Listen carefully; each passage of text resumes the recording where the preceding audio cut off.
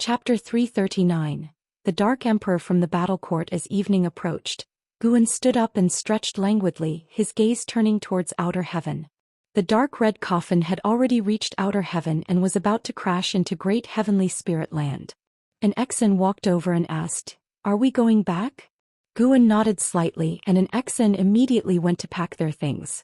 She had bought some trinkets on Dingtian Peak, planning to bring them back to Third Medicine Valley. As long as it didn't reveal her relationship with Guan on Mortal World Peak, he would not stop her. An Exan was quick with her tasks, and after she was done she hurried back to where Guan was standing. Seeing her master looking up, she instinctively looked up as well. She saw a shooting star streak across the night sky, falling toward the distant land. "What is that?" an Exan muttered. Guan didn't answer her. He watched the meteor disappear into the distance and then, with a wave of his sleeve, disappeared into the air with her. After returning to Third Medicine Valley, the master and disciple each returned to their own rooms. Guan sat in his chair, seemingly admiring the night scene outside the window, but in reality his divine thought was directed towards the dark red coffin far away. The coffin landed on a continent 10 times larger than the Taitsong continent, bringing an apocalyptic disaster to all the living beings there. In an extremely short amount of time, that continent turned into a sea of fire, 90% of the life wiped out with the rest fleeing into the ocean.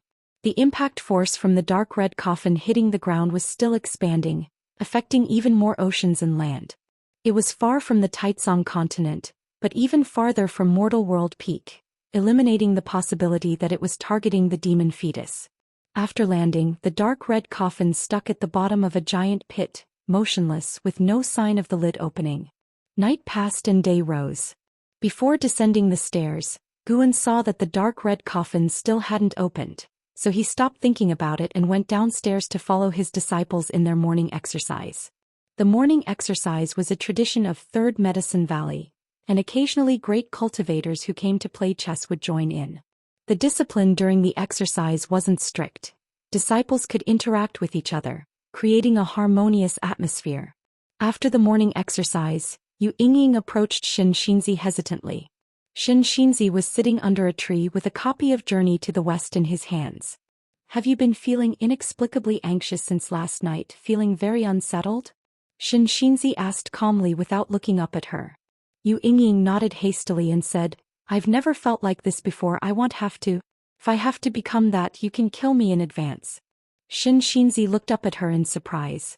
Ying thought he was questioning her and explained in a low voice, "The heavenly demon should not be so easy to perish. My suicide definitely wouldn't work. You are an enlightened monk. You know how to eliminate demons. I don't want to hurt others."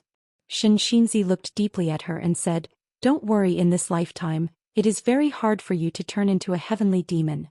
The reason you're feeling this is probably because the natural enemy of the heavenly demons has arrived." He had also sensed the commotion from the night before. His cultivation realm was high and his unease far surpassed Ying's, which was why he picked up Journey to the West, to try and distract himself. "Really? What is the natural enemy of the heavenly demons? What should I do?" Ying asked eagerly. Xianxia lowered his head and said, "Do nothing, continue with your cultivation practice and get used to it."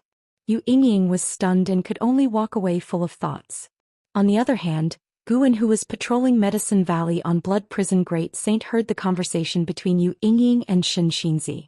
The natural enemy of heavenly demons? Guan took off Qingtian Peak from his waist, then lifted it up and sent his divine thought into it. Immediately after, he arrived inside an old temple. He was about to speak when a man in black appeared and asked, "Have you made up your mind?" Guan shook his head, changing the subject to ask, "Do your heavenly demons have a natural enemy?" The man in black frowned upon hearing this and asked warily, "What do you mean? Since when do heavenly demons have a natural enemy?" Guan then waved his sleeve and an illusion appeared between them. The man in black's expression dramatically changed when he saw the dark red coffin. Seeing his reaction, Guan was not in a hurry. He waited for him to speak. The man in black's hands clenched into fists inside his sleeves. Taking a deep breath, he said through gritted teeth, "He is coming for the great emperor, but his arrival will also bring disaster to great heaven and earth. The fact that he can enter indicates that Holy Court also plans to use him to eradicate the heavenly demons within the great heavenly spirit land." Who is he? Guan asked. His name is the Dark War Emperor. No one knows his origins. He once wreaked havoc in the silent destruction domain. I only know he comes from the ancient battle court, the man in black answered. Battle court? The forces established by Long Zhan? Guan kept his composure and further inquired, what is the origin of the battle court? The man in black looked at him before saying, the battle court is a legend of the silent destruction domain. Legend has it that there once was a force that ruled the great thousand world, standing at the peak of the immortal path. Whether it was destroyed or left is unknown. That's all I know. What is the Dao level of the Dark War Emperor? I don't know, but definitely very high, the man in black responded, shaking his head at the thought of the Dark War Emperor making his scalp tingle. All of a sudden, Guan said, it seems now that I don't need to leave. I'll just wait for the Dark War Emperor to eliminate the heavenly demons, and the Holy Court will naturally ask him to leave, right? Upon hearing this, the man in black became panicked and said, the Dark War Emperor is unpredictable, extremely violent, and will surely bring calamity to mortal world peak. If he devours the great emperor's demon fetus, he might even start a war with the Holy Court. You won't be able to avoid trouble either. Hearing this, Guan wasn't alarmed, just stared at him steadily. The man in black gritted his teeth, suddenly knelt down and said solemnly, please, elder, help the great emperor. As long as you can help with the birthing of the great emperor, our tribe will owe you a favor. Afterward, I will convey this matter back to my tribe and you will gain our friendship. In the future, walking in the silent destruction domain will also mean having an ally. You're joking. What if he decides to attack me? Guan said coldly. The man in black looked up and explained, don't worry, he has forgotten his past life memories. He is undergoing his own reincarnation stage, which is when he is the weakest. Once he is born, he will be a new being. You can even take him as a disciple, and when he achieves the Tao in the future, he will definitely not forget your kindness. After listening, Guan fell into hesitation. If you don't do this, once the Dark War Emperor emerges, he will surely come after you. The moment the great emperor is born, he will undergo reincarnation baptism, hiding the causality of the heavenly demon, making it impossible for the Dark War Emperor to find him, the man in black urged urgently. As if the Dark War Emperor might come to kill at any second. Guan hesitated for a moment, then asked, how can I assist him? The man in black was elated and immediately imparted a miracle technique. Guan listened intently, memorizing it in one go. The man in black urged, act quickly. If the Dark War Emperor finds him, he can obstruct the great emperor's path to achieving the Tao. We must not let him succeed. Chapter 340. Projecting into the past, the birth of Long Qing. Guan placed Qingtian Peak down and hung it back on his belt. He didn't fully believe what the man in black had said, but he could judge that the miracle technique the man had imparted to him was free of hidden dangers. Taking advantage of the blood prison great saint carrying him on a patrol around Medicine Valley, he began to weigh the pros and cons. Upon careful consideration, he felt it was worth a try. The Dark Battle Emperor had just arrived and slaughtered the beings of one area. His cruelty and ferocity had to be guarded against. Even if he was related to the Holy Land, he couldn't be trusted. He would first see how the demon fetus would react once born. If worst came to worst, he would simply destroy it, even if it meant offending the heavenly demon. Guan made his decision. He did not set out right away. The Dark Battle Emperor had not yet emerged from his coffin, and Guan could sense that the presence within the coffin was growing stronger. He estimated that it wouldn't emerge for a little while. An hour later, Guan arrived at a cave at the foot of Dingtian Peak, undetected by gods or ghosts alike. He stood in front of the stone pillar, extending his divine thought into it, and saw that the demon fetus was still curled up, unchanged since decades ago. Guan immediately activated the lifespan barrier, enveloping the entire cave, and then applied the miracle technique taught by the man in black to the demon fetus. More and more black qi began to emerge from the surface of the stone pillar, and the heartbeat of the demon fetus within grew strong and powerful. Time passed second by second. The birth of the demon fetus would not absorb nature's spiritual energy, which meant that the consumption of the lifespan barrier wasn't rapid, providing Guan with a bit of relief. Half an hour later, Guan moved the demon fetus out. It had shrunk to the size of an ordinary baby, still surrounded by demonic qi, but its form could not be completely concealed. Guan performed a lifespan detection on it. Long Qing Energy Cultivation Realm 9 Layers 0/1000/9999. Huh? Why does it have the surname Long? With the Dark Battle Emperor who inherited the Battle Court's lineage having just appeared and now one with the surname Long, Guan couldn't help but wonder. He stared intently at the still unconscious Long Qing, probing the cause and effect within him. The cause and effect of Long Qing were complex, but Guan had inherited all memories of Long Zhan, who had also delved into the way of cause and effect. After a long while, Guan felt that Long Qing's soul had a deep connection with the soul of Long Exin, the son of Long Zhan, which meant it was very likely that Long Qing was a descendant of Long Exin. Long Zhan was born into the Long family, but the name Battle Court was chosen by Long Zhan himself. The ancestors of the Long family had not established the Battle Court. This confirmed that Long Qing was definitely a descendant of Long Zhan, who lived in the past, not the future. Reincarnation evolution could indeed project into the past. Was this predestined to happen, or did his decision change the past? Before his reincarnation evolution, the demon fetus was already hidden within Dingtian Peak. But it was only after his reincarnation evolution ended that he discovered the demon fetus, unclear if its identity had changed. Guan considered this a problem worth contemplating.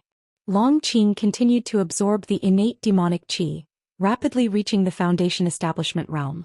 This kid couldn't possibly have been born with a cultivation level of the immortal path like the immortal spirits of the Immortal dynasty, could he? Guan guessed to himself, and in the time that followed, Long Qing's cultivation level quickly intensified, relying solely on the surrounding innate demonic qi and not consuming any spiritual energy. Time sped away. 3 ancient hours later, Long Qing's cultivation level surpassed the Mahayana realm, reaching the first layer of Nirvana realm, with his maximum lifespan metamorphosing to 999,999 years. Guan felt that if he were to come into the world he would be sure to attract heavenly tribulation and that would be troublesome.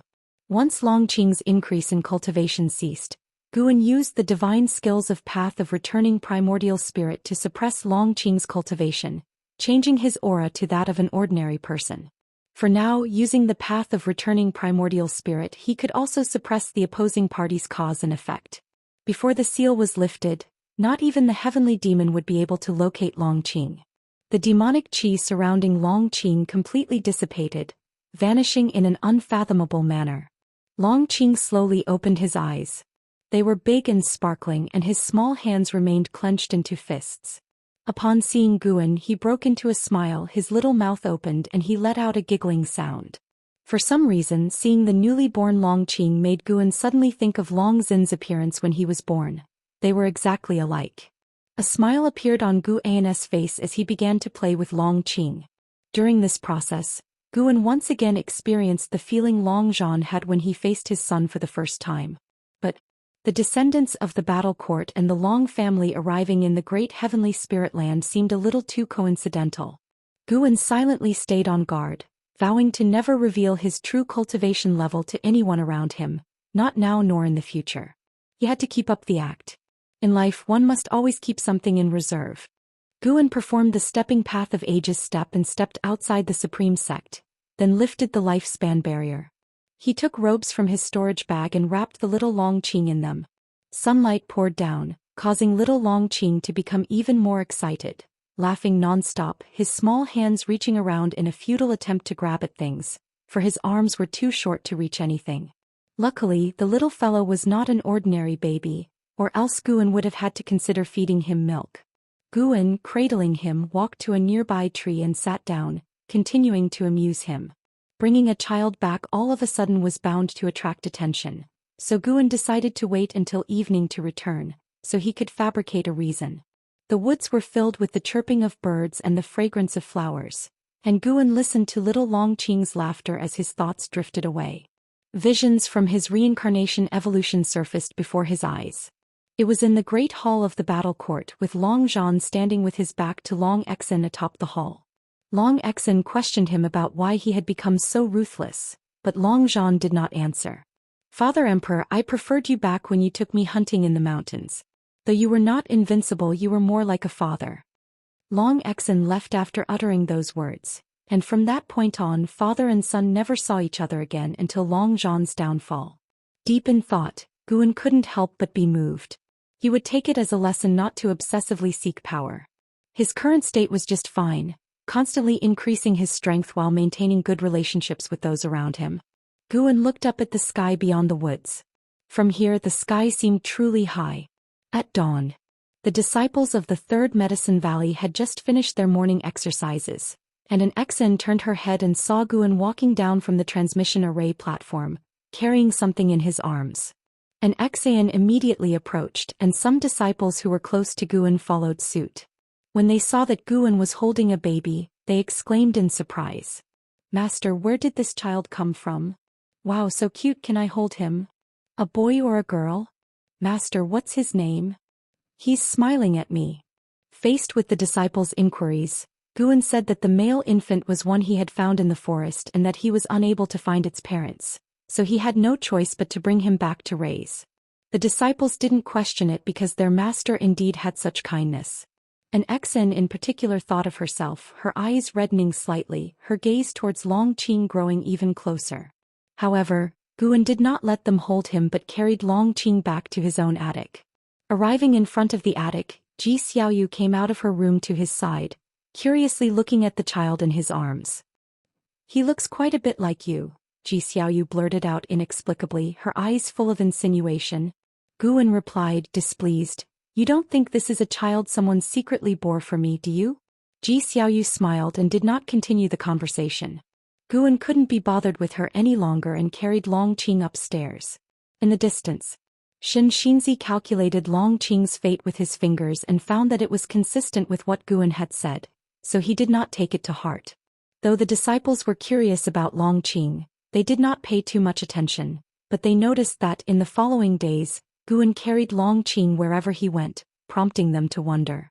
Months passed. Autumn arrived. The deep red coffin harboring the Dark Battle Emperor had still not opened, but many cultivators had gathered on the desolate continent, even setting up a large array near the coffin. One day Yilan brought Zhenqin to visit Guan.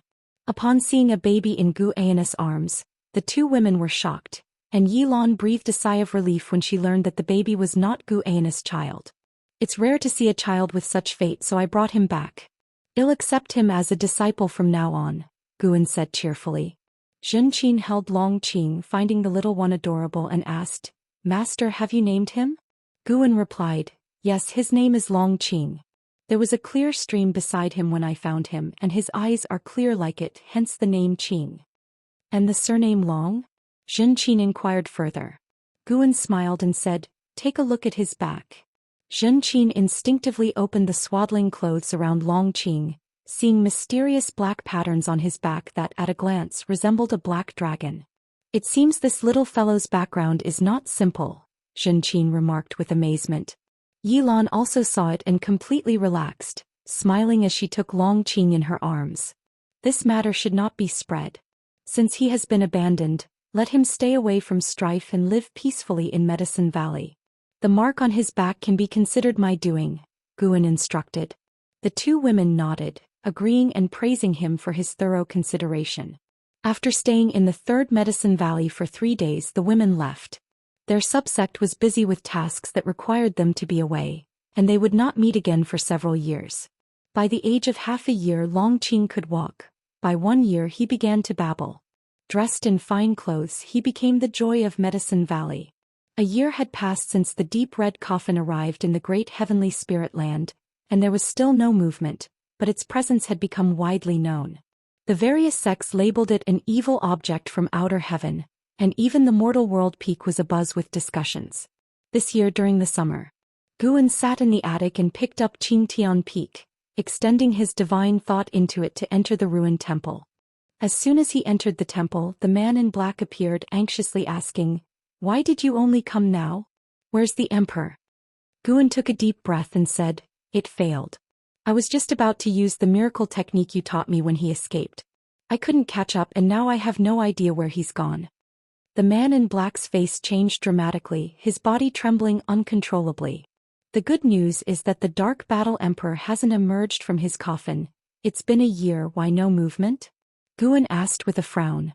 Hearing this, the man in black's face relaxed slightly. After pondering, he said, He might be preparing for something. Ancestor, could you release me? I must go in search of the Emperor. Guan shook his head. Sorry, I can't fully trust you. I'll release you after 10,000 years once we get through this calamity. 10,000 years? The man in black nearly burst into curses, but thinking of the profound and inscrutable Dao level of the other party, he could only suppress his emotions. What good was the whereabouts of the Emperor if his own life was at stake? Chapter 341 Reincarnation Tribulation. The man in black ultimately chose to compromise, for he believed that Guan should be trustworthy. After all, he was completely powerless to resist, and there was no point in Guan deceiving him. After dealing with the man in black, Guan set down Qingtian Peak. He lifted his gaze and saw through the walls that 1-year-old Long Qing was chasing after the white spirit rat, which slowed down for fear that the child couldn't keep up. It was rare to see the white spirit rat so gentle, which brought a smile to Guan's face. No longer contemplating what the reincarnation evolution truly entailed, Guan's focus was solely on becoming stronger. These reincarnated identities wouldn't help him survive better. In this world there were holy courts and immortal dynasties. Outside the world there were realms like the Silent Destruction Domain and beings like the Annihilation God Emperor and the Black Profound Emperor watching him, not to mention countless great heaven and earth. His journey was still long. Long Zhan had been too arrogant and was crushed to death by the Annihilation God Emperor. Guan planned to quietly surpass the 9 heavens of immortal path in the universe where the great heavenly spirit land was located. He deliberately overestimated the capabilities of the Black Profound Emperor and the Annihilation God Emperor to better confront and potentially defeat them if they became enemies in the future. Guan collected himself, even eliminating the animosity towards the Black Profound Emperor and keeping the past hidden deep within his heart. He was Guan. Guan was the true him. Guan picked up a brush, intending to write and express his emotions. Miles of clear skies stretched overhead, and a large gathering of cultivators crowded a barren plain. They surrounded a massive pit over 100 miles in diameter, atop whose edge they constructed towering stages, each brandishing an imposing iron tower. Baizia stood on the edge of the massive pit, gazing at a deep red coffin from afar, a worried expression filling his eyes. Have you seen it in the Silent Destruction Domain? A voice called out and Fu Xianxia stepped beside Baizia. After paying his respects, Baizia turned and said, I haven't seen it, but its aura feels very dangerous. I have seen it, Fu Xianxia said calmly, his gaze fixed on the deep red coffin. Baizia looked at him in surprise only to hear him continue. Wherever this evil coffin appears, heavenly demons retreat, leaving nothing but remains. Even the heavenly demons fear whatever resides within it. I've heard that beings surpassing the carefree primordial immortal realm would turn to ash just by approaching it. Beyond the carefree primordial immortal? This filled Baizia with even more fear. As a heaven and earth flying immortal, he already regarded the carefree primordial immortal as a symbol of freedom. How could beings even stronger than carefree primordials succumb to this evil coffin? He instinctively thought of Meng Lang and shuddered at the thought of him turning to dust upon nearing the evil coffin. As Fu Xianxia continued his story, Baizia listened intently, and they were not the only ones. Other sects had people recounting their experiences in the Silent Destruction Domain. Atop a grand pavilion, a man in white robes stood with his hands behind his back, his gaze quietly fixed on the deep red coffin, his eyes deep with thought. Suddenly, a man clad in golden armor appeared beside him, bowing and whispering, Holy King, the higher-ups have instructed you not to take action and to wait for the Dark War Emperor to awaken. Hearing this, the man in white robes narrowed his eyes, lost in thought and not replying. The man in golden armor spoke again in a low tone, Holy King, something about this doesn't feel right. While the heavenly demons bring trouble to the mortal world from time to time, Xingtian never acted like this when he was here. Didn't Xingtian always say that anything from outer heaven is an enemy? Since when do we ask enemies for help? He wasn't concerned about being overheard. The many restrictions within the pavilion would prevent high-level eavesdropping. Remaining expressionless, the man in white replied, It is now the era of the Holy Minister, and it will be for a long time. If you wish to have a foothold in the Holy Court, you must learn to feign ignorance. The man in golden armor appeared angry as he clenched his teeth and asked, Where has Xingtian gone to, and why does he trust the Holy Minister so much? The man in white robes spoke calmly, Reincarnation tribulation is a path every mighty individual must tread. Xianxia has already delayed it for far too long. What might happen if we wait any longer, nobody knows. Reincarnation tribulation? Has Xianxia reincarnated? The man in golden armor furrowed his brows. Shaking his head, the man in white robes replied, "Your realm is not high enough to understand. Don't ask too much. All you need to know is this.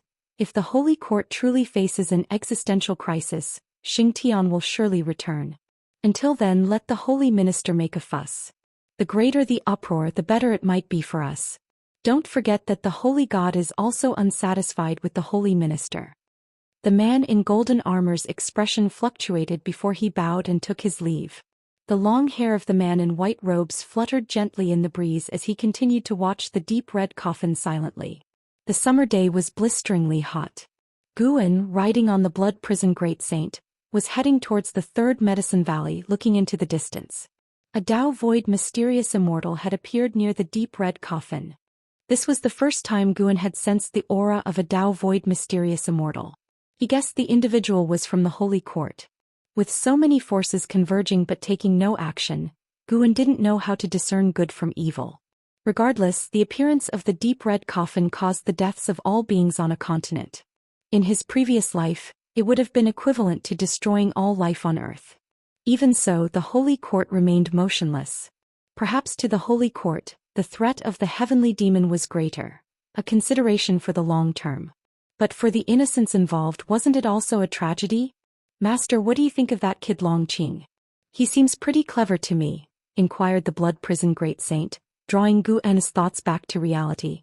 Wasn't foolish to think so. Why would the master casually take in an orphan unless the child was no ordinary one? Perhaps even more exceptional than Yang Jian. Guan replied, "Quite ordinary. He'll hardly achieve anything significant in his lifetime." The blood prison great saint paused, then laughed. "Master, you're kidding with me, right?" "You'll see in time," Guan said with a soft laugh. Unable to resist, the blood prison great saint asked further, "Then why did you take him in?" "Because I liked him. Do you think I need Yang Jian to repay me for anything?" Guan said casually. It made sense to the blood prison great saint. After all, Guan wasn't only good to Yang Jian. All the disciples in the valley received favorable treatment from him. In Guan's own words, "Do good deeds without asking about the future." That too. Leading a plain life isn't necessarily bad, agreed the blood prison great saint, though he secretly believed Longqing would certainly make something of himself. It was only a matter of time. As Guan walked into the valley, he saw a group of female disciples surrounding Longqing, passing him around happily until the atmosphere became even more cheerful. When someone spotted the blood prison great saint, they exchanged a few words and quickly dispersed, leaving Longqing in the arms of one of the girls, who hurried towards an Exon looking lost. "Guan, come for a game of Go." The voice of the nine-fingered divine lord suddenly rang out, and Guan sent the blood prison great saint over. After a while, when Guan sat at the Go board, the nine-fingered divine lord with a chuckle asked, "Guan, what's the backstory of that little guy called Longqing?" He had tried to discern Longqing's fate but came up with nothing.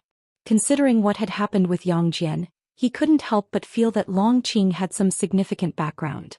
Guan picked up a ghost stone and replied with a smile, "How should I know?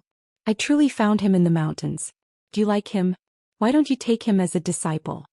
After hearing this, the nine-fingered divine lord laughed and said, "Let's not. I've already taken away one of your disciples. I can't be that greedy." Seeing him reluctant to make a move, Guan played first, causing the nine-fingered divine lord to twitch at the corner of his mouth and quickly pick up the white stones from the table, saying, "Our rules here, black plays first. Don't you know the rules?" With that he made his move. Guan smiled and followed suit, then asked about Chu Jingfeng's situation. The nine-fingered divine lord had settled Chu Jingfeng overseas while staying at the supreme sect himself, making Guan unsure of what to make of his actions. Half an hour later, Guan stood and departed. The nine-fingered divine lord stared at the Go board, frowning. "Where exactly is the problem?" he muttered to himself. No one offered him an answer. His loss didn't surprise the surrounding players. His winning would have been the real shock. Guan was in a good mood, looking forward to harvesting high-rank medicinal herbs in the outer world cave the next day. a move that could increase his lifespan by tens of millions of years. He decided not to initiate lifespan samsara before his next breakthrough. Forget that, before filling up a lifespan of 1 billion years. Otherwise, descendants might appear before his eyes again, and he couldn't bear to ignore them. The sun set and the moon rose. The next morning, Guan left Longqing with Yu Yingying and departed Medicine Valley alone. Yu Yingying adored Longqing, though she couldn't explain why since she usually despised children. By evening Guan returned. He hummed a tune along the way, clearly delighted. Today he had harvested over 65 million years of lifespan. It was exhilarating. The Outer World Cave was his key investment project. Periodically he would inject more high-rank medicinal herbs into the grotto. Along the path, Guan greeted every passing disciple, leaving them pleasantly surprised. He made his way to Yu Yingying's courtyard and took away Longqing. "Hey, I want to ask you something." Yu Yingying stopped Guan. He gave her a look. Not hey." Rolling her eyes she said, "Lately I've been feeling restless, like I might bring trouble to Medicine Valley. Should I leave?" Guan looked at her astonished. "If you want to leave, leave. Why ask me?" Yu Yingying was livid, ready to pinch him, but he deftly dodged. "I'm leaving tomorrow." She turned and walked toward her house. Guan called out, "Hey, if you're really worried about causing trouble, why fret? Don't forget who holds the fort at the Supreme Sect." Yu Yingying turned to look at Guan, the anger in her eyes gradually fading. Hesitantly she said, "Wouldn't that be inappropriate?" Guan spoke righteously. "The entire Supreme Sect is under the protection of Sword Venerable Fudao. There's nothing wrong with that. If you feel bad about it, later you can take care of Qing for me. He really likes you." Caught in hesitation, Yu Yingying lingered in thought, while Guan said no more and turned to leave. Taking advantage of Longqing's youth, he wanted to hold him more, as the child would be less cuddly when older. As for Yu Yingying's concerns, he paid them no mind. Many heavenly demons roamed the world. They would deal with the Dark War Emperor when he emerged from the coffin. From the current aura, the Dark War Emperor was still very distant from becoming a divine thought true immortal. Considering this rate of improvement, it would take him thousands of years to reach the level of a divine thought true immortal, right? Chapter 342, Shelter from the Wind and the Rain. Eradicate the heavenly demon. Time flew like an arrow, and in the blink of an eye Longqing was already 5 years old. Guan stood in front of the window, looking at Longqing riding the blood prison great saint in pursuit of a white spirit rat, his lips lifting slightly into a smile. Such days were truly wonderful. Regrettably, peace was about to be shattered soon. Guan could feel the deep red coffin trembling, alarming the nearby sects, which promptly arranged their defenses. The Dark War Emperor was about to emerge. The Dark War Emperor, inheritor of the Battle Court legacy, was set on hunting the descendants of the Battle Court's creator. This sparked many speculations in Guan. After all, he had no fondness for the Dark War Emperor, who from the very start, slaughtered everything in his path. Should he dare come to the Taizong continent, he would find no courtesy from Guan. As the reputation of Sword Venerable Fudao grew ever more resounding, certainly the Holy Court would not dare to confront him directly. The great Nether Saint King had been rather restrained lately, as if putting aside past grievances, not daring to plot against Guan any longer. Guan watched the distance for a while before heading downstairs. Just as he descended the stairs, streaks of blood-like light manifested in the sky, a chilling sight. The disciples in the valley also noticed this scene, discussing among themselves. However, they were not panicked. In their hearts, the Supreme Sect was the safest place. Ji Xiaoyu approached Guan and whispered, "I've seen such a sight in my dreams." Guan was not surprised, given that the Reincarnation Path Emperor had ventured into the silent destruction domain. Following her lead, Guan asked, "For what reason? What is going to happen?" Ji Xiaoyu looked up at the sky and said, "I'm not sure, but after such an omen appears, a massacre will follow." Guan shivered, anxiously asking, "There isn't going to be another catastrophe, is there? I've only lived for a little over 300 years, and I've already encountered so many once-in-millennium disasters. Is the Almighty picking on me?" Ji Xiaoyu glanced at him and said, "What catastrophes have you experienced? I've never seen you fight. With Sword Venerable Fudao and the Supreme Sect shielding you, what do you have to fear? You just need to sit back and enjoy the show." "Ah, who's really shielding whom? If I told you, it would scare you to death." That's what Guan thought, but he relaxed his expression and, patting his chest, said, "You have a point. Why should I worry? When immortals clash, what concern is it of mere mortals?" Ji Xiaoyu was amused by his actions and asked with a smile, "I could teach you some spells, would you like to learn?" "Forget it, you know I don't like to engage in combat." "Really? Then why do you enjoy sparring with disciples? That's mentoring, okay? How could there be any danger when a higher realm battles a lower realm? Be careful, someday you might encounter an unparalleled genius who will make you lose face." "An unparalleled genius in Medicine Valley? What about Yang Jian? His cultivation level isn't increasing that fast." As they talked, their conversation turned into bickering. As Ji Xiaoyu's worry dissipated during the chat, she spoke of the omen because she felt uneasy and needed to express her feelings. Talking with Guan always helped her to relax. While the two were laughing and talking on the other side of the distant land, a terrifying demonic chi burst into the sky, originating from the deep red coffin beyond the outer heaven. The deep red coffin stood upright, the body shaking violently. The formations at the edge of the pit had been activated, forming a semi-transparent barrier enclosing the pit. Even with the formations in place, the cultivators outside were terrified. The weakest among them was a loose immortal, and facing the aura seeping from the red coffin, they felt like they were facing their doom, wishing they could flee immediately. Crack! Suddenly the lid of the coffin flew open and a pale, rotting hand reached out, grabbing onto the edge of the coffin. With a bang, the lid sprang open, black gas surged out, quickly spreading and forming a thick fog. Heavy breaths could be heard from within the black mist, sending chills down the spines of most cultivators. "Is this the great heavenly spirit land?" A hoarse voice emerged. Each word fell heavy on the hearts of the cultivators. A white-robed man from Holy Court said, "Yes, we ask that you eradicate the heavenly demons of mortal world and not harm innocent beings." His voice was loud, clear for everyone to hear. Sects from all sides were shocked. A holy king from Holy Court knew the creature inside the coffin? Eradicate the heavenly demons of mortal world? Many cultivators' expressions changed, such as those from Mortal World Peak, whose sect had dealt with heavenly demons before. They worried about the Holy Court using this as an excuse to suppress them. The actions of Holy Court always needed the backing of the common people. Anyone or any power that became an enemy of the populace would find no mercy from Holy Court. Eradicate the heavenly demons? Heh.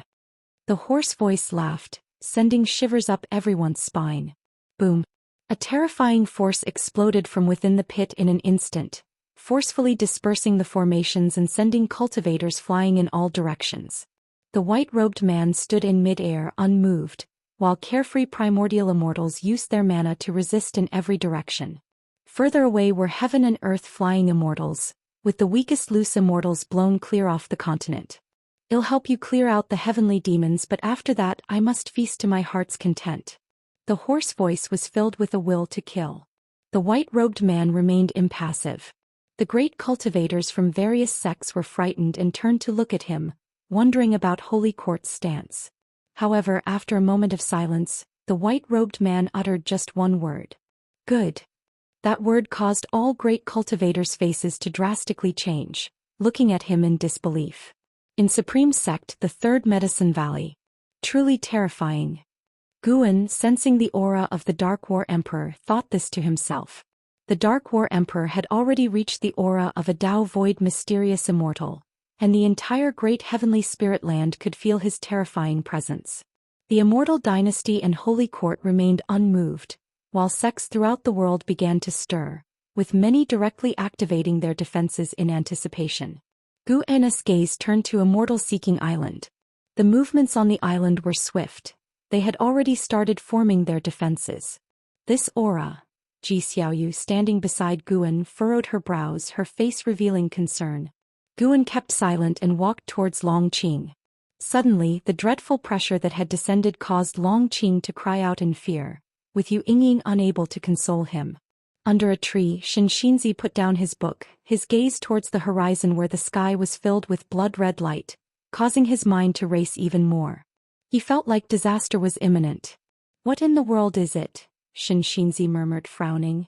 As Guan approached Long Qing, he felt the aura of the Dark War Emperor shift to another location, followed by the complete disappearance of the vibrant life force of that land. With the Dark War Emperor's aura enhanced, though the increase was not significant, his actions still caused Guan to frown. What infuriated him most was that Holy Court actually allowed such recklessness. He was very disappointed in Holy Court. Master. Upon seeing Guan, Longqing immediately threw himself into Guan's embrace. Guan patted his back and picked him up, whispering comfortingly, "Don't be afraid, your master is here." For some reason, as Guan drew near, Yu Yingying's panic unexpectedly lessened, prompting her to instinctively lean towards Guan. Guan looked at the pale-faced Yu Yingying and asked, "Are you okay?" Yu Yingying stood beside him, gripping his sleeves tightly and shaking her head slightly. At that moment, Guan sensed a great influx of forces entering the Taitsong continent, their cultivation levels uneven, with the strongest being merely of the mystic heart realm. Such cultivation was not worthy of his concern, yet it coincided with this critical juncture. Chapter 343. Darkness Strikes. The Moment of Despair. On the edge of the Taitsong continent, dozens of ragged people were heading toward the forest on a beach. A young girl was supporting her elderly grandfather, her eyes filled with terror as she looked up at the blood light phenomenon in the sky. "Grandpa, they let us come here. Could there be any scheme?" the girl asked cautiously, her face smeared with dirt, but it couldn't hide her bright eyes. Her grandfather shuffled forward weakly and said breathlessly, "Things will get better." Not only them but other people nearby were also worried and hopeful. Across the edge of the continent, many such people were moving toward the interior of the continent. Those with higher cultivation levels disappeared quickly, while those with lower cultivation levels could only proceed on foot.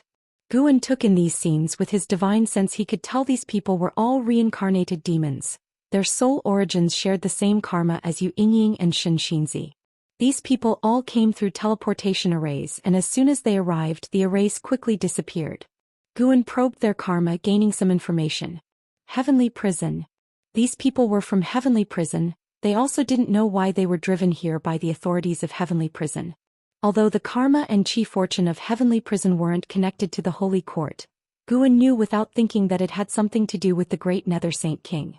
After all, his enemies were few, and only the Great Nether Saint King had the means to do such a thing. Sending so many reincarnated demons, wasn't it just to attract the Dark Emperor of War? Guan disdained such tactics, but it was good in a way. If it could lure the Dark Emperor of War to come earlier, it would reduce the loss of life, and Sword Venerable Fudao would have a legitimate reason to act. "Master, what exactly is that in the sky?" Longqing looked up, his little face filled with fear. Anyone seeing him would have a hard time associating him with the great emperor of the Silent Destruction domain. Guan patted his head and comforted softly, "It's nothing, maybe it's going to rain. Didn't you say you'd be a man after turning 5? How can you still cry?" Hearing this, Longqing quickly wiped away his tears, clenched his little fists and said, "I'm not crying. I just got sand in my eyes." Yu Yingying next to them was also amused by his words, lightening the tense atmosphere. Guan put Longqing down and then looked at Yu Yingying with a smile and asked, "You're not going to keep holding on to me, are you?" At this, Yu Yingying promptly let go of her hands and blushed, scoffing, "Pa, who wants to hold on to you? Really? Just now someone almost ripped off my sleeve." That was an accident." While the two were bantering, the protective formation of the Supreme Sect was activated. A majestic light rose in the distance, and figures of cultivators flew over the Third Medicine Valley. The Supreme Sect quickly entered a state of readiness for battle. The Nine-Fingered Divine Lord stood up, looked into the distance and said, "Trouble again, it seems we can't finish this game of chess today." The old cultivator sitting opposite him took a deep breath, about to say something, when the Nine-Fingered Divine Lord suddenly disappeared. Xianxia under a distant tree also stood up and vanished in place. Below the rolling thunderclouds, the land was engulfed in blazing flames, akin to a mortal world hell. A figure strode through the fire, dressed in worn black battle armor with curly black hair, his hands and feet festering and bubbling with blood, his slightly hunched back visible under his disheveled hair, and his terrifying face revealed beneath the tangled locks. His face was festering too, only his eyes intact. His lips were gone, revealing a frightening mouthful of teeth. He was the Dark Emperor of War. He advanced while exhaling turbid breath. His gaze turned to the distance, only to see a man in white robes suspended in the sky looking at him. He glanced and then withdrew his gaze. He stopped, straightened his body as if sniffing at something. Then he suddenly turned his head toward a direction and vanished from the spot.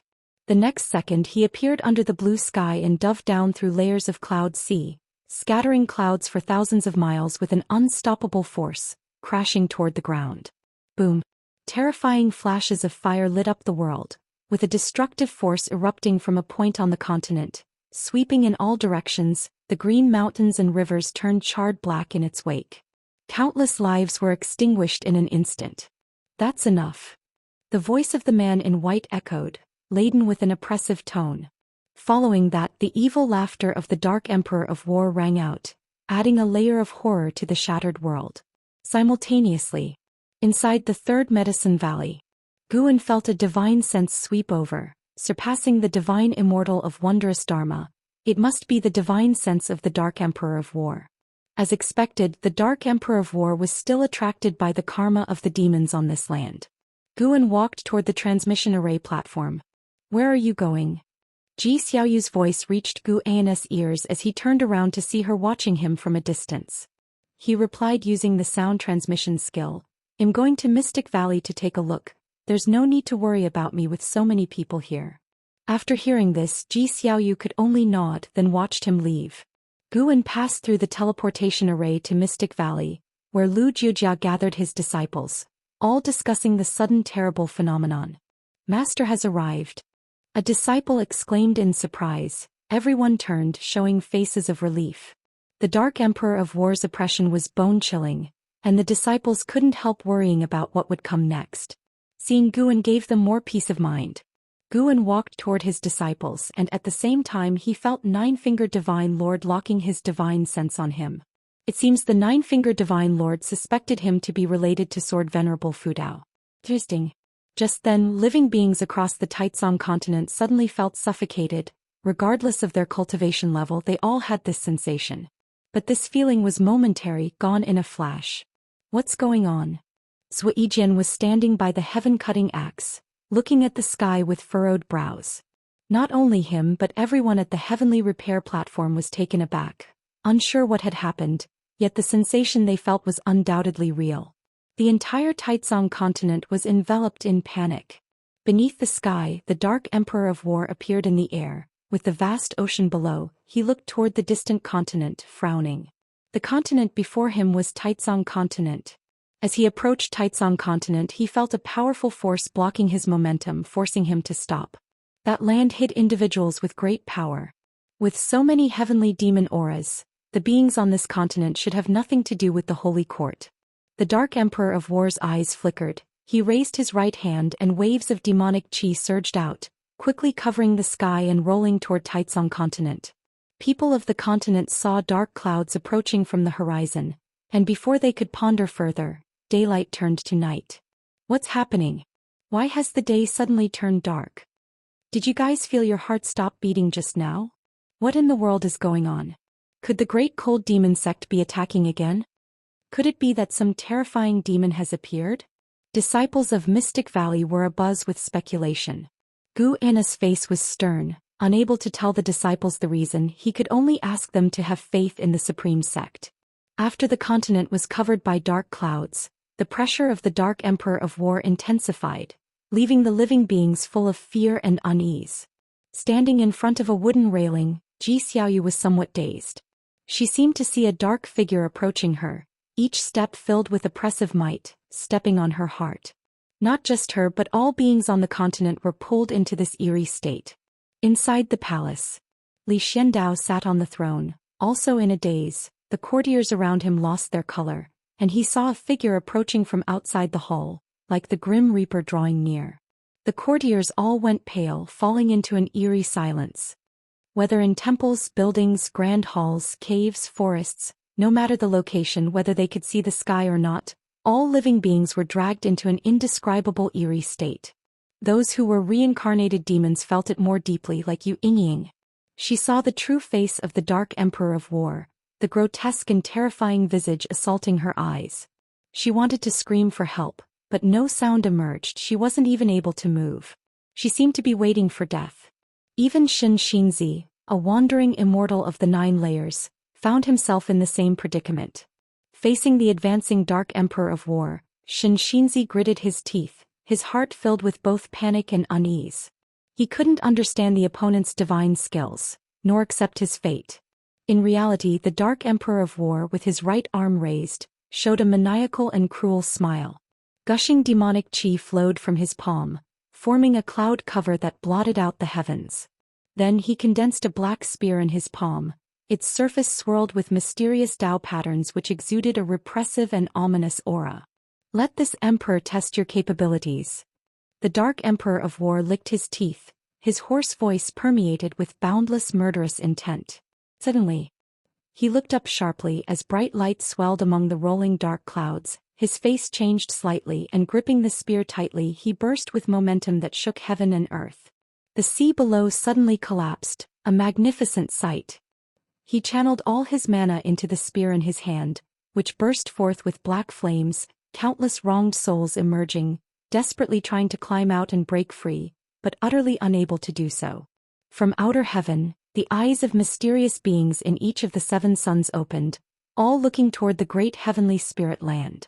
Viewed from outer heaven, a radiant and beautiful great heaven and earth showed a black dot that was swiftly growing. Inside the 3rd Medicine Valley, Zhou Xian suddenly fell into the eerie state of a reincarnated demon as well, clearly seeing the true face of the Dark Emperor of War as he stepped over the medicine garden and approached her. This scene, she had seen it in her dreams numerous times, but facing it in person, the feelings were completely different. Irrepressible fear and despair enveloped her heart. She struggled to drive away these emotions, but to no avail. Damn it! Zhou Xian gritted her teeth. A red Dao pattern between her brows quickly stretched, swirling flames. She was invoking the power of the primordial Daoist talisman. Just then, a brilliant light burst behind her, dispelling the darkness in her vision. She instinctively looked back, catching a glimpse of a figure in the corner of her eye, and her pupils dilated. It was a sword shadow. A sword shadow gleaming with silver light. Countless lightning bolts intertwined upon the sword, molding its form.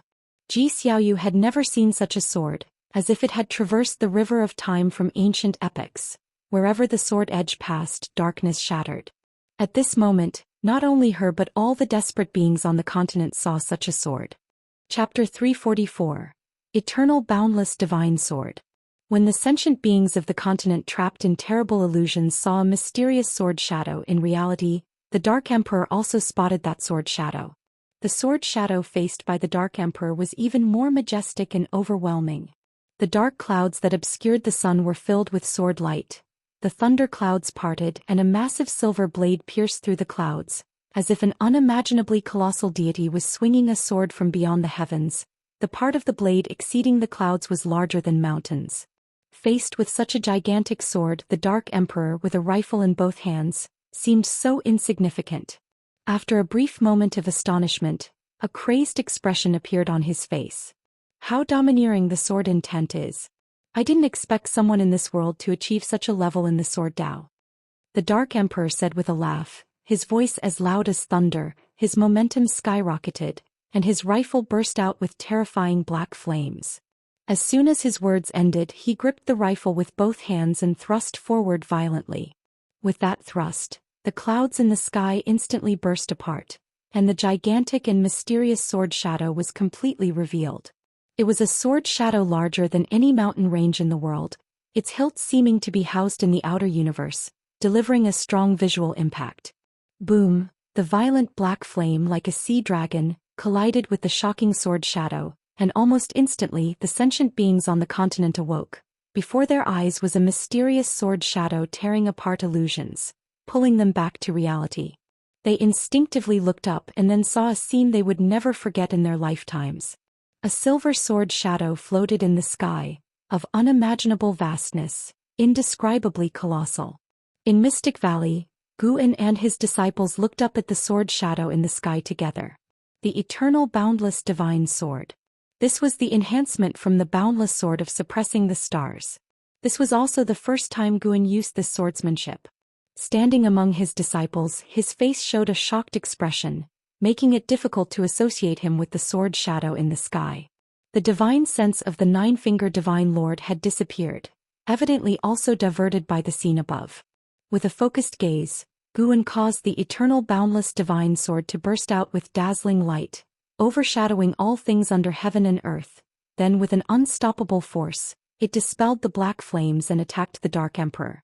The Dark Emperor's face drastically changed. He used his divine skills at that moment. His body transformed into black mist.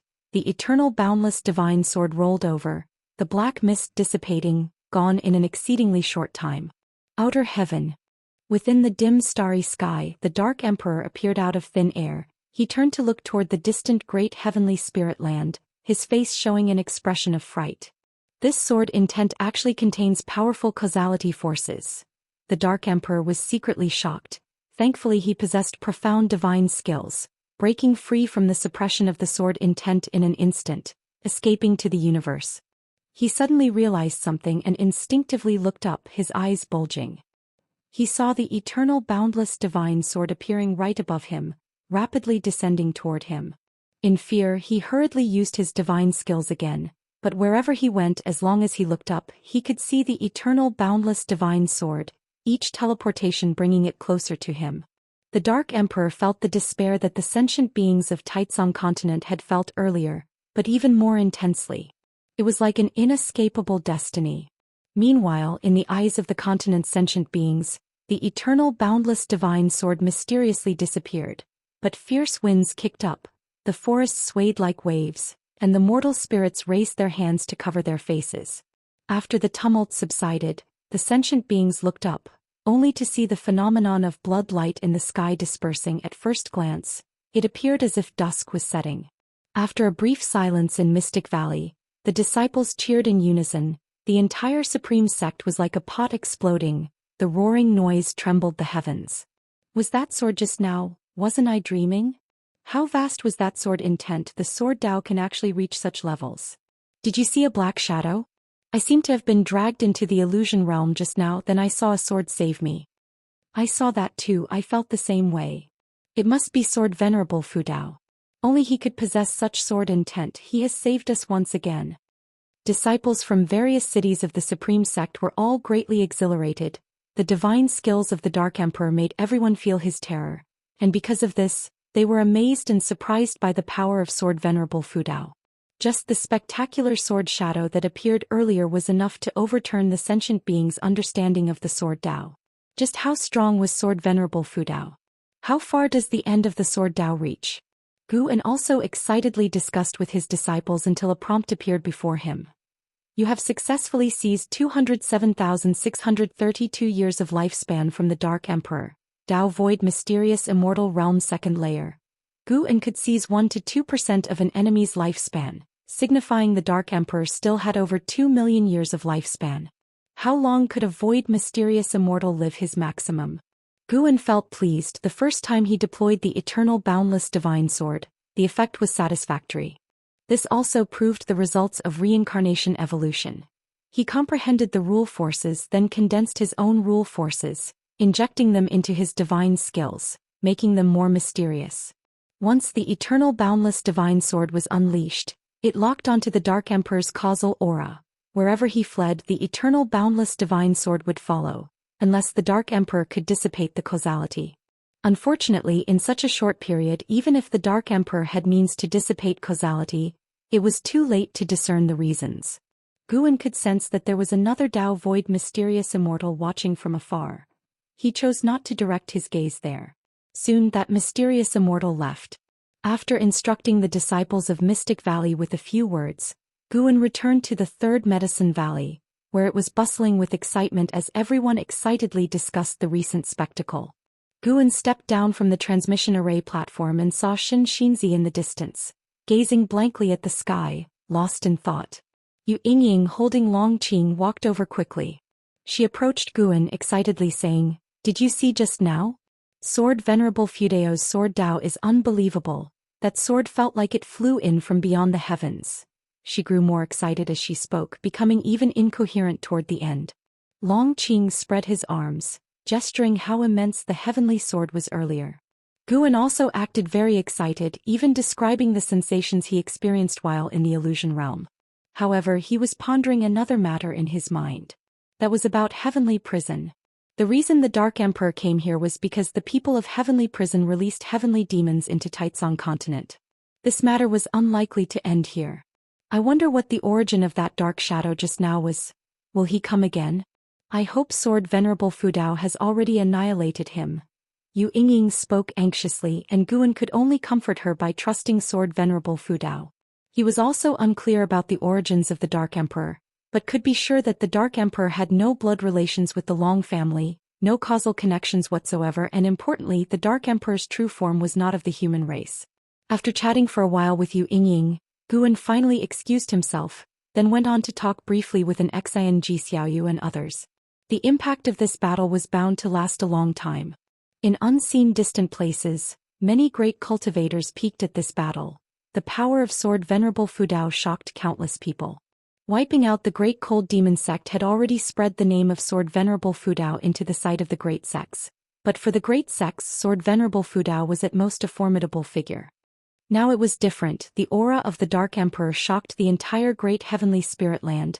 His terrifying aura was incomparable even to the entire great cold demon sect combined. Every being that had reached the carefree primordial immortal realm witnessed the process of the Dark Emperor's demise. Being able to slay in existence of the seventh layer of the immortal path, Sword Venerable Fudao's Tao level was immeasurably deep. Outer heaven, hidden within the sun, 7 mysterious beings also closed their eyes, as if nothing had happened. In a palace bathed in flickering firelight, 2 figures stood beside a small pool, silent. The pool reflected the universe scenes, with faint wisps of swirling black mist visible. One of them, a man in a black robe wearing a dragon bone crown, looked upset, gritting his teeth and said, "This is troublesome. Sword Venerable Fudao is so formidable, it's impossible to hide Heavenly Prison's actions from him. He will trouble me sooner or later." He turned to look at the person beside him, his eyes filled with anger. Qing Songzi took a deep breath and said, "The Holy King is surely aware of this matter. Let us choose to protect ourselves wisely." He was the domain master of the main city of Broken Sea Domain, and the Taizong continent was also under his jurisdiction. At this moment, Qing Songzi, who controlled the lives of his entire domain, had a pale face, his hands clenched within his sleeves. He tried to appear composed. Seeing the Dark Emperor being exterminated, he felt like the sky was falling. He turned and left. The man in the black robe said sternly, "If Sword Venerable Fudao comes looking, I can only reveal the existence of the Holy King. I couldn't possibly hide this matter with my Tao level. You'd better pray that Sword Venerable Fudao does not come looking." Qing Songzi left those words and disappeared on the spot.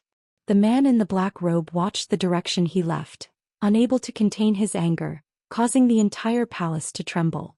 Under the dazzling starry sea, an island quietly suspended, small in size, featuring a center area cleared of vegetation, paved with white jade. One after another, figures appeared on white jade square, all radiating strong light in various colors, barely able to discern their shapes, their faces blurry, only their eyes clearly visible. They gathered together, no one spoke, the atmosphere somber. "Holy Minister, was it your idea to let the dark beings in?" a large figure asked coldly. The others turned their gazes toward the Holy Minister, who radiated golden light, appearing like an immortal, his aura vast. Facing the questioning, Holy Minister calmly said, "There are too many heavenly demons within the realms. They use reincarnation to hide their identities. You should be aware of the looming calamities accumulating within the silent destruction domain.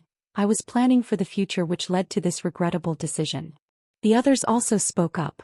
The intention was good, but the dark beings are too violent, indeed difficult to control. That guy must be the Dark Emperor. His escape technique is extremely refined, hard to capture. Didn't expect him to still die. Broken Sea Domain, Sword Venerable Fudao. The great heavenly spirit land is so large, yet he unexpectedly found the place where Sword Venerable Fudao was quite strange.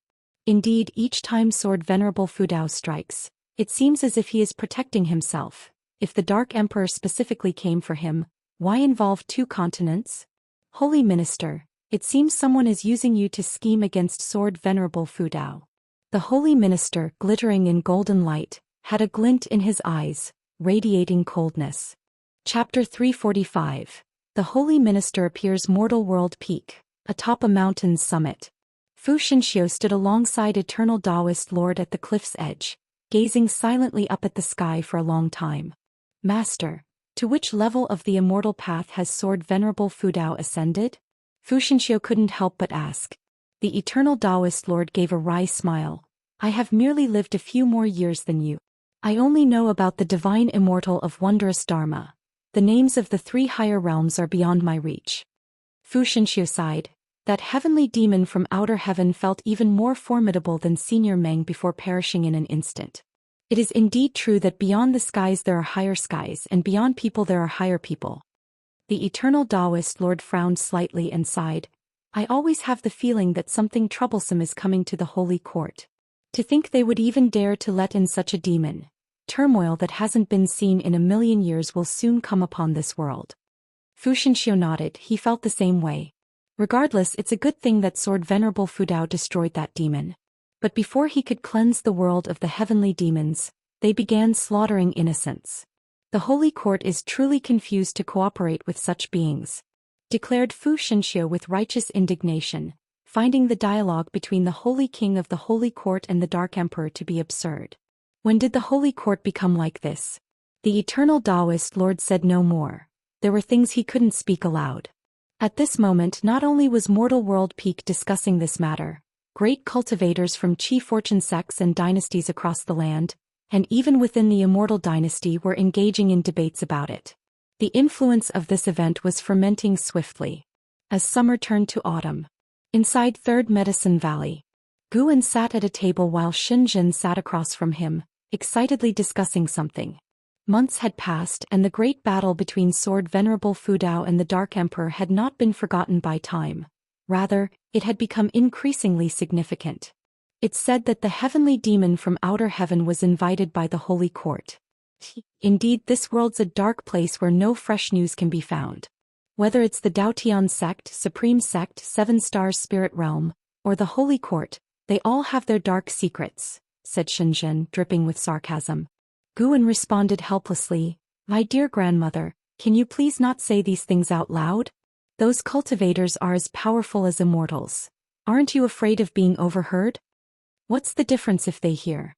Now everyone's spreading that the heavenly demon was invited by the holy court. They say 8 continents creatures have been devoured by the Dark Emperor. What a sin! Exclaimed Xinjin indignantly. Guan reminded, Criticize all you want but make sure you don't write this down or illustrate it. Xinjin rolled her eyes at him and said irritably, Do you think I'm that foolish? Plus, I don't possess that strong a sense of righteousness. I just can't stand the holy court claiming to be just and using the holy name only to do such things. At this moment, chess players in the valley below were also cursing the holy court. Guan sensed the whiff of conspiracy. How could the holy court, with all its capabilities, allow public opinion to swell to such an extent? As if the holy court wouldn't care about face. That was even less possible. From the attitude of the great Nether Saint King, one could see that what the holy court cared most about was their reputation. Reputation might seem ethereal, but when it reached a certain level it could influence the chi fortune of a person or a faction, and one could even predict the public opinion of a power based on the rules of heaven and earth. Of course, whether the holy court was good or bad depended on what kind of existence Xingtian was. As Guan reflected, he decided to make a trip to heavenly prison. Regardless of whether the external rumors were a conspiracy or not, he had some vengeance to claim. An ancient hour later, after Xinjin had left, having vented her feelings, Guan saw her downstairs. After she departed, he headed towards the teleportation array. Atop the grand hall, flames flickered. A man in a black robe sat on a throne with a furrowed brow and an uneasy mind, as 2 small dragon souls emerged from the dragon bone crown on his head, entwining each other. Months had passed since the fall of the Dark Emperor, yet Sword Venerable Fu Dao hadn't come to kill his way into heavenly prison, not bringing him any relief but instead increasing his anxiety, giving him an ominous feeling of impending disaster. Heavenly prison was a minor heaven and earth, well concealed, but for a great power like Sword Venerable Fu Dao, no hiding place would suffice. Snap. Suddenly, the man in the black robe felt his shoulder being clutched, his heart skipped a beat and he instinctively opened his eyes. In the corner of his eye, his pupils dilated, and he felt as if he had tumbled into an abyss, his limbs icy cold. Beside him stood a figure enshrouded in dark purple demonic qi, whose real form he could not discern despite his high cultivation level. Sword Venerable Fudao. Guan looked down upon him and cast a lifespan detection. Demon Soul Master, 8th floor of Carefree Primordial Immortal Realm 590, 328/800, 000/1 500 000. Guan spoke slowly. Having lived for more than 500,000 years, you've not had it easy. Will you confess willingly or must I do it myself? His voice, altered, was harsh and carried a chill that terrified the Demon Soul Master. The Domain Master of Broken Sea Domain Qingxongzi came to me. He claimed it was arranged by the great Nether Saint King to allow a batch of heavenly demons into Taizong continent. It's the Holy King, I could not decline. I am merely a pawn. I bear no grudges against you, Senior. Please spare me. The Demon Soul Master bit his teeth and spoke filled with fear. Guan looked up, his gaze towards the top of the hall. His left hand still pressed on the Demon Soul Master's shoulder. Following Guan's vision, a streak of golden light appeared atop the grand hall, as if space had split open. The light quickly expanded and a figure stepped out from it. The person was bathed in golden light, so even Guan couldn't see the true form. Guan threw another lifespan detection at the newcomer. Holy Minister, 9 layers of divine thought, true immortal 0/0/0, no lifespan? It's not the true form. The Demon Soul Master also saw the figure of the Holy Minister, his eyes filled with panic. He had never seen the Holy Minister before, but such an emergence was not favorable for him at this time. The Holy Minister spoke, I can depose the great Nether Saint King. His first statement caused the Demon Soul Master's complexion to shift drastically. Such audacity! Within the Holy Court, only 2 entities had the power to depose a Saint King. No matter which it was, the Demon Soul Master dared not provoke. Guan asked, Who might you be? The Holy Minister replied, I am the Holy Minister of the Holy Court, overseeing the entire court. The coming of the Dark Emperor was my idea, originally intended to eradicate the heavenly demons of the mortal world. However, I did not anticipate such a preposterous outcome. Guan didn't expect the Holy Minister to admit to this so readily. For a moment he couldn't discern the Holy Minister's true intentions. Sword Venerable Fudao, you have refused the destined chi fortune of the Holy Court, and I do not wish to delve into your reasons. I only seek to understand your stance towards the Holy Court to prevent any misunderstandings between us. From your actions, it's clear you are neither of the demon path nor the wicked, said the Holy Minister calmly, his tone devoid of any emotional fluctuation. Guan fell silent for a moment and then said, I have no intention of making enemies with anyone. I seek only to cultivate in peace. My previous intervention was merely because I resided in that land, benefiting from nature's spiritual energy, and felt an obligation to act on behalf of that land. Upon hearing this, the Holy Minister immediately said, I see. I can understand. Through the ages, indeed, there have been ascetics like you who are solely dedicated to the immortal path. You have shielded those people and they are fortunate for that. From this point on, the Holy Court shall not disturb your cultivation. This time there was a hint of mirth in his tone. May I make a request? Guan suddenly asked. Please speak. Bring the great Nether Saint King to me. I want to kill him myself. Chapter 346. Holy Sword, 3rd grade heavenly position. I must kill him myself. The words of Guan echoed in the great hall, the flickering flames growing more intense as if startled by his declaration. The Punisher of Demon Souls, held by the shoulder with one hand by Guan, listened with secret alarm. Despite the overtures of goodwill from the Holy Minister, Sword Venerable Fudao was still so overbearing, a clear sign of a character that brooked no defiance. The Holy Minister fell silent upon hearing these words. Guan was not in a hurry, waiting for the response from the Holy Minister. He was not blinded by hatred. He wanted to use this opportunity to show the Holy Court his boundaries and to prove that his target was solely the great Nether Saint King. The Saint King of the Holy Court is held in high esteem. Even in death, it should come at the hands of the Holy Court personally, the Holy Minister said without a trace of mirth. The Punisher of Demon Souls grew tense at once. If these two were to fight, both he and the heavenly prison would suffer the consequences. Amassing his thoughts, the Holy Minister's tone shifted. If Daoist friend is willing to join the Holy Court, I will personally offer up the great Nether Saint King. You need not accept the Chi Fortune Fruit position. Simply joining the Holy Court in name will suffice. Normally, the Holy Court will not assign you any tasks. When the great heavenly spirit land faces an existential threat, only then you would need to act. Simply join in name? Guan first thought of the Immortal dynasty, which had also reached out to recruit him. With the Immortal dynasty as a potential rival, the Holy Court indeed found it hard to trust an unidentified existence. Even if the Holy Court was unaware of Sword Venerable Fudao's true identity, it was not important. What mattered was letting all beings know that the recently renowned Sword Venerable Fudao had joined the Holy Court. Guan actually did not object to joining the Holy Court. Lacking a stance, one only gathers more enemies.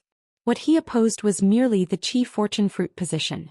Good, Guan uttered a single word.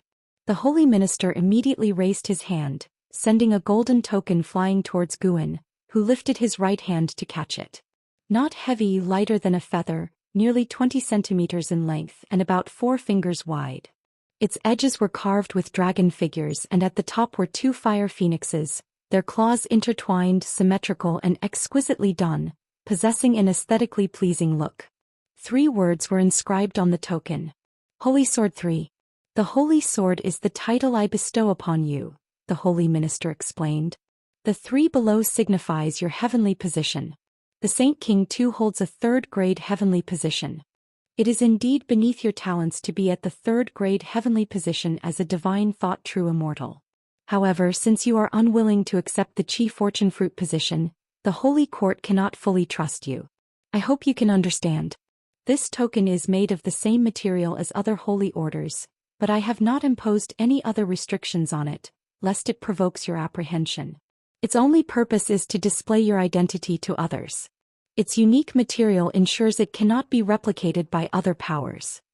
After listening, Guan thought to himself, had this fellow decided upon this before even coming here? But he had to admit, with the deep foundation of the Holy Court, they indeed had such confidence. Above the Saint King was the Holy God, and it was not impossible for the Saint King to reach Tao Void Mysterious Immortal, or the Holy God to reach Divine Thought True Immortal. Add to that the exalted Xingtian, and the Holy Court's strength was formidable to even contemplate. Most crucially, the Holy Court not only possessed high-level combatants, but the number at each realm was beyond measure. As a Divine Thought True Immortal, Guan could now observe Chi Fortune, and the Chi Fortune of the Holy Court was more terrifying than all other powers in the great heavenly spirit land combined, including the Immortal dynasty.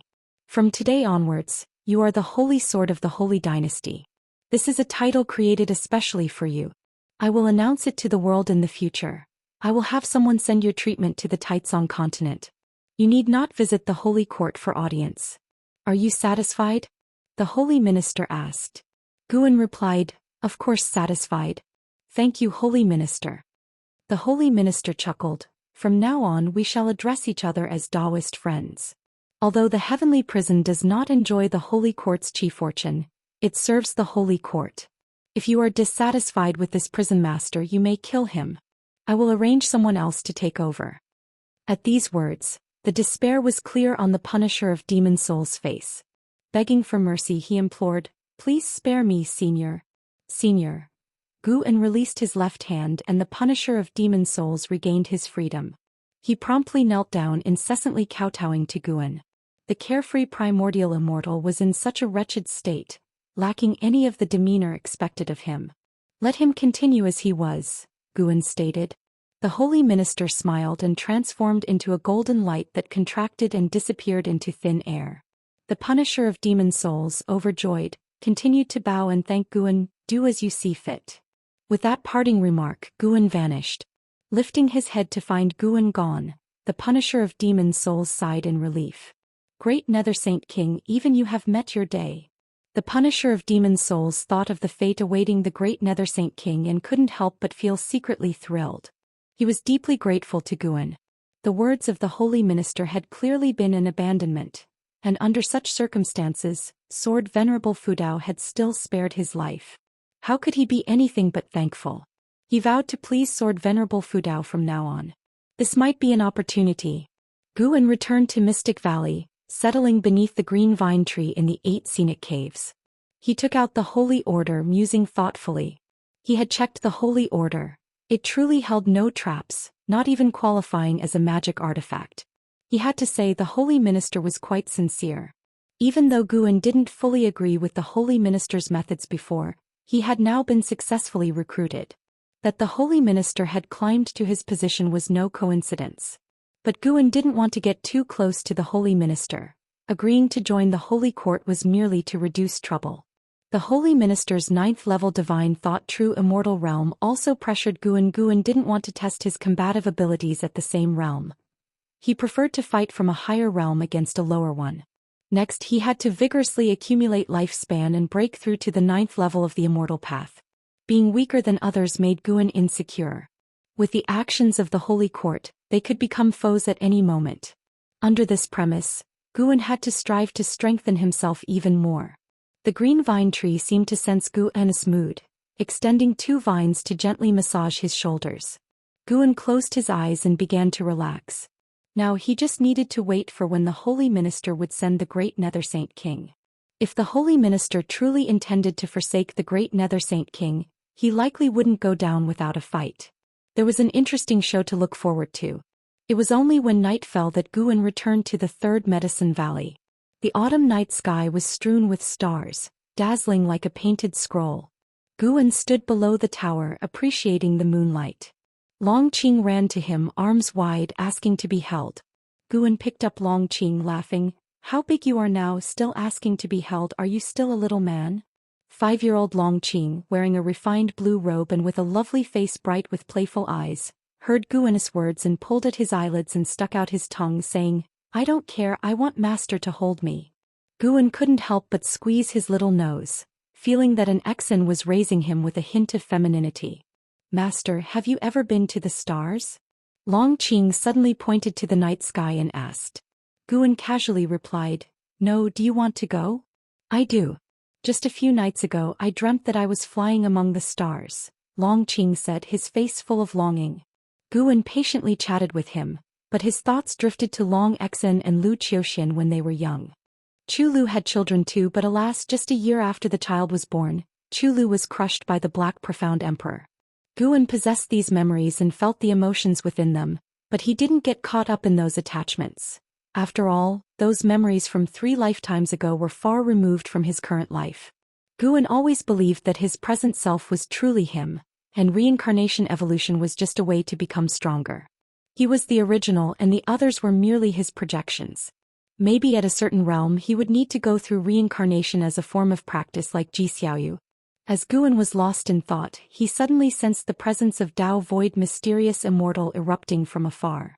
Focusing his gaze, he saw a Dao Void Mysterious Immortal flying out from the Holy Court and swiftly headed into the universe. However, an immense void hand emerged from the darkness above the universe, capturing the Dao Void Mysterious Immortal at a lightning-fast speed. The Dao Void Mysterious Immortal had almost reached the edge of the silent destruction domain, just shy of escaping into it. Guan could tell that the void hand was transformed from divine thought. The Holy Minister. This void hand's aura was precisely that of the Holy Minister he had seen before, only stronger. After capturing the Dao Void Mysterious Immortal, the void hand vanished along with the trace of the Dao Void Mysterious Immortal. Guan noticed many powerful divine senses probing from within the great heavenly spirit land, including divine thought true immortals' divine senses, originating only from 2 locations, the Holy Court and the Immortal Dynasty. Indeed, the world still hid many great powers. Guan mused silently, fortunate that he had not offended too many, as every breakthrough was shielded by a lifespan barrier, otherwise he would have been crushed long ago. A Dao Void Mysterious Immortal publicly captured. Guan seriously suspected it was an intentional display by the Holy Minister, wishing to showcase his own strength. Otherwise, that Dao Void Mysterious Immortal would have had no chance to escape the Holy Court. Guan felt apprehension and refrained from further thought, let alone powers without a Dao Void Mysterious Immortal realm old monster at the helm. Of course, those who were aware of this battle were at least divine immortals of wondrous dharma. Carefree Primordial Immortal could sense the earlier aura, but definitely couldn't keep pace with the speed of Dao Void Mysterious Immortal, probably oblivious to what had occurred. Guan withdrew his divine sense and carried Long Qing upstairs. Listening to the little guy recount his dreams, Guan found it abstract and amusing. Talk of an Xin rolling on the stars and Bull Demon King fighting with the stars seemed utterly absurd. 5 days later, Guan returned from Yanchu Cave to the Third Medicine Valley in high spirits. He started discussing Journey to the West with Xianxia. Xianxia already knew that Journey to the West was written by Guan, although Guan claimed that he heard it from others, combined with his own dreams, which made Xianxia more reverent towards Journey to the West. Therefore Xianxia steadfastly held on to his interpretation, even attempting to persuade Guan. They debated for a long time. Do you understand Journey to the West better than Panin? Guan couldn't help but say. Xianxia said nonchalantly, what is Panin in comparison? He's just a writer. What does he know about Journey to the West? Guan, amused and frustrated, gave him a thumbs up, exclaiming, you're amazing. With that, Guan left. Xianxia was undisturbed and continued reading. Guan flew towards the outer gate city, sensing 2 powerful auras emerging on the edge of the continent. Both were Dao Void Mysterious Immortal Realm cultivators. One of them was the Dao Void Mysterious Immortal captured by the Holy Minister 5 days ago. His aura was now weak, clearly having suffered serious injuries. Guan had not anticipated the Holy Minister to act. Chapter 347. Are you higher than the Unification Realm? Atop a cliff stood 2 figures, one of whom was the white-robed man who had previously conversed with the Dark Emperor. The other person, disheveled and with torn red garments, had his hands bound with iron chains. His back was plastered with talisman papers that fluttered as the sea breeze blew, unsettling his long and messy hair. Wandering Holy King, what thoughts cross your mind upon witnessing my plight? Asked the man in chains, his expression indifferent and his gaze as deep as a secluded well.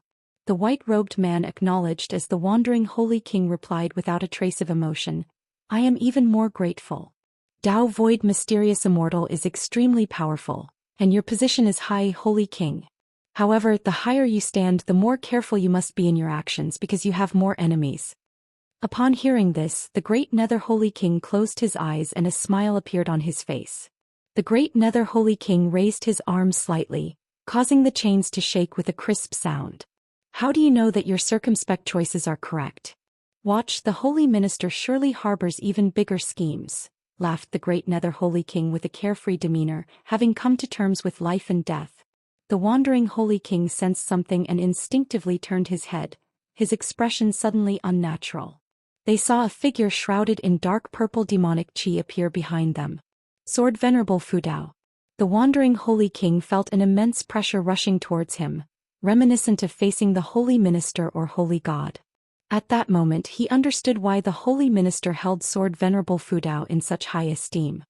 He immediately clasped his hands in a formal salute and said, I have seen the Holy Sword. Upon hearing these words, the great Nether Holy King's figure trembled slightly. He appeared composed, but how could he not be tense when facing life and death? Wandering Holy King, Dao Void Mysterious Immortal Realm Level 4 1740982/600000/7500000. Great Nether Holy King, Dao Void Mysterious Immortal Realm Level 215804422/400000/50000000. Guan looked at the lifespans of the two and was inwardly pleased. The lifespan of a Dao Void Mysterious Immortal could reach several million years. Observing the difference in lifespans between Level 4 and Level 2, Guan speculated that lifespans of Divine Thought True Immortals might very well exceed 10 million years. Guan nodded slightly to the wandering Holy King. His gaze was fixed on the great Nether Holy King, sensing his tension. Boom! A brilliant golden light suddenly burst forth from Guan's forehead, engulfing the great Nether Holy King in an instant, and then dashed towards the sea surface, dissipating before reaching 1,000 zhang away. When the golden light faded, the great Nether Holy King was nowhere to be seen. Guan had no desire to interact with the great Nether Holy King, nor did he wish to hear any defenses. Even if there were misunderstandings between them, it was the fault of the great Nether Holy King. When so many pointed at the great Nether Holy King, it was unlikely to be false. The wandering Holy King watched with alarm. This was a Dao Void Mysterious Immortal, And even if his cultivation was sealed, he should not have been so easily eradicated. How high was Sword Venerable Fudao's cultivation level? You have successfully seized 370,963 years of lifespan from the Great Nether Holy King, Dao Void Mysterious Immortal Realm Level 2. Upon seeing the prompt before him, Guan felt slightly pleased. Of course, what brought him the most relief was eliminating a thorn in his side. Guan then vanished from the spot, leaving the Wandering Holy King behind. The Wandering Holy King stood on the cliff, silent for a long time before finally departing. A Holy King who had stood above all fell just like that, causing a significant psychological impact on the Wandering Holy King, who was also a Holy King. The great heavenly spirit land seemed even more complicated and dangerous in the eyes of the Wandering Holy King. At Mortal World Peak, Dingtian Peak. Inside the Peak Master's courtyard, Guan was savoring tea. An Exan stood behind him, and in front of him stood a line of wandering immortals, disciples of Dingtian Peak including Zhou Xian. They were discussing the Holy Court's declaration of Sword Venerable Fudao as the Holy Sword. The Holy Sword, the number one sword under the heavens, seems like the Holy Court highly values Sword Venerable Fudao. The presence of that demon from outer heaven was terrifying, yet against Sword Venerable Fudao, it was unable to withstand a single blow. With such power, how could the Holy Court not seek to ally with him? I heard that the reason the heavenly demon from outer heaven made a move against Sword Venerable Fudao was that a Holy King schemed against him, sending a great number of reincarnated heavenly demons to the Taizong continent. Truly malevolent. I've heard that as well. It was the Great Nether Holy King. He underestimated the strength of Sword Venerable Fudao. To be honest, who could have anticipated that? Such a tiny place actually harbors such a terrifying great cultivator. The wandering immortal disciples of Dingtian Peak were excited, only so uninhibited in the presence of Guan. In front of their disciples, they all maintained a high and dignified posture, as if they were lofty and saintly figures. Zhu Xinglan looked at Guan. He had heard that his master also emerged suddenly and wondered if his master knew Sword Venerable Fudao. As for the possibility that his master was Sword Venerable Fudao himself, that had not crossed his mind. The world was full of ascetics who suffered in silence, and perhaps Sword Venerable Fudao was simply concealing his identity. Maybe his real identity once shook the heavens, but who could be certain? An Exan quietly chuckled as she listened to their discussion. The one they admired was right before them. If they knew, what would their reaction be? She did not know how high the Dark Emperor's cultivation realm was, so she could not understand the excitement of the wandering immortals. In her eyes, there was no difference between wandering immortals and heaven and earth flying immortals. They were all terrifyingly powerful beings. After they had spoken for a while, Guan spoke up. Then you must cultivate diligently. I always feel that the world is becoming increasingly unstable. His divine thought was focused on Yangjian. Heaven's sect had received news of the Great Nether Holy King's fall and was preparing to bring Yangjian into the world. Over the years, Yangjian had grown stronger while Heaven's sect had become increasingly aged. Although his cultivation realm had not declined, his aura was not as strong as before. Heaven sect's lifespan was quickly diminishing without the chi fortune of Heaven sect, and it seemed he did not have many years left to live. Upon hearing Gu An's words, the disciples echoed in agreement, all sharing a premonition that such a major event had not occurred in many years. Word of it would make anyone feel the tense world situation. After a long while, the disciples bid their farewell and left. An Exan sat down, unable to resist stretching herself.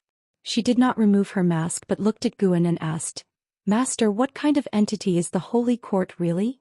She knew Sword Venerable Fudao was Guan, but being in Mortal World Peak she had to measure her words carefully. Guan replied, "It is the governing power of the mortal world, the strongest of our times. As for good or bad, that depends on the circumstances.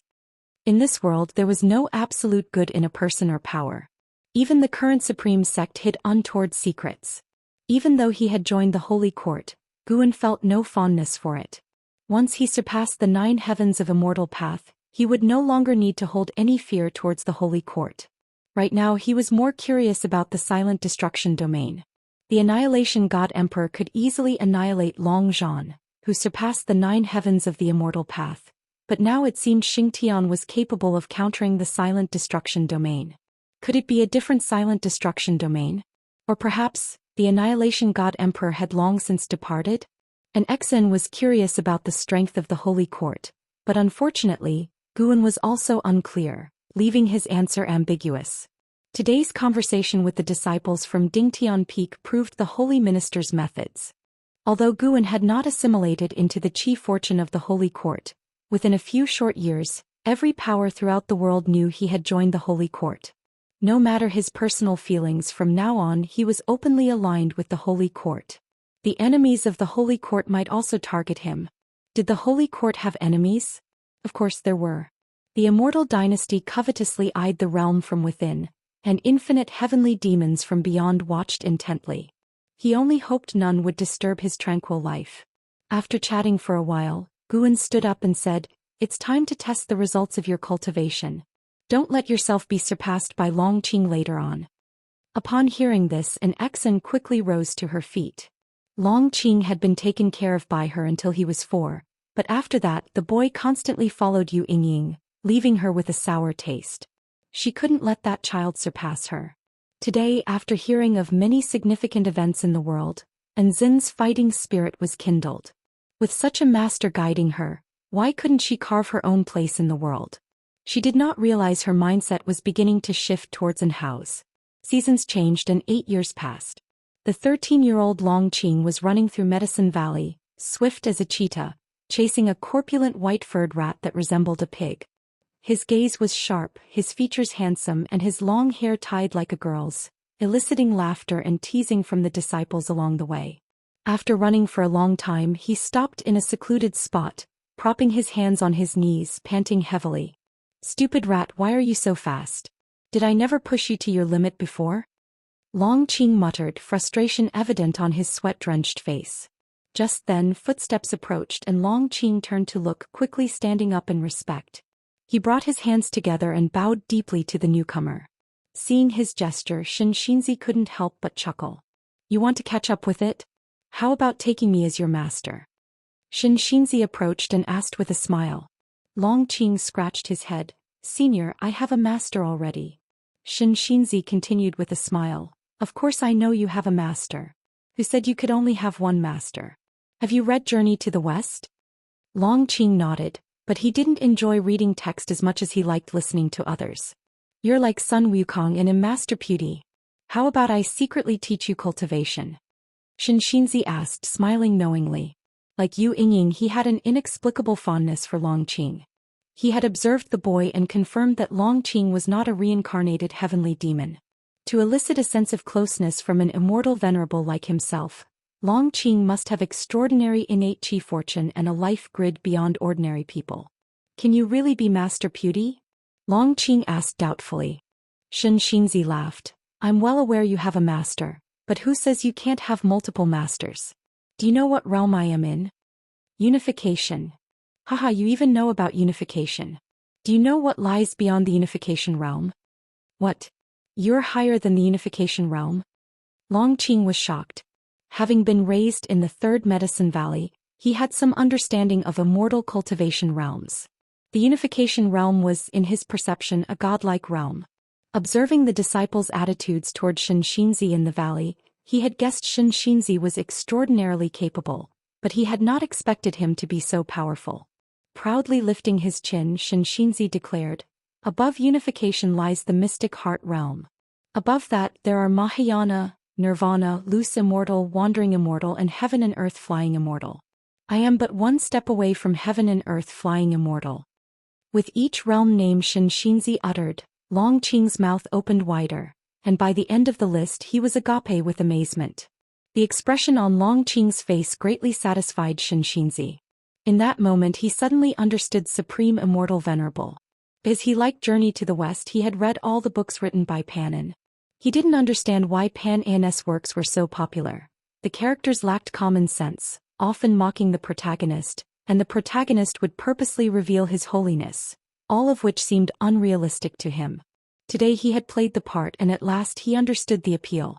Chapter 348. Studying the deification. As Xianxia secretly admired Panin's understanding of the human heart, Longqing couldn't help but ask, "If you are so powerful, why do you stay in Medicine Valley?" Xianxia smiled gently and said, I am not from the Supreme Sect, I just like the atmosphere here and want to stay for a few centuries to clear up the confusion in my heart. A few centuries. Long Qing's look at Xianxia changed and he began to believe Xianxin's words. You say you are a wandering immortal, how can you prove it? I am not a child. The 13-year-old Long Qing, claiming he was not a child, made Xianxia smile even more broadly. Xianxia grabbed Long Qing's shoulders and without waiting for Long Qing to react, he leaped into the air. The world blurred before Long Qing's eyes, he instinctively closed them and when he opened them again he was stunned by the sight before him. He had actually come to the heavens. Below was an endless sea of clouds and above the sky was filled with stars as though nested in the night, except these stars shone brighter and were more numerous. Densely packed, more so than the flowers and plants in the valley. Long Qing opened his mouth wide, his bright eyes sparkling with an unusual gleam. With a sky full of stars overhead, Long Qing's view of the world seemed infinitely larger. He twirled around on the spot, not even realizing there was no ground beneath his feet. Xianxia stood by, smiling. Suddenly he understood Master Puta's feelings. No wonder Guan said Master Puta was very fond of Sun Wukong. Long Qing turned several times, then suddenly realized he was suspended in midair, and quickly grabbed onto Xianxin's robe sleeve in fright. Is this the heavens? He asked Xianxia, full of anticipation. Seeing the boy's fearlessness, Xianxia held him in even higher regard. Xianxia replied, correct, we are extremely far from the ground. With the speed you chased the white spirit rat before, it would take at least 20 years to reach here. Upon hearing this, Long Qing widened his eyes. He instinctively looked down, seeing only a thick sea of clouds, but when he looked into the distance he saw a shade of blue, unclear what it precisely was. He looked up again and pointed at a shooting star, asking, what is that? Xianxia looked up and answered, that is a heaven and earth flying immortal returning very far from us. Heaven and earth flying immortal. Can I go to the stars? You cannot, one must reach the heaven and earth flying immortal realm to cross the invisible sky wall. Heaven and earth flying immortal. I want to cultivate, I want you to be my master. Teach me how to reach the heaven and earth flying immortal. Long Qing clenched his fists, his voice filled with excitement. He hadn't even started qi absorption cultivation yet. Guan said he would teach him when he turned 16, and forbade other disciples from teaching him privately. That's why Long Qing hadn't yet shown his talent. Xianxia saw his extraordinary physique and felt that even if he wasn't supremely talented he would not be mediocre. He also marveled how did Guan always manage to find geniuses. Like the nine-fingered divine lord, he suspected that Guan had a powerful backer. What sort of powerful figure that even he couldn't detect? It could be Sword Venerable Fudao or possibly other great cultivators, as the current supreme sect was full of hidden great cultivators, even beyond his understanding. In any case, hearing Long Qing's words, Xianxia was very pleased. He smiled kindly and said, reaching the heaven and earth flying immortal realm is very difficult. Are you willing to dedicate yourself to cultivation? Long Qing immediately nodded, assuring, I will definitely not disappoint you, master. Then why don't you kneel and kowtow to accept me as your master? Xianxia said with a smile. He wanted to emulate Master Puta to see if taking a disciple could lead to divine enlightenment. Long Qing immediately knelt and performed a ceremonial bow, then looking up at Xianxia he asked, Master, I heard that Medicine Valley once had a genius named Yang Jian. Can I surpass him? Xianxia helped him to his feet and said, Yang Jian's talent is indeed exceptional, but your master is more formidable than his. In the future you will surely surpass him. Upon hearing this, Long Qing's face lit up with an enthusiastic smile. Meanwhile, in the loft, Guan, who had been reading, smirked. Surpass Yang Jian? It's certainly not impossible, but in the coming century, Guan thought to himself, looking forward to the expression on Xianxin's face after he starts teaching Long Qing cultivation. With Xianxin's Dao level, how could he help Long Qing unlock the path of returning primordial spirit? An hour later, the door opened, Long Qing walked in, approaching the table and looking at Guan with a complex expression. Guan looked up at him and asked with a smile, What's wrong? Bullied by the Bull Demon King again? Long Qing shook his head, then said, Master, you are the most important to me in my heart, do you believe that? This statement amused Guan. Was the boy feeling guilty? Really? Well, see how you honor me in the future, Guan said leisurely, his eyes returning to the book in his hands. Longqing earnestly responded, I will definitely honor you in the future. Once I become an immortal, I will make the supreme sect respect you. Longqing's fighting spirit grew even stronger. Seeing that Guan did not continue the conversation, he curiously asked, Master, what are you reading? May I take a look? Guan closed the Green Hero travelogue, glared at him and said, If you have nothing else to do, go chop some wood. Upon hearing this, Longqing immediately scooted away. Immortals don't have time to chop wood. He left with that spirited remark, and Guan, smiling, continued reading. 2 days later. In an uninhabited part of Medicine Valley, within a bamboo grove, Xianxia and Longqing sat side by side in meditation. Master, why haven't I cultivated any spiritual power yet? Longqing couldn't help opening his eyes and asking. Xianxia, with his eyes closed, replied, It's rare for someone to develop spiritual power within 2 days. Don't be impatient. He also wondered internally why it was taking so long. However, considering Yang Jian's early experiences with slow qi absorption, perhaps Longqing had a unique physique. He decided not to dwell on it. He was very patient and would not become agitated over this. A figure swept across the bamboo grove from above, causing Xianxia to look up.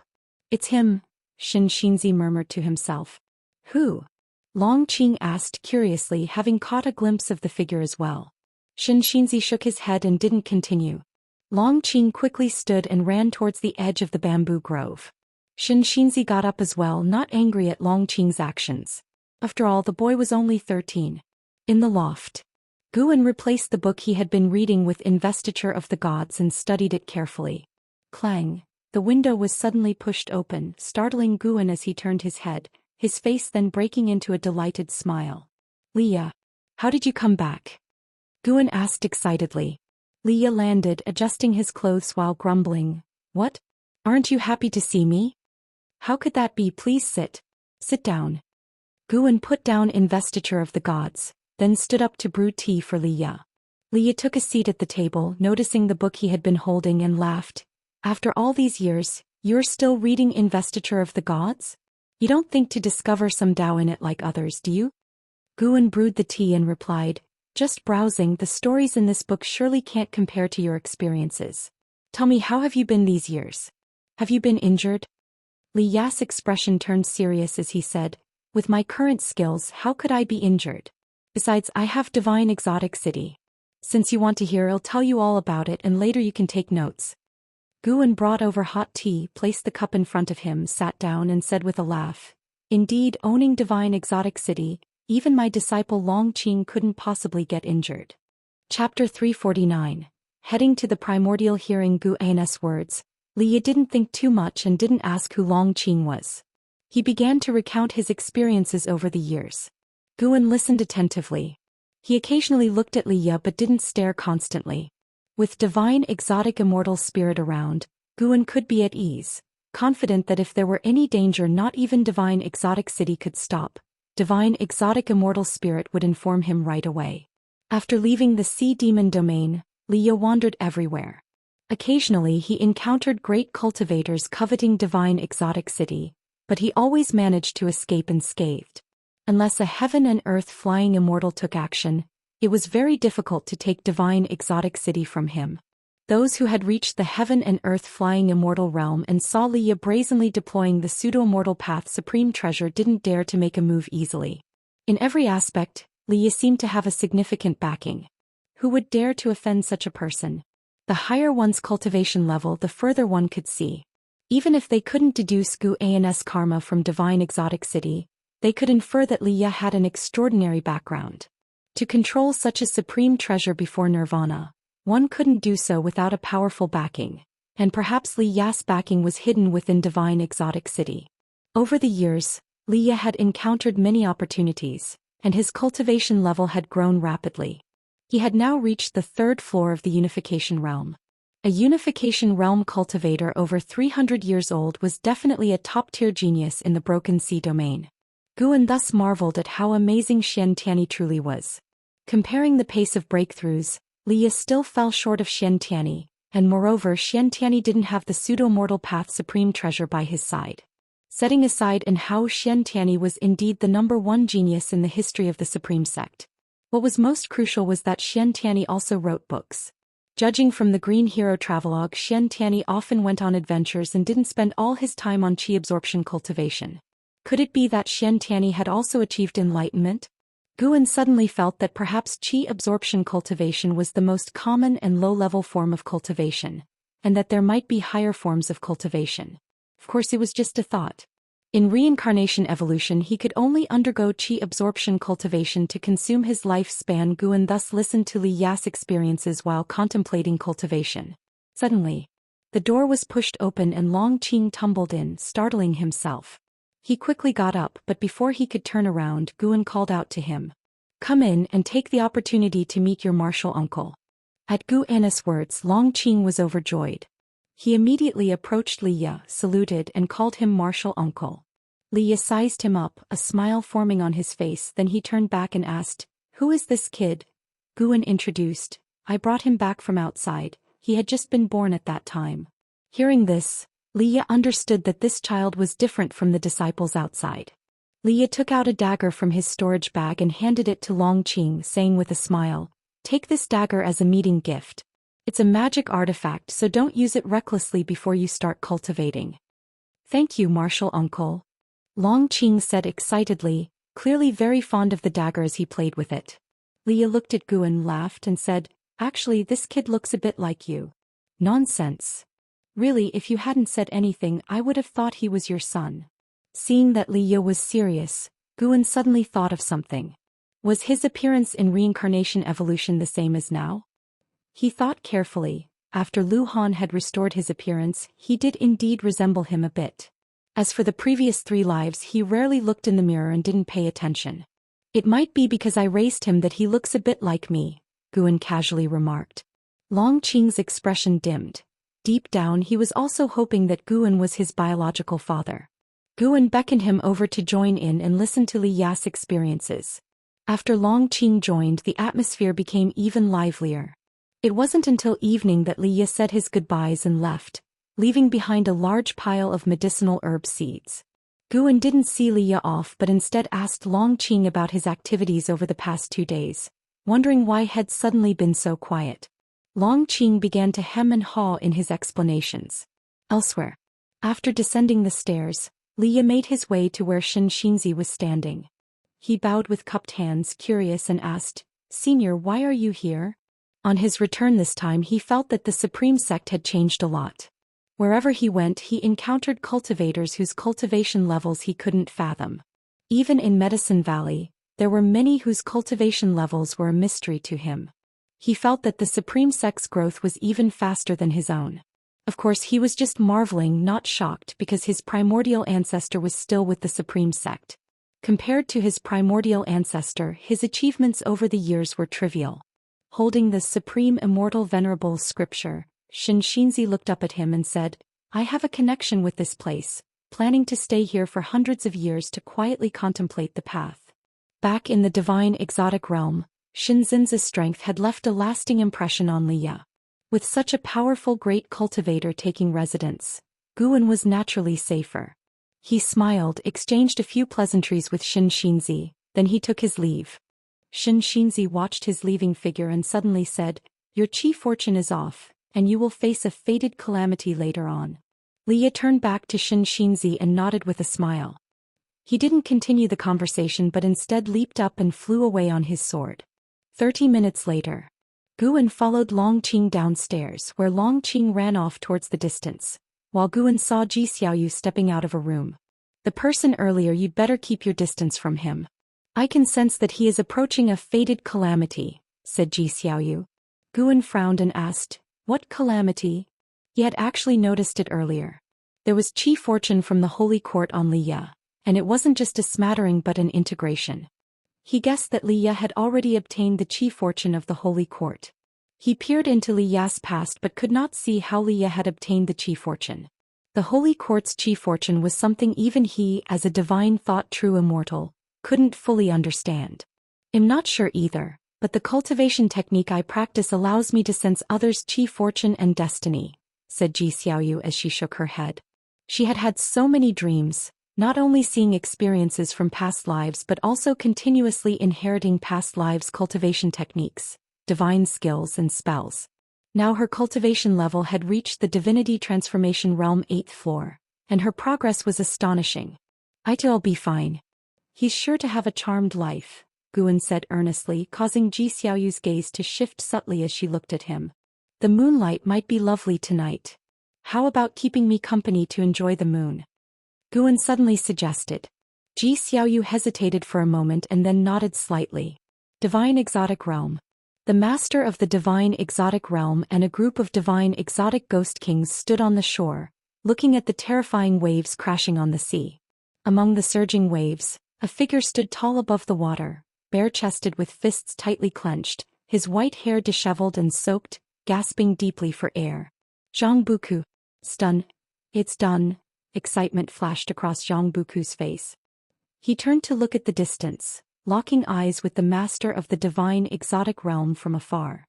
The master of the Divine Exotic Realm showed a smile, nodding slightly toward him. Boom.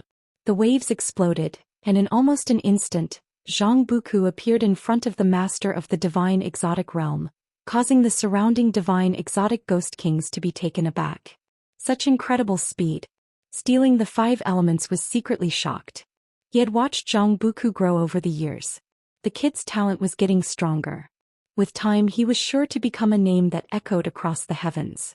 The master of the Divine Exotic Realm looked at Zhang Buku and said, "You have now perfected the most powerful ancient treasure body. It's time to set off."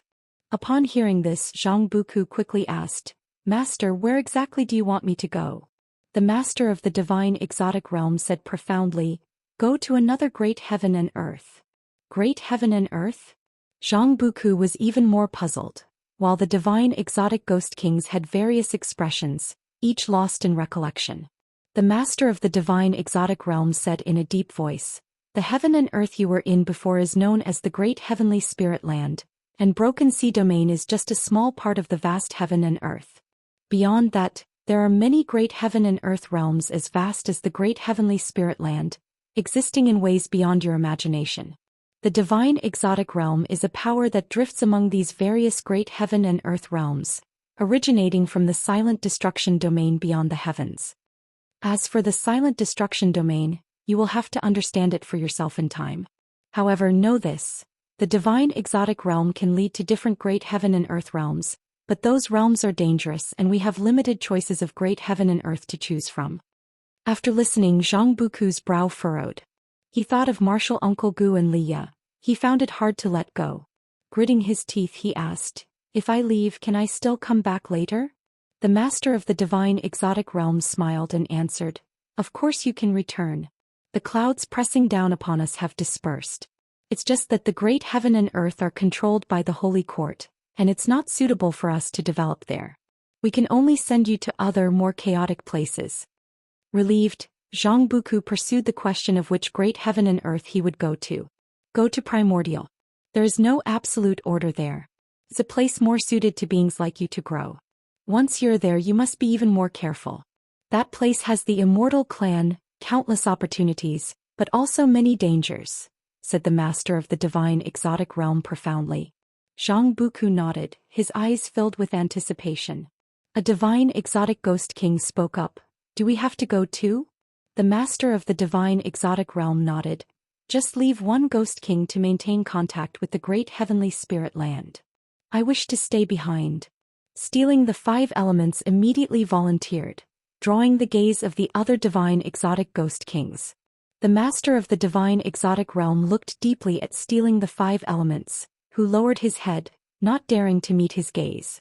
"Then you shall stay behind," decided the master of the Divine Exotic Realm. Stealing the 5 elements grinned and thanked him profusely. The winter snow flurried. A figure headed towards the entrance of the 3rd Medicine Valley.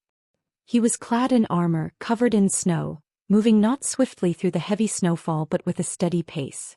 Underneath the helmet was an aged face, his eyes cloudy. As he looked at the entrance to the 3rd Medicine Valley, his gaze softened slightly. "Who are you?" A female voice sounded as an Exen approached with a bamboo basket in hand. The armored man turned to look, struck by Enzin's grace. She wore a white dress, stepping on the snow-covered ground without leaving any footprints, her entire being emanating an ethereal quality, like a celestial maiden who could ascend at any moment. He bowed and said, Yi Yen. May I ask if the Valley Master of the Third Medicine Valley is still Guan? An Exan nodded slightly, replying, You know my master? So I can take you to see him. Yi Yen smiled, his expression pensive. I remember him, he. Chapter 350. Reincarnation Order. An Exan brought Yi Yen to Gu An's attic and then went upstairs to inquire. Guan had already sensed Yi Yan's presence, but he couldn't show it. Only after an Exan knocked did he allow her to bring Yi Yen up. Looking at the aged Yi Yen, Guan smiled and said, It's been a long time, please have a seat quickly. An Exan curiously didn't stay but honestly closed the door and left. Sitting across the table from Guan, Yi Yen felt a surge of emotions. After many years the master still looked so young, even more distinguished. Guan, wearing the Immortal King crown, had a golden pattern emerging on his forehead, giving off the feeling of a heavenly divine monarch sitting there. Yi Yen could feel that, like him, his master was also at the core formation realm. Both at the same realm, yet their essence energy could not have been more opposite. Why are you? Guan frowned, hesitatingly asked. 50 years ago Yi Yen was in his prime, youthful and one of Li Xuando's most capable generals. Now Yi Yen looked so old. Guan could see that Yi Yen had reached the end of his lifespan, but he couldn't state this outright, he could only inquire. In reality Yi Yan's maximal lifespan had grown a bit over the years, though only slightly. Yi Yen smiled and said, Everyone has their time, mine is almost due. I wanted to come back to see this place before the end. Hearing this, Guan couldn't help but sigh and then stood up to pour tea for him. Yi Yan's gaze followed him and said, Master, there's no need for you to sigh for me. I've accomplished everything in life without regrets. He had fought alongside Li Xiandao to unify the Taizong dynasty, and Li Xiandao had granted him nobility. For decades he enjoyed wealth and even marital bliss and truly had no regrets. It reassures me that you could come back to see your teacher, Guan said after serving the tea, turning around to speak. Even if he taught Yi Yen now, it would only extend his life by a few more years. Moreover, he wasn't keen on teaching just anyone. It risked revealing his cultivation level. Every year, dozens of disciples graduate from Third Medicine Valley and Mystic Valley. He couldn't possibly teach each one. If not for the master's help, I couldn't have had such a splendid life. If I hadn't heard from His Majesty that you were well, I would have come back sooner to repay you, Yi Yen, taking the tea bowl, replied with a smile. He had shed his habitual martial fierceness, now as gentle as a small stream. Guan sat down and began inquiring about his experiences over the years. Yi Yen didn't hide anything and started from when he left the valley, with Guan listening intently. The night passed as they spoke. At dawn's approach, Yi Yen made a request. He wanted to be buried in the Third Medicine Valley. Guan remained silent for a while, then nodded in agreement. Thus Yi Yen stayed. Guan sent an Exan to find Zhou, and by evening Zhou had returned, her mood somber at the sight of Yi Yan's graying hair. They stood by the wooden railing watching the snow while reminiscing about the past. When Third Medicine Valley was first established, it was just Zhou, Su Han and Yi Yen. Back then Zhou had the least talent and was less powerful than the other two. 300 years had passed, Su Han had long perished, and now Zhou was about to bid farewell to Yi Yen. How could she not be sad? Mentioning Su Han, Zhou didn't hide the truth, and hearing that Su Han had died early, Yi Yen also fell silent. Su Han, known throughout the Taizong dynasty for wielding the hateful Heaven Divine Sword, Yi Yen knew of his exploits but was unaware of his fate. The journey of life is indeed unpredictable, Yi Yen reflected. He was close to death already, naturally not excessively sorrowful. He turned to Zhou and smiled, Don't be sad when I go down there, I'll greet him for you. His words left Zhou's eyes red with emotion. Guan stood by the window watching their silhouettes, lost in thought. Long Qing came downstairs grabbing a handful of snow, intending to throw it at Guan, but seeing his solemn expression, Long Qing held it for a long while before ultimately lowering his hand and turned to throw it at Blood Prison Great Saint instead. Fast asleep, Blood Prison Great Saint was jolted awake, looking up to see Long Qing disappearing. You little rabbit. Blood Prison Great Saint, furious, immediately got up to chase Long Qing, his massive bovine body kicking up snow mist in pursuit. The winter snowfall grew heavier as if to fill the third medicine valley completely. Time moved to the end of the year. At the edge of Third Medicine Valley on a mountain peak, Guan stood in front of Yi Yan's grave, the falling snow melting before it even touched him. Guan's eyes were not sad but tranquil. He wasn't too distressed, merely standing there pondering the past. Yi Yan wasn't the first disciple he had sent off. He was merely looking back on his earlier life, reliving past emotions anew. Guan thought about a question. In the great heavenly spirit land, what exactly happens after death? How does reincarnation actually operate, according to what rules?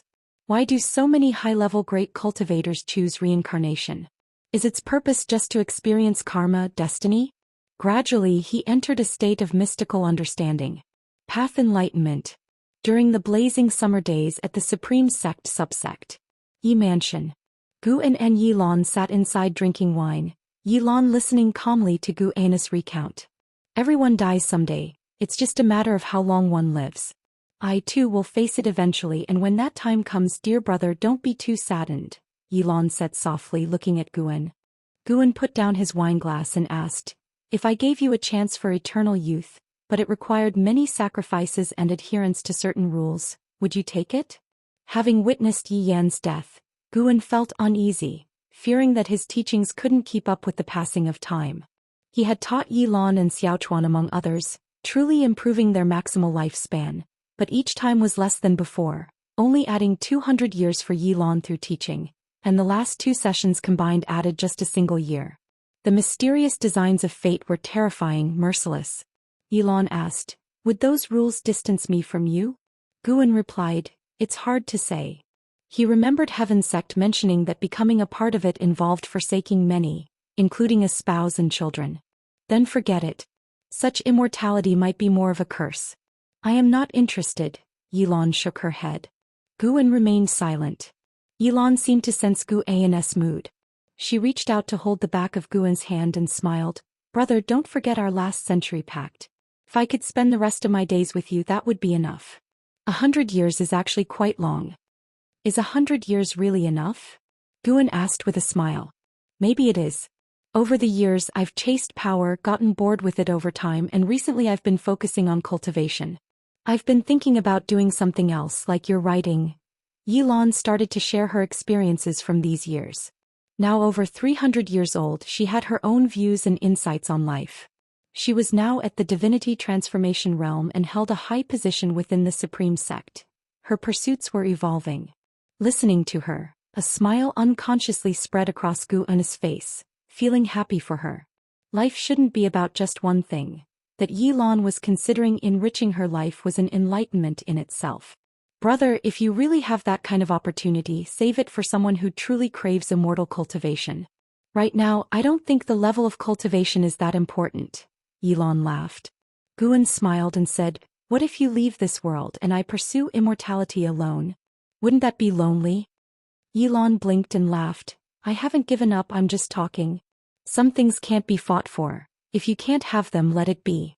Don't let them become a burden to you, including me and even Zhou Xian and your disciples. If we die before you, don't be foolish or let it weigh on your heart. Guan, unable to resist, reached out to pinch her cheek and she didn't dodge. What about our last century? What would you want to do? Where would you go? Guan asked.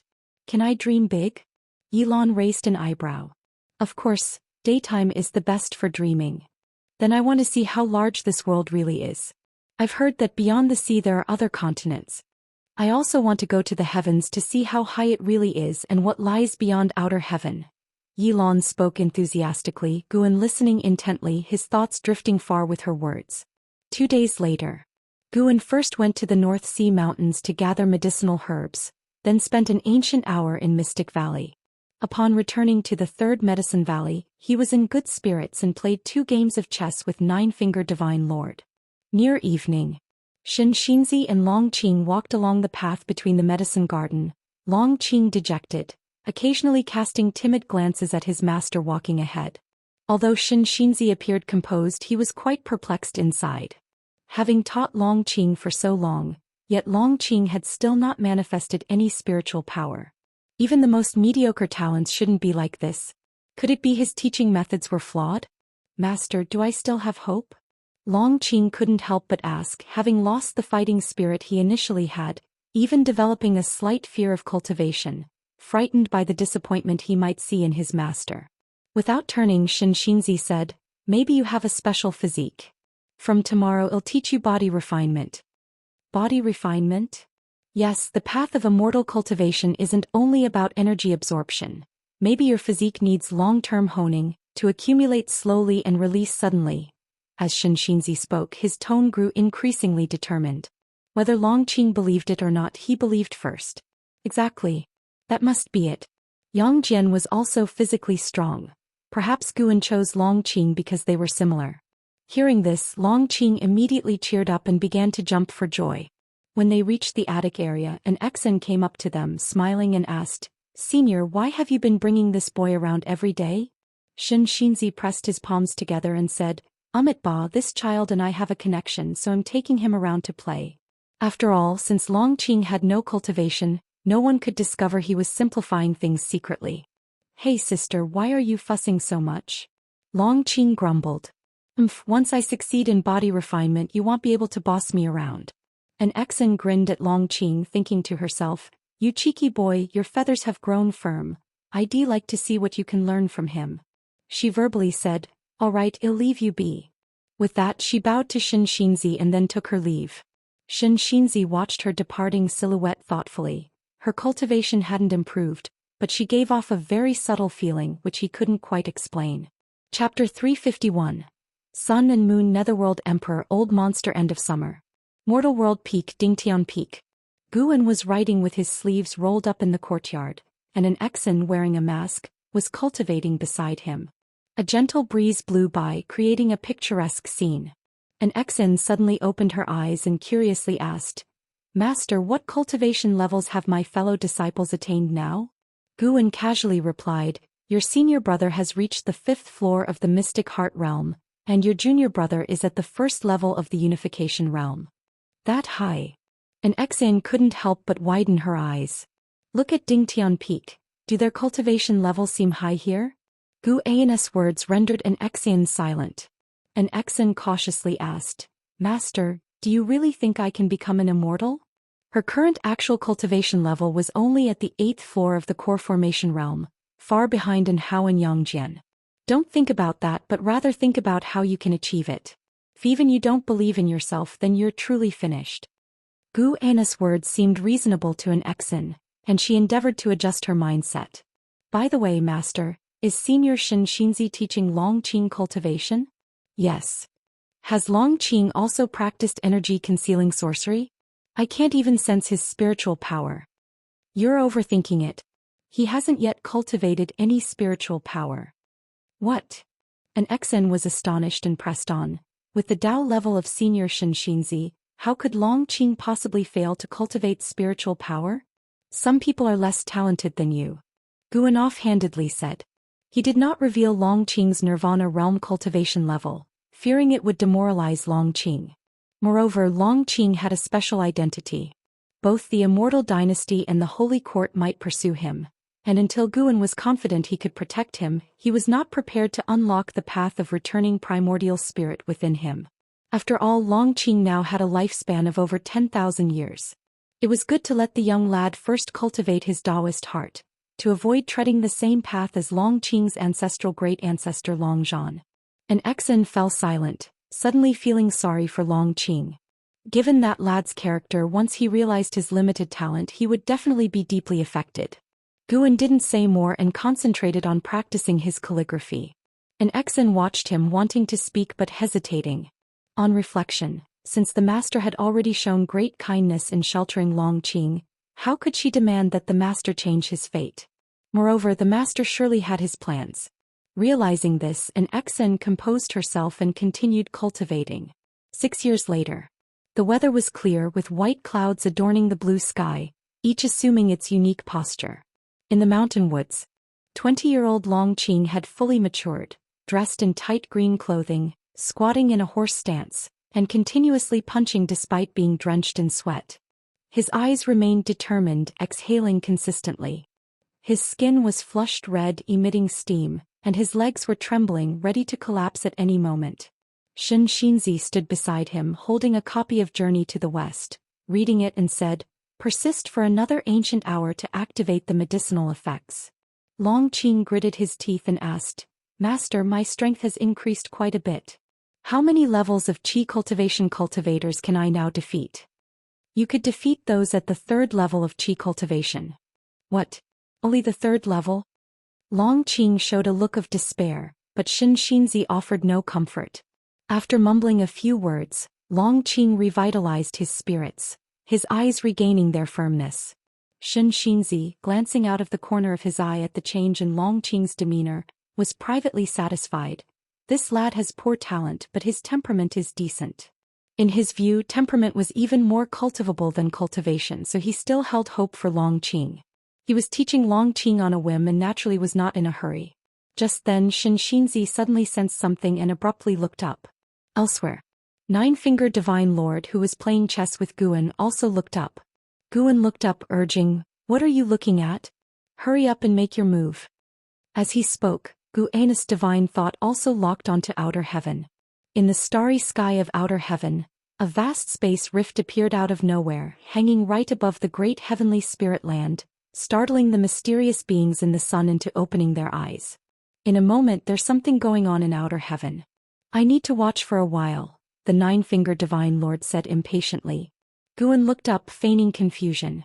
Under the scrutiny of his divine thought, a figure appeared within the mysterious rift. A man in a black robe, tall and broad-shouldered, with a stern face, wearing a long silver jade crown. 2 brightly shining magic artifacts floated behind his head, resembling the sun and the moon, casting light on him, making him seem to radiate a brilliant glow. The moment this person appeared, the surface of the great heavenly spirit land's light layer fluctuated. Upon seeing him, Guan felt apprehensive. Unfortunately, his divine thought could not perform a lifespan detection. The robed man suddenly disappeared. The next second, Guan's divine thought shifted to the Holy Land where the Holy Court was located. Its qi fortune was impacted, gathering there, and he felt strong fighting emanations coming from the direction of the Holy Court. The Nine-Fingered Divine Lord followed his gaze towards the direction of the Holy Land, frowning. He stood up and said, "Today counts as a draw. We shall continue another day." With that, he disappeared in thin air. Guan couldn't help muttering, "Always in a rush but still doesn't forget to hedge his bets, really an animal." While collecting the chess pieces, he kept an eye towards the direction of the Holy Court. Soon, the qi fortune of the Holy Court reassembled, making it difficult for him to forcefully probe, which piqued his curiosity about what was happening inside the Holy Court. He waited until nightfall. The robed man did not appear, and the holy domain remained unusually calm, but Guan saw many great cultivators heading toward the Holy Court like a shower of arrows. Clearly, something had occurred within the Holy Court. In the following days, there was still no activity in the Holy Court, and the space rifts in outer heaven had disappeared, nor was the robed man seen. Guan visited Immortal Seeking Island and Mortal World Peak and couldn't gather any intelligence, but the great cultivators at Mortal World Peak also noticed the activities at the Holy Court. Their numerous speculations left Guan feeling they were absurd. Until a month later, Guan, who was alchemizing inside the building, suddenly sensed something and slightly raised his brow. Why has he come here? Guan did not stand up, cautious not to startle the quarry. A person entered the 3rd Medicine Valley, precisely the robed man who forcefully entered the Holy Court before. His appearance made Guan uneasy. Regardless of whether he was a friend or foe of the Holy Court, his arrival could potentially attract the Holy Court's attention. Guan did not wish to reveal himself. After carefully sensing, Guan's mood slightly eased. The guy's aura was very weak, suppressed to the core formation realm level, completely different from when he stormed the Holy Court, almost like 2 different people. After hesitating for a moment, Guan stood up and walked downstairs. As he walked down the stairs, he casually looked out, and when his gaze swept over the robed man, he quickly performed a lifespan detection without lingering. Sun and Moon Netherworld Emperor, Divine Thought True Immortal Realm 8th Floor 158763008/40000000/60000000. Divine Thought True Immortal Realm 8th Floor. Over 15 million years old. A maximum lifespan of 60 million years. Guan was astonished, looking at a true old monster. What is this guy doing in the third Medicine Valley? Is he targeting him? As Guan continued downstairs, he puzzled over this. At that moment, Ji Xiaoyu walked out of her room. She did not look towards Guan but towards the approaching Sun and Moon Netherworld Emperor. Chapter 352 Yin Yang Immortal Domain. The Sun and Moon Netherworld Emperor proceeded, glancing around Medicine Valley without much curiosity. Having lived for over 15 million years, nothing much about his surroundings intrigued him. He was merely browsing. He felt Ji Xiaoyu's gaze and couldn't help but turn to look. As their eyes met, a smile appeared on his face. As for Guan behind Ji Xiaoyu, he was ignored. The Sun and Moon Netherworld Emperor quickened his steps and came before Ji Xiaoyu, bowing with his fists. Your Majesty, it has been a long time. Your Majesty? Guan was curious, yet he sighed in relief at the same time. He was here for Ji Xiaoyu. As long as it wasn't for him, it was all right. Ji Xiaoyu nodded slightly. Let's talk inside the house. She turned to Guan and asked, do you want to listen? Upon hearing this, Guan hurriedly shook his head and then went downstairs, bowing with his fists when he passed by the Sun and Moon Netherworld Emperor. The Sun and Moon Netherworld Emperor just gave him a brief nod. Ji Xiaoyu pouted and then said, bring him in too. After speaking, she turned and entered the house. While Guan was walking, the Sun and Moon Netherworld Emperor grabbed his shoulder. Come in with us, the Emperor said in an undeniable tone. Guan had no choice but to turn around. The two of them entered Ji Xiaoyu's house one after the other. Following them, the Sun and Moon Netherworld Emperor waved his sleeve, casting a mysterious restriction. Guan sat down on a stool to one side. The Sun and Moon Netherworld Emperor sat down at the table and looked towards Ji Xiaoyu, smiling. Your Majesty, have you remembered? Ji Xiaoyu replied, I have recovered some memories but not all. Why have you come to find me ahead of time? Guan eyed Ji Xiaoyu, uncertain how much of her memory was restored and how far she was from her true self. He felt a twinge of melancholy thinking of the little girl who used to cling to him, who aspired to be the lofty Reincarnation Path Emperor. The identity of the Reincarnation Path Emperor involved numerous major destinies. Once she regained her true form, she would certainly not remain in the Third Medicine Valley. The arrival of the Sun and Moon Netherworld Emperor signified that Ji Xiaoyu's departure was imminent. Anyone with a little ability wouldn't stay in Medicine Valley. Guan had seen off many people. Each time it was somewhat poignant. The Sun and Moon Netherworld Emperor glanced at Guan, then responded, a major change occurred in the Yin Yang Immortal Domain, so I came earlier to find you. I recently retrieved your soul jade from the Holy Court. After saying this, he flipped his right hand, revealing a purple crystal stone glowing with a dim light, floating above his palm. As soon as this purple crystal stone appeared, it burrowed into Ji Xiaoyu's forehead and she closed her eyes. The Sun and Moon Netherworld Emperor looked again at Guan and asked, do you know her identity? Guan feigned hesitation. I knew her in a former life, heard she was once the Reincarnation Path Emperor in one lifetime, but am not clear about what that entails. With so many years lived by the Sun and Moon Netherworld Emperor, Ji Xiaoyu's original age must be even greater. Could the Ji family have such a long history? Could it be that the initial Ji Xiaoyu didn't belong to the Ji family? Then why was she birthed into the Ji family for 2 consecutive lifetimes? What is hidden within the Ji family that fascinates her so? The status of the Reincarnation Path Emperor is even higher than you think. She has lived for over 20 million years, and the current reincarnation cycle is merely her way of gaining experience, said the Sun and Moon Netherworld Emperor calmly.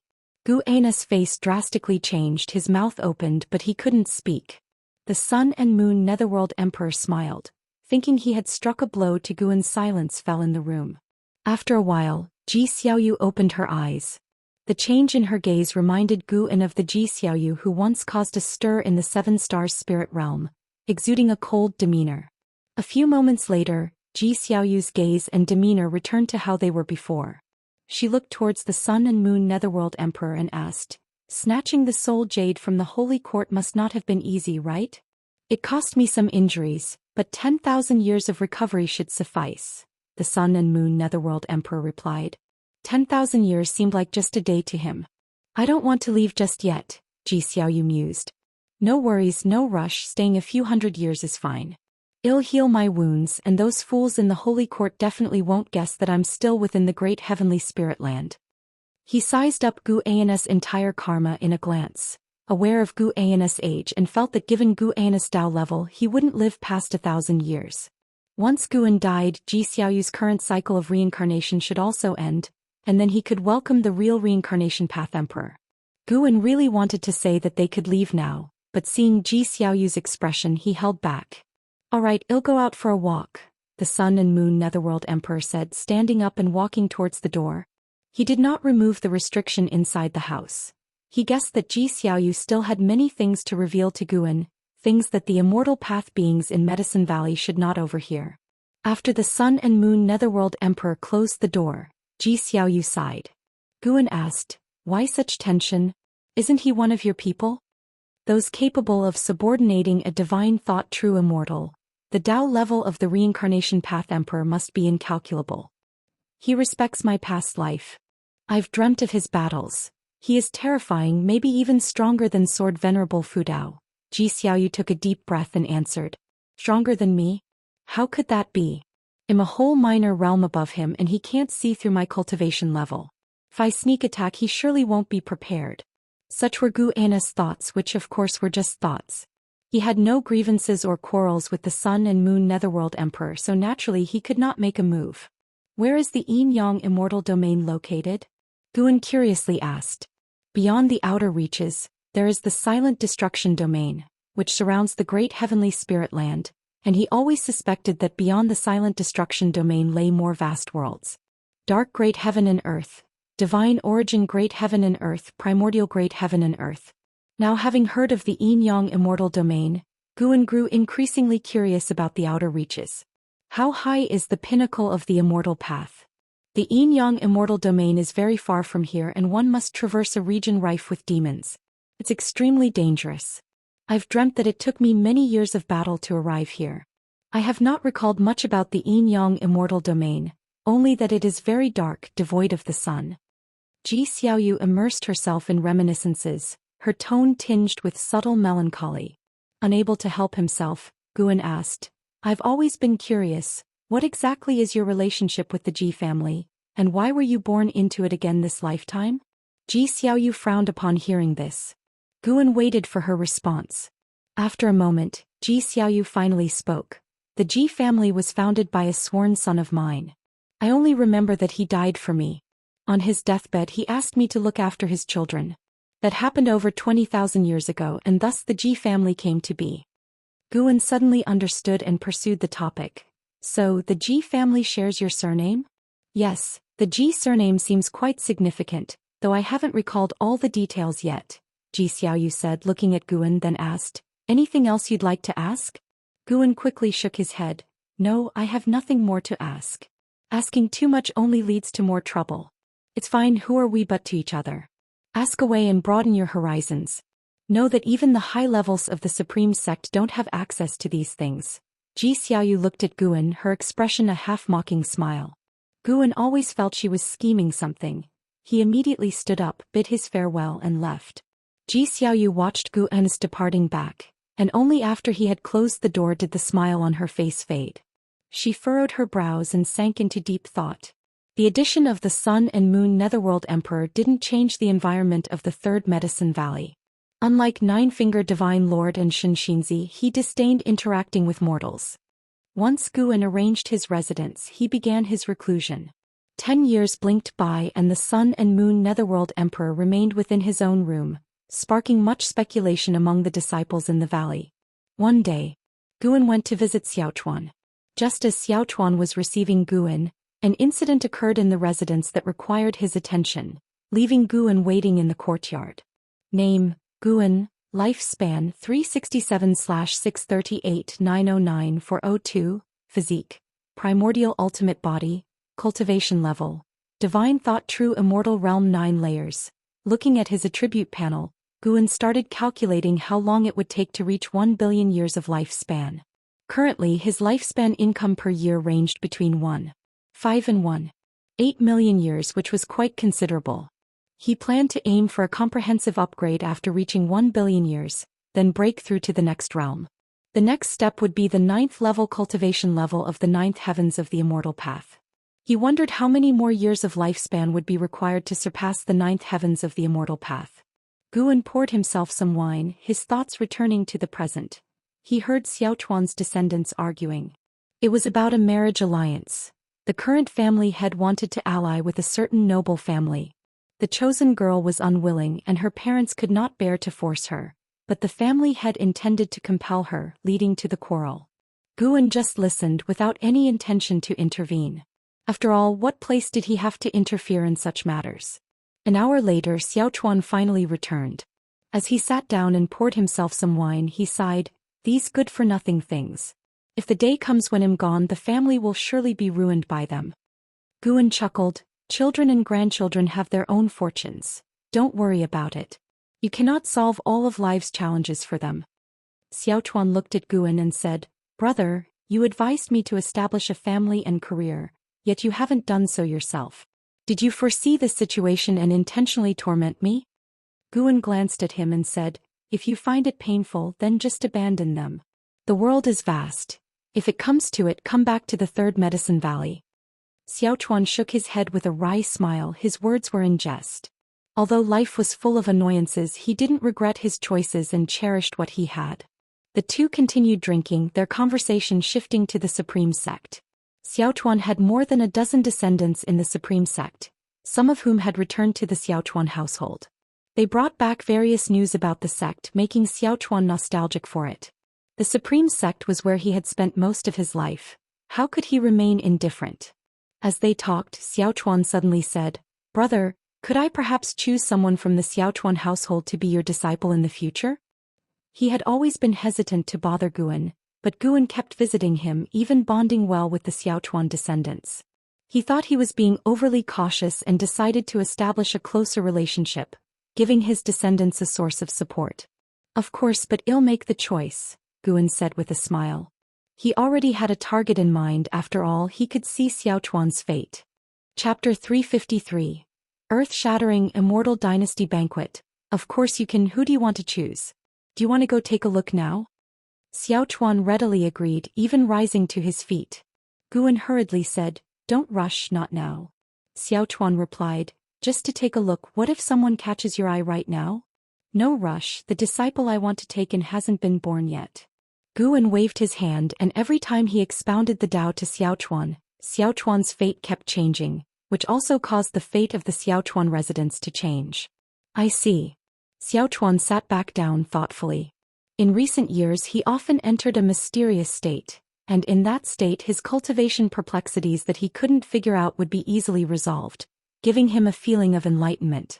Now that he thought about it, could it have something to do with his senior brother? He was so ordinary, his only blessing was his senior brother. If not for his senior brother's primordial reincarnation skill, he might already have been buried in the ground. Guan began to talk about significant events in the immortal cultivation world, quickly drawing Xiao Chuan's interest. It wasn't until nightfall that Guan left. He headed to the 8 scenic caves, prepared to spend the night alone. He lay under the green vine tree, his divine thought piercing through the mountains, spying beyond the heavens.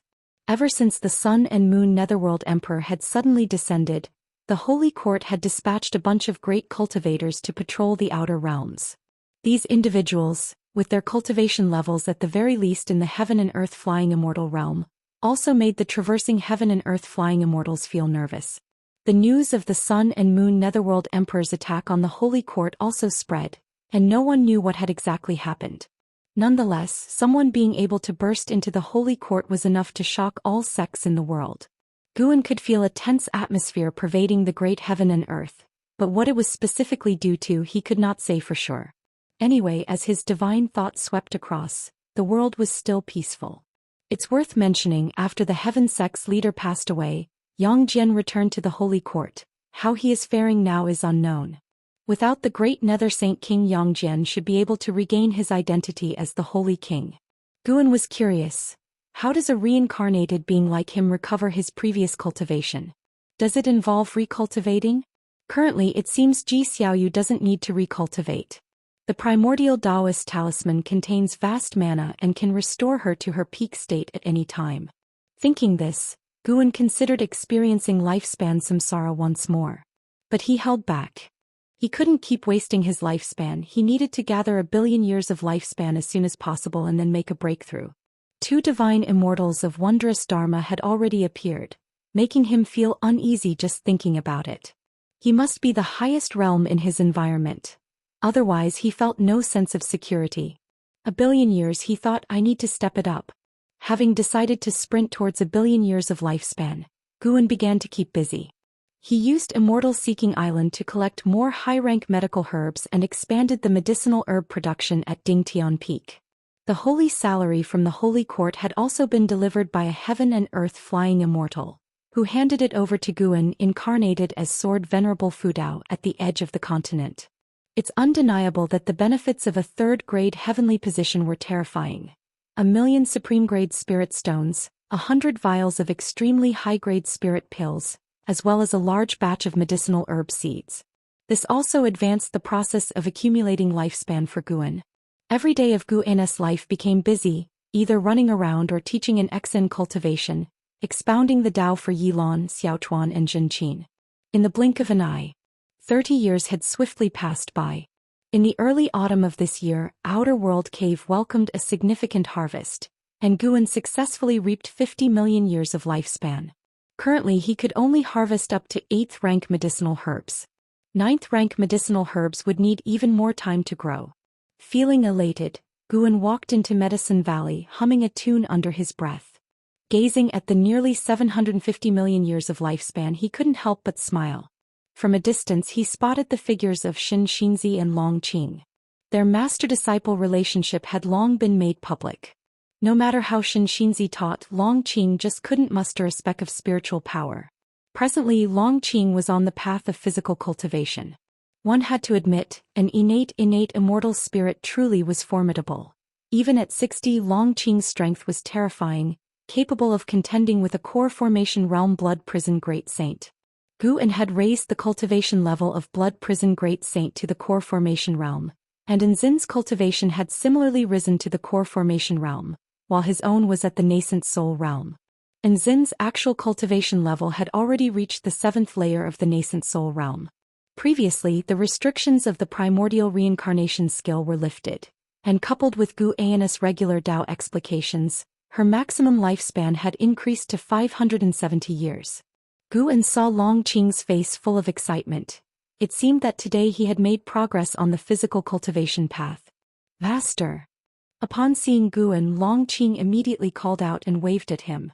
Xianxia also nodded in greeting toward Guan. Guan walked towards them, prepared to chat and inquire about Longqing's cultivation progress.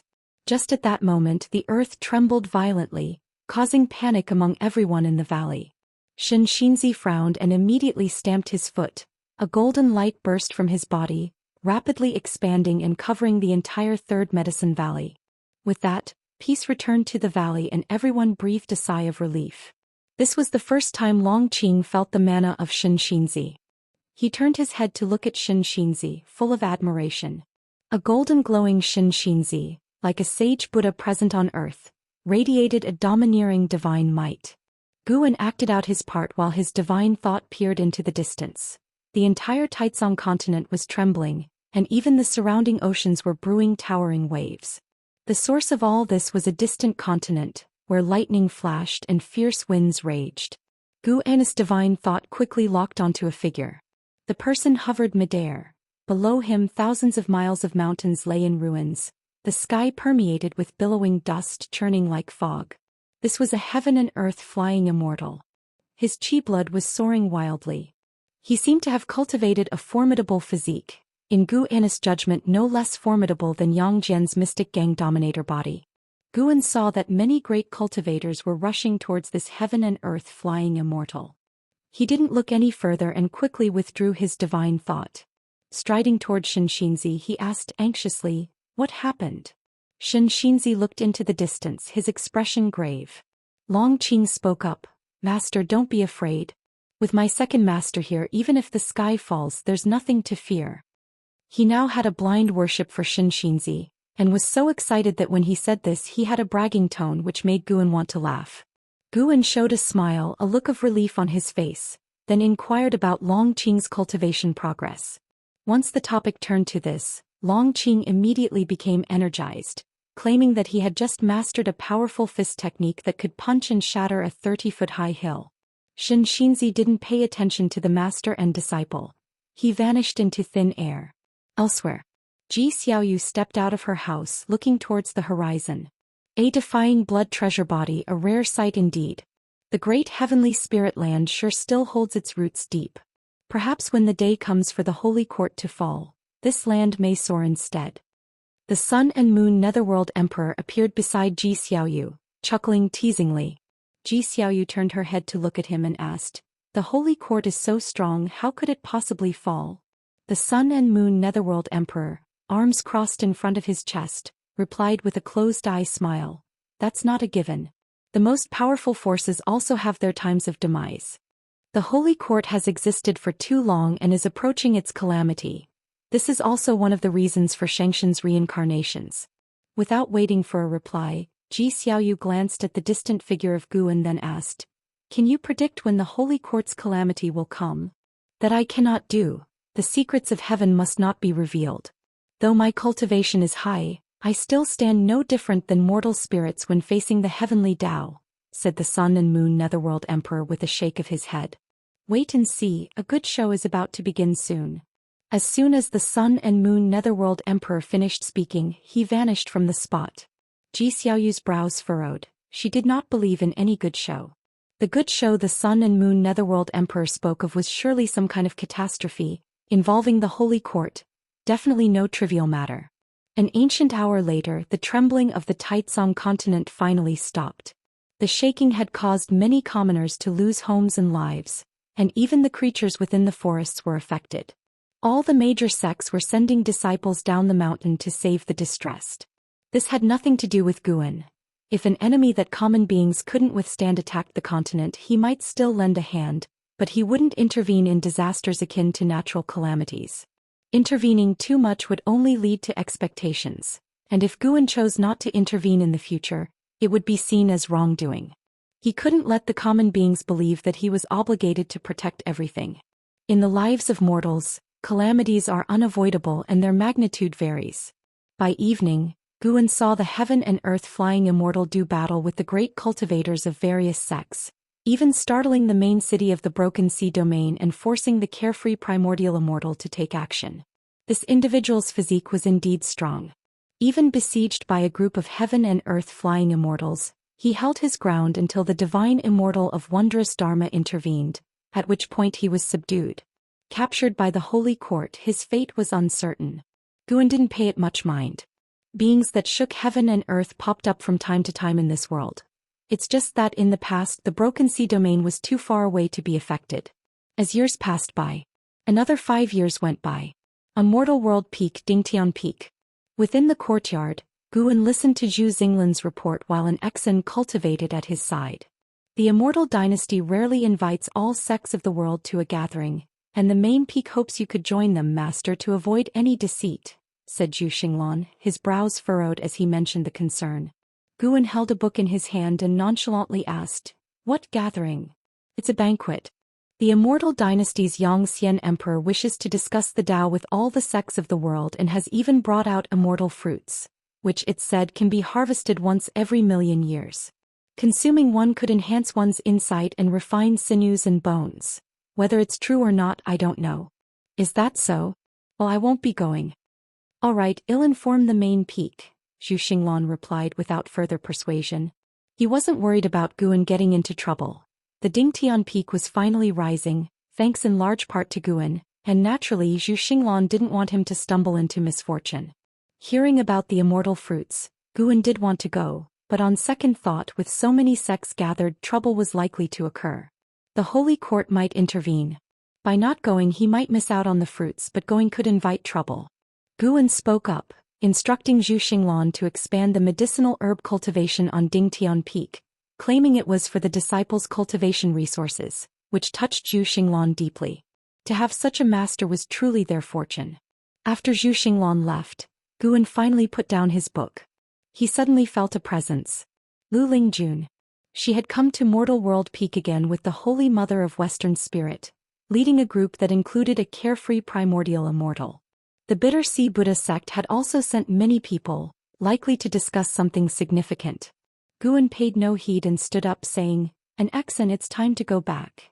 At his words, an Exen immediately stood up and walked towards Guan. Chapter 354 The True Immortal. The next morning, Guan rode the Blood Prison Great Saint to the outer gate city, having not visited for several months. Today he sensed the presence of an old friend and decided to take a stroll. He didn't seek out that old friend, instead wandering around the city. Nowadays more and more people greeted him as he walked, and he couldn't help but wonder if, in 1,000 years, the supreme sect would be filled with his disciples. And who knows how many more years he would need to become a supreme elder. The Blood Prison Great Saint, having reached the core formation realm, was even more imposing, standing 2 meters tall with its blood-red fur fluttering as they walked, causing disciples along the way to frequently look back. "Master, why can't Long Qing cultivate spiritual power? Yet his qi blood is increasing so quickly," the Blood Prison Great Saint suddenly asked. Guan was not worried about people on the street overhearing, and he casually replied, "Perhaps there's some hidden reason." Upon hearing this, the Blood Prison Great Saint felt more certain of his conjecture and asked cautiously, "Is he the same as me?" Guan answered, and the Blood Prison Great Saint thought to himself that it must be true. No wonder Xianxia couldn't see through it. It was the master's doing all along. But why did the master seal Long Qing's powers? This kid is really outrageous, his physique growing rapidly even with his cultivation sealed. Could his talent be even more terrifying than Yang Jian's? The master always finds peerless talents. On second thought, perhaps it's through the master's intervention that these people become peerless talents, like an Xian whose insight and talent grow stronger day by day. The Blood Prison Great Saint reflected silently, marveling at the unfathomable depth of his master's Dao level. After a while he carried Guan to the Heavenly Repair Platform. The Heavenly Repair Platform was bustling as usual, crowded with people. Guan's eyes landed on someone concealing a 7th-layer cultivation level of the carefree immortal realm. It was Zhang Xianwang from the Immortal dynasty. During a previous conference at the Heavenly Rankings, Zhang Xianwang had represented the Immortal dynasty to win over Sword Venerable Fu Dao, meeting Guan then. Zhang Xianwang had also met with the Heaven sect, and many years had passed with the Heaven sect having died. Guan wondered what Zhang Xianwang would think upon hearing this. Guan got off and walked up to the Heavenly Repair Platform. "Hey kid, long time no see." A figure suddenly bumped into Guan's shoulder. It was Gu Yu. Back in the day, using the names Gu Yu and Gu Zong as father and son, Guan had written his first invigorating novel, Supreme Immortal Venerable, making Gu Yu famous across the world. Their friendship was excellent. After Li Ya and Wu Ju became prodigies, the best relationship Guan had was with Gu Yu and Zhuo Lin. Guan rolled his eyes at him and said unenthusiastically, "Didn't we just see each other the year before last?" Gu Yu still looked young. He widened his eyes and exclaimed, "Have we drifted apart? Not seeing each other for 2 years, don't you miss me?" "Definitely not. I'm afraid you'll pester me to write a book again." "Go away, am I that shallow? By the way, have you heard about Li Yu recently? He inherited the legacy of 3 Pure Ones Mountain. It's unbelievable. They say he is now a great cultivator of Mystic Heart Realm." Gu Yu mentioned Li Ya, then became extremely emotional. He had become the surprised bystander character in the Supreme Immortal Venerable. That's the difference between reality and fiction. He was the brilliant protagonist in the novel, but in reality he could only marvel at the achievements of his peers. Guan also felt emotional, admiring and respecting Li Ya. While they were chatting, Zhang Xianwang suddenly approached. Zhang Xianwang, dressed in a white robe, exuded an aura of immortality, drawing attention even on the Heavenly Repair Platform. "Guan, little brother, long time no see." Zhang Xianwang's voice came first, radiating cheerfulness. Guan turned to look surprised and said, "Daoist friend Zhang, what brings you here? When did you arrive?" He immediately bypassed Gu Yu and walked quickly toward Zhang Xianwang. Having not seen each other for many years, Zhang Xianwang was very pleased to see Guan. He had been thinking about the little friend with the Dao pattern on his forehead and wondering how he was doing. Gu Yu sized up Zhang Xianwang, sensing that this person's cultivation was definitely not simple. Now at the nascent soul realm himself, his insight was far beyond what it once was. After exchanging a few pleasantries, Guan introduced Gu Yu to Zhang Xianwang, but unfortunately, Zhang Xianwang showed little interest and merely nodded lightly.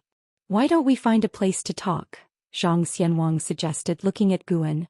After hearing this, Guan could only say goodbye to Guyu and then followed Zhang Xianwang away. Guyu watched Guan's retreating back and couldn't help muttering, "What kind of physique does this kid have? Or is it special chi fortune? How does he always attract high-level individuals?" Inside the Third Medicine Valley, many great cultivators gathered, some to play chess, others drawn by the Nine-Finger Divine Lord and Xianxia, making the Hall of Elders very curious about Guan. However, with Baishan's support, no one dared to disturb Guan. After a while, Guan followed Zhang Xianwang to an inn, choosing a window-side seat on the third floor, where they were the only diners at that moment. Zhang Xianwang inquired about how Guan had been these past years, and Guan started recounting his everyday life. Though it was simple, Zhang Xianwang listened intently. He had long told Guan that having Dao patterns he would certainly be approached by others, but he hadn't expected Guan to still lead such an ordinary life. The mundane things spoken from Guan's mouth somehow became interesting to Zhang Xianwang. Hearing that the Bull Demon King could never catch up to the White Spirit Rat, Zhang Xianwang couldn't help but laugh. It was not until the server had brought all the food and drinks that Zhang Xianwang began to speak seriously. "Not to hide, I come from the Immortal Dynasty." Guan stared, asking, "Which Immortal Dynasty?" "In a far-off place, there is a continent that you call the ends of the earth. The beings there are born with cultivation of the Nirvana realm, starting with a lifespan of at least 10,000 years. Zhang Xianwang began to describe the Immortal Dynasty, leaving Guan dumbfounded. After outlining the basics of the Immortal Dynasty, Zhang Xianwang gazed at Guan and asked, "Would you like to join the Immortal Dynasty? I can help you reach the Nirvana realm." Guan swallowed and asked, "Can I definitely reach it? Can I bring others along?" Zhang Xianwang glared at him and said, "I only have my eyes on you and you want to bring others? Forget it, the Immortal Dynasty doesn't just casually accept beings from the outside." Hearing this, Guan was immediately disappointed. Zhang Xianwang felt both amused and annoyed, looking at Guan with even greater admiration. "Do you believe there are real immortals in the world?" Zhang Xianwang asked. Guan answered, "Of course there are mountain gods on our continent, and I've heard there's a heavenly court overseas." Zhang Xianwang scoffed, "The heavenly court is not the court of immortal gods. I'm talking about real immortals like the heavenly court in Journey to the West. Our Immortal Dynasty is always seeking the true immortals, and I'll tell you the truth, we've found them. We will clear the obstacles for the immortals, winning their favor for this world." As he spoke, his face showed longing. "Real immortals?" Guan asked nervously, "Where are they?" Zhang Xianwang raised his hand and pointed upward, then said, "Join us or you will disappear along with the dirt of this mortal world." Outer heaven? Guan suddenly believed it. Even if it wasn't a true immortal, it must be an extremely powerful existence, powerful enough for the Immortal Dynasty to contend with the heavenly court. But he was already a third-grade heavenly position Holy Sword of the Heavenly Court. How could he join the Immortal Dynasty? Although he had always been assigned various identities from what Zhang Xianwang implied, did the Immortal Dynasty intend to end the world? Chapter 355. The Power of Destiny. Seeing Guan remain silent, Zhang Xianwang continued to speak of the great strength of the Immortal Dynasty, whose history was even more ancient than the Holy Court, spanning countless epochs. The first immortal king of the mortal world was the founder of the Immortal Dynasty. He once contended against the heavens. Although he failed and caused the mortal world to be submerged by the sea, his power was undeniable. To this day, the Holy Court has not produced a being of his equal. Zhang Xianwang revealed a look of longing, surprising Guan. The Immortal King was actually the founder of the Immortal Dynasty. If that was the case, why didn't they pursue the Immortal King crown? Was it because the Immortal King crown would devour vitality? Guan pondered, suddenly feeling that the Immortal King crown might hold secrets. Thinking carefully, the Immortal King crown had weakened so much that even the souls of the Mahayana realm could not fully suppress it. Many changes must have occurred over the long years. After a while, when Zhang Xianwang paused, Guan took a deep breath and asked, "Did you come to the Supreme Sect specifically for me? You should not be, right? To rally Sword Venerable Fudao?" But Sword Venerable Fudao had already declined. Zhang Xianwang smiled, his gaze turning towards the window. "Of course not, but I cannot tell you my purpose for the time being." Guan seemed to think of something, his divine thought probing out, quickly covering the broken sea domain. He discovered that in other continents and oceans, the immortal spirits of the Immortal dynasty hid their chi fortune deeply, but they could not escape the eyes of a true immortal's divine thought. He elevated his divine thought further, covering a broader expanse of heaven and earth. Looking from a macroscopic perspective, the immortal spirits of the Immortal dynasty were scattered all over the world, spying on chi fortunes, their fortunes as numerous as the stars in the universe. What was the Immortal dynasty planning? While thinking, Guan responded, "Thank you for your kindness, Daoist friend, but I cannot abandon the supreme sect. I apologize." Zhang Xianwang turned his gaze towards Guan, smiling, "No rush, you still have time to consider. I will stay at the supreme sect for a few years." Guan nodded, and then Zhang Xianwang changed the subject and the two began to drink together. The wind outside the window suddenly became stronger, blowing the grasses on the windowsill. Zhang Xianwang's arrival did not stir up any storm at the supreme sect, which remained calm, but of course that was only on the surface. Each disciple was still experiencing their own rivers and lakes and struggles. 7 days later, Guan took an Xin again to the mortal world peak, where they first roamed around picking medicinal herbs along the way. Along the way, Guan ran into Sushi. After paying respects, Sushi hooked arms with an Xin, and the two whispered aside. Because Sushi had once helped Guan receive Spirit Lord Lu, he would occasionally give some pointers for Su Zai's cultivation, and over time, Sushi and an Xin had become familiar. After they chatted for a while, Guan suddenly said, "Sushi, take an Xin to find Spirit Lord Lu. She has come again. Just do as before." "Spirit Lord Lu?" And Xin's eyes widened beneath her mask, and right after she heard Guan's transmitted message, her expression turning odd. She seemed to think of something, her eyes becoming excited. Then the two women flew towards Debating Peak. Guan roamed alone, wandering aimlessly, occasionally chatting with disciples from Dingtian Peak. He noticed that the Immortal dynasty also had immortal spirits at the Mortal World Peak, hidden in Debating Peak without revealing any trace of the Immortal dynasty's chi fortune, their presence unnoticed by everyone on the Mortal World Peak. Guan did not intend to intervene. The Immortal dynasty was plotting certainly against the Holy Court. He could not afford to be the spearhead. The Immortal dynasty invited various sects while arranging for immortal spirits to go to each sect. What exactly were they calculating? Guan felt that even if the Immortal dynasty wished to destroy the world, it seemed unlikely. In his view, the Immortal dynasty was no match for the Holy Court. Time swiftly passed. In the evening, an Xin returned and Guan took her back to the Supreme Sect. As the teacher and disciple walked through the forest, an Xin removed her mask, speaking excitedly, "Master, I suddenly understand the feeling of hiding one's identity. Senior Lu did not recognize me, even mistaking me for a senior. In the past she was very respectful towards Spirit Lord Lu, never imagining that one day their positions would be reversed. She suddenly understood why her master hid his cultivation level and looked after acquaintances under a different identity. The feeling was quite wonderful. Master, if Senior Lu knew your true identity, she would definitely regret. After all the years wandering around outside, her distance from you has only increased. At the Third Medicine Valley she could spar with you. At Mortal World Peak, even her master does not have the qualifications to meet with you." Saying this, an Xin couldn't help but feel moved, filled with gratitude. Seeing Spirit Lord Lu today, she realized once again how lucky she was. Compared to Spirit Lord Lu, she had not sacrificed much, yet she had achieved a status Spirit Lord Lu could not even dream of. "Think no more of it, your teacher just wants to cultivate quietly, not getting involved in too many troubles. You too, no matter what achievements you attain, always maintain a humble heart," Guan casually replied. An Xin nodded, "I understand, Master. You care so much for Senior Lu, her future achievements will surely be great. I'm just reflecting on how different choices lead to different paths. By the way, Master, is the Bitter Sea Buddha sect powerful? Compared to Mortal World Peak, which is stronger?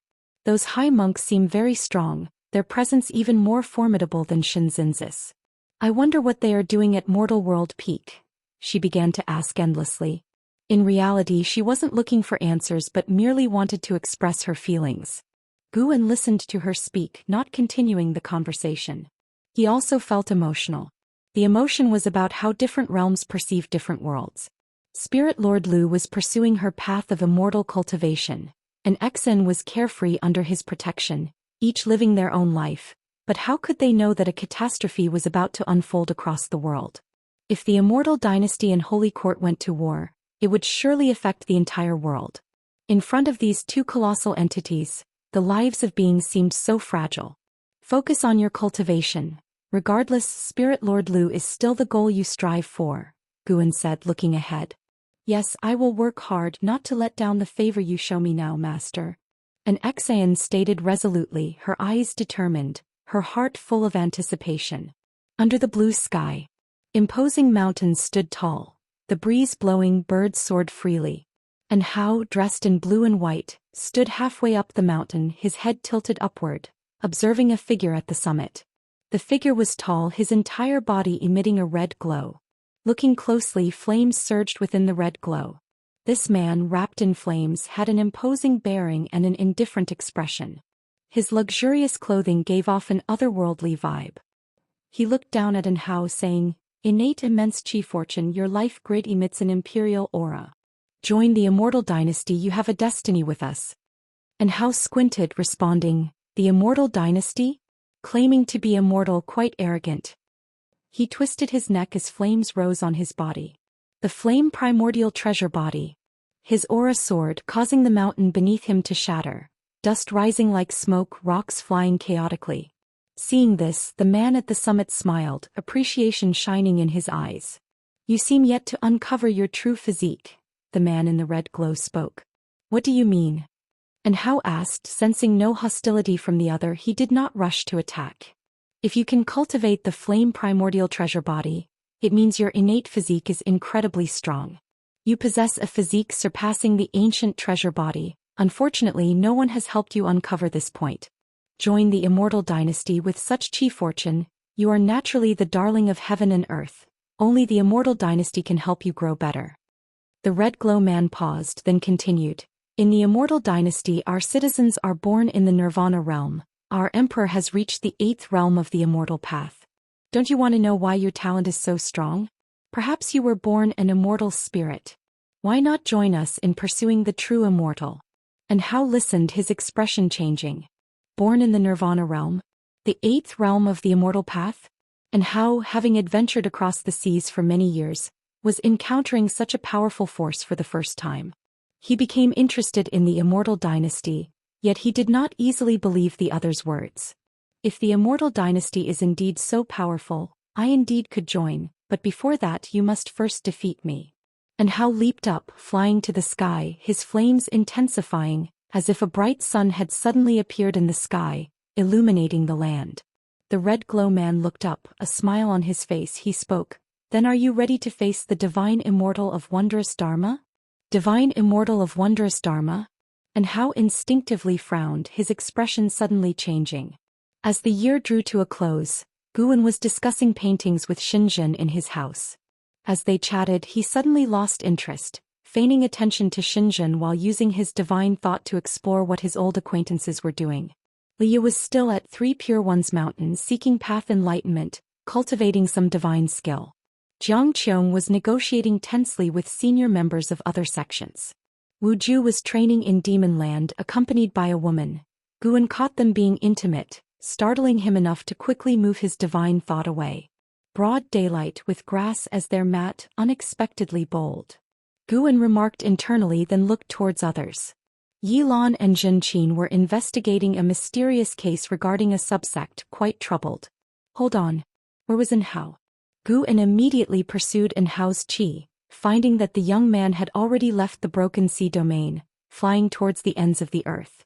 And Hao was accompanied by the Divine Immortal of Wondrous Dharma. An immortal spirit from the Immortal Dynasty? Guan eavesdropped on their conversation, soon learning that Hao intended to join the Immortal Dynasty. He suddenly felt the power of destiny. Yang Jian went to the Holy Court, and Hao to the Immortal Dynasty. The two had previously agreed to spar at the Heavenly List convention. Could it really be that when they meet it would be on the battlefield? Guan merely contemplated, not stopping Hao. Though he felt the Immortal Dynasty had slim chances since the dynasty had existed for so many years, it certainly had some depth. If Hao were unwilling, he would have called out for his teacher in his mind. After a while, Guan withdrew his divine thought. Recently when painting I thought of a scene I want to capture, yet I fear it might provoke heavenly wrath. Should I paint it? Xinjun suddenly asked. Guan shook his head. Don't paint it, just tell me. Xinjun inhaled deeply, his voice mysterious. I envisioned a scene with two figures confronting each other. One like the brilliant sun, the other sovereign of all under heaven. They stand above the 9 heavens, blades clashing. Chapter 356. Yuan Su, the immortal ancestor, initiates reincarnation. Hearing Xinjun's words, Gu Anna laughed and asked, what do you think it is? A prophecy? Xinjun rolled her eyes at him, saying, it just popped into my mind out of nowhere. That vision was so shocking that I still get goosebumps thinking about it. Whether it's a prophecy or not, I'm not sure. If you think of anything else in the future, keep me updated, Guan continued with a smile. I'm quite curious about what will happen to the two figures you spoke of. Guan thought of An Hao and Yang Jian. However, their cultivation levels weren't that high yet. To reach full maturity, who knows how many years it would take. Could it be the ruler of the immortal dynasty Xianxia Emperor and Xingtian?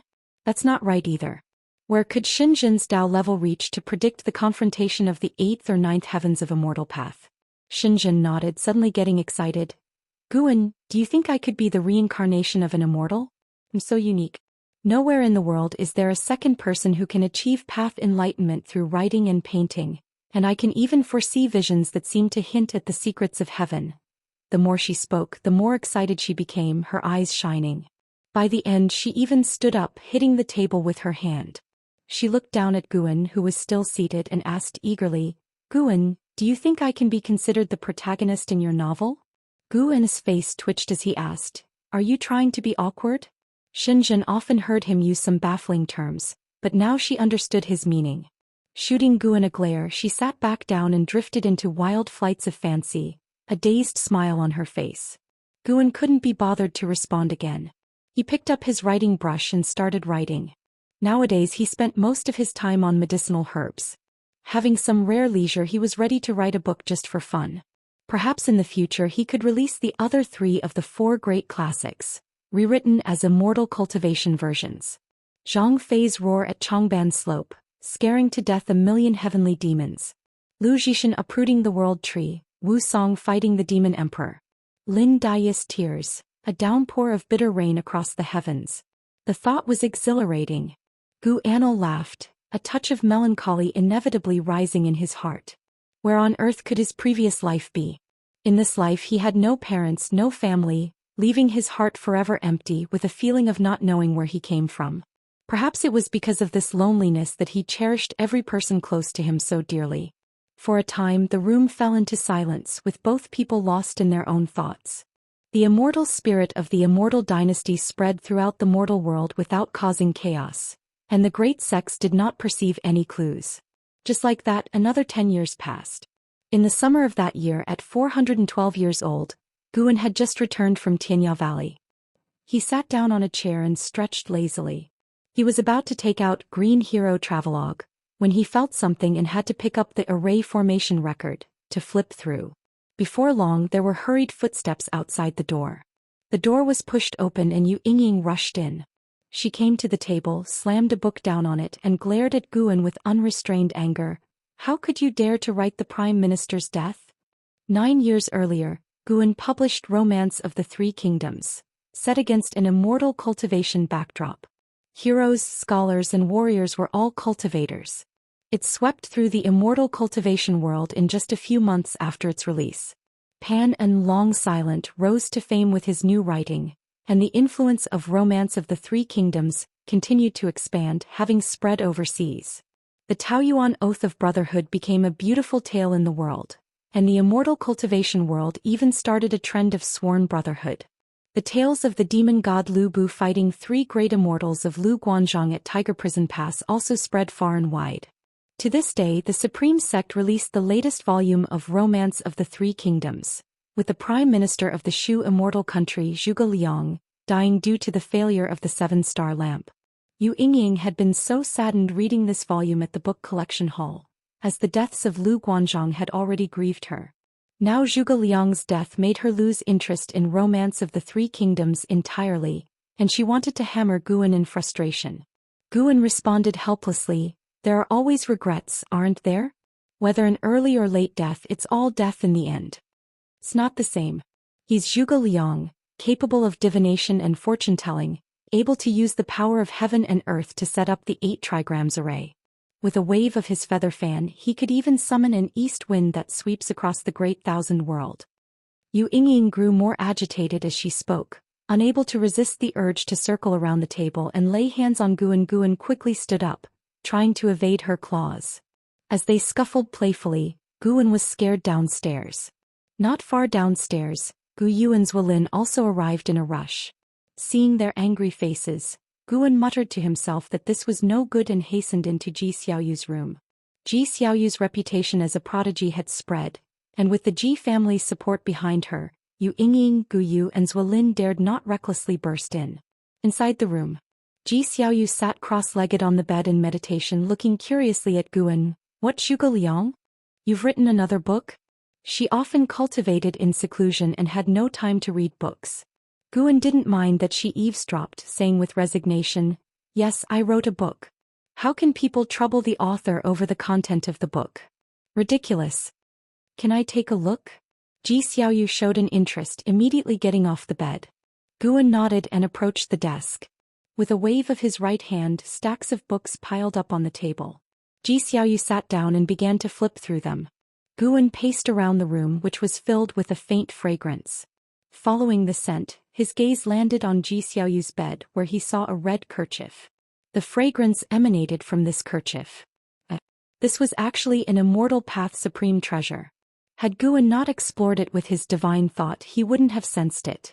Where did this Immortal Path supreme treasure come from? Guan felt that the restriction within the kerchief bore a resemblance to Ji Xiaoyu, and it didn't seem like it was a result of a latter recognition of a master. Could it be that this supreme treasure was refined by Ji Xiaoyu in her past life? In that case, Ji Xiaoyu's past life must have been at least at the level of the 9 heavens of Immortal Path. That made sense. Without such a cultivation level, how could she make the Sun and Moon Netherworld Emperor of the 8th floor of Divine Thought True Immortal Realm obey her every command? Now the Sun and Moon Netherworld Emperor still resided within the 3rd Medicine Valley, seldom leaving. Once Yu Yingying and the others dispersed, Guan planned to leave.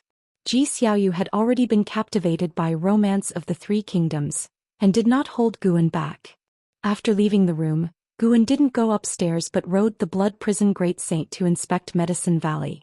An Exen was absorbing qi and cultivating below the mystic pure tree. Long Qing and Shen Xinzi were refining their bodies in the forest, and the other disciples were also busy with their tasks. Looking around, the entire Medicine Valley thrived, satisfying Guan. Not long after the Blood Prison Great Saint had walked away, a vast aura enveloped the entire Great Heavenly Spirit Land. Guan looked up and saw a figure appear above the Great Heavenly Spirit Land, located just beneath the light layer of outer heaven, yet within the confines of the sky of the Great Heavenly Spirit Land. A divine thought, true immortal. I am Yuanshu, celestial ancestor from the Immortal dynasty, facing the end of my life. I wish to descend a grand vow for all beings with my 30 million years of Tao cultivation. My great Tao will transform into immortal reign to help beings achieve enlightenment. My physical body will open the path of reincarnation, where mortal souls can have a destination. A majestic voice echoed throughout the Great Heavenly Spirit Land. Everyone inside the 3rd Medicine Valley looked up in amazement. Following that, Guan saw Yuanshu, celestial ancestor, spread his arms wide, bursting with bright light, instantly overshadowing the luminance of the 7 suns outside heaven. Countless figures soared out toward the holy court in an attempt to reach Yuanshu, celestial ancestor, but it was too late. Looking up, Guan saw the brilliant light in the sky overpower all else, drowning both him and the Blood Prison Great Saint beneath. 30 million years of Tao cultivation? Can that be true? The Blood Prison Great Saint asked in shock. He couldn't fathom living 30 million years, let alone attaining such a level of cultivation. And then there were the words Immortal Dynasty, which sounded extraordinary in themselves. Could there be any force stronger than the holy court in the great heaven and earth? Before the bright light had faded, heavy rain started to fall. As everyone's vision was restored, they saw golden clouds above, shedding golden rain. As the golden rain washed over them, all creatures felt refreshed, and sensed their own cultivation levels slightly increasing. The world was astir, supreme sect buzzed with earth-shaking noise. Is this reign real? Immortal dynasty. Yunshu celestial ancestor. Am I dreaming? Quickly sit and cultivate energy, it really can increase your cultivation. Immortal dynasty? Could it be the heavenly court from Journey to the West? Panan wasn't just making it up, there really is a force where immortals and gods gather. The disciples in the Third Medicine Valley also excitedly discussed. Some immediately sat down to cultivate their energy, while others hesitated, fearing it could be a plot. Gu An's gaze pierced through the golden clouds, looking towards Yuanshu celestial ancestor. In that dazzling light, Yuanshu celestial ancestor's body exploded and, following that, transformed into a stream of air, swirling into a vortex that gradually solidified. Indistinctly, Guan felt a certain rule of heaven and earth moving closer to that vortex. This rule was connected to the soul, prompting him to think of two words: reincarnation. To think there was a divine thought true immortal who would sacrifice himself to open the path of reincarnation. Even in the reincarnation evolution, Guan had not seen such an event. After this event, the name of Immortal Dynasty became renowned throughout the world, informing all beings of their existence and, moreover, ensuring they would remember their favor. Should the Holy Court attack the Immortal Dynasty now, it might shake their image in the hearts of all beings. Guan raised his right hand to feel the golden rain. Suddenly, he saw Zhou Xian soaring into the sky, flying to the airspace of the Taizong continent. Hovering in the air, Zhou Xian began to expound the Tao. At the sound of his celestial voice, everywhere on the continent, regardless of what people were doing, all stopped in their tracks, immersed in a mystical state. It wasn't only the Taizong continent. Guan saw immortals spread throughout the world beginning to expound the Tao, which also alarmed the main cities of the Holy Court in every domain. The great cultivators of Holy Court rapidly surrounded those expounding immortals, but no one dared to act rashly. As the thoughts of the masses were linked by the sound of the immortal's voice, the immortals need only a thought to implant voices and images into the minds of all beings.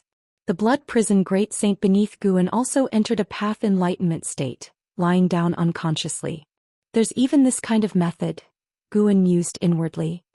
He stayed on the back of the beast, pretending to be in a state of enlightenment with a vacant look in his eyes.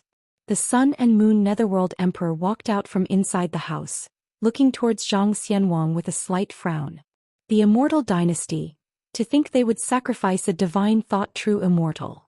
The Sun and Moon Netherworld Emperor was also stunned by the magnanimity of Yuanshu celestial ancestor. Having lived more than 15 million years himself, he had never seen such an event. Regardless of whatever Yuanshu celestial ancestors' ulterior motives might be, this act truly benefited the masses. Copious golden rain fell through, penetrating rooftops and mountains. No matter where one was, every being could receive the blessings of the golden rain and hear the expounding voice of the immortals. Chapter 357.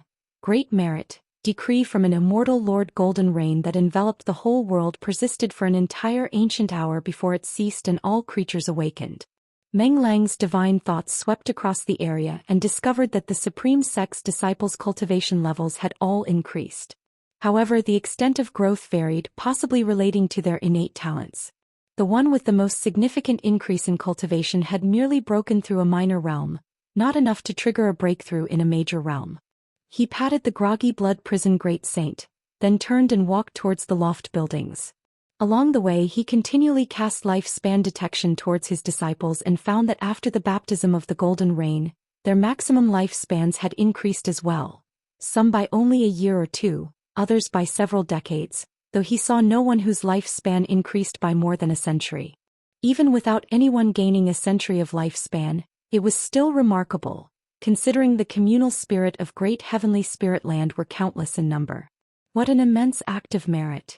Meng Lang couldn't help but admire the Tao Void mysterious immortal while simultaneously puzzled about how he managed to achieve this.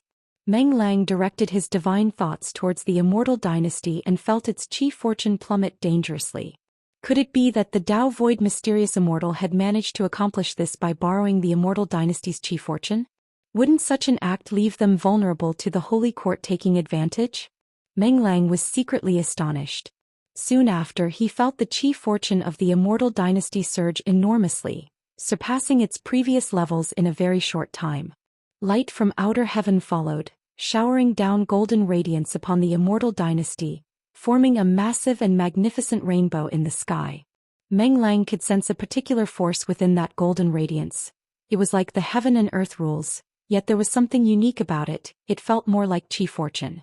Chi fortune is utterly mysterious. Those with strong chi fortune often enjoy good luck, while those with weak chi fortune may encounter disasters even in their daily walk, or easily run into inner demons during cultivation. Today Meng Lang had truly broadened his horizons. Even as a divine thought true immortal, he could not see through the techniques displayed by Dao Void mysterious immortal, who had lived for 30 million years. What a pity that such a person had perished, for Meng Lang lost the chance to make his acquaintance. Master, what just happened? I only remember Dao Void mysterious immortal's words, and then it seemed I fell asleep. Blood Prison Great Saint caught up and anxiously asked. You just need to know that this was indeed a blessing.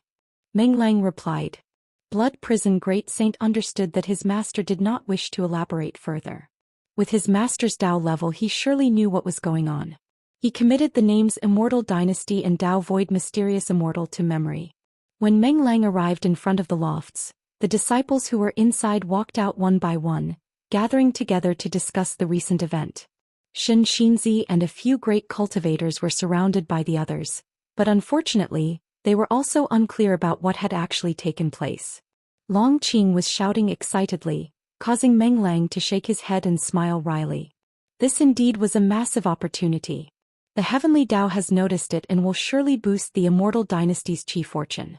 When that happens, the immortal spirits of the Immortal dynasty will find it easier to comprehend the nature of heaven and earth during their cultivation. The Immortal dynasty is quite extraordinary and is full of ambition. Ji Xiaoyu approached Meng Lang and murmured thoughtfully.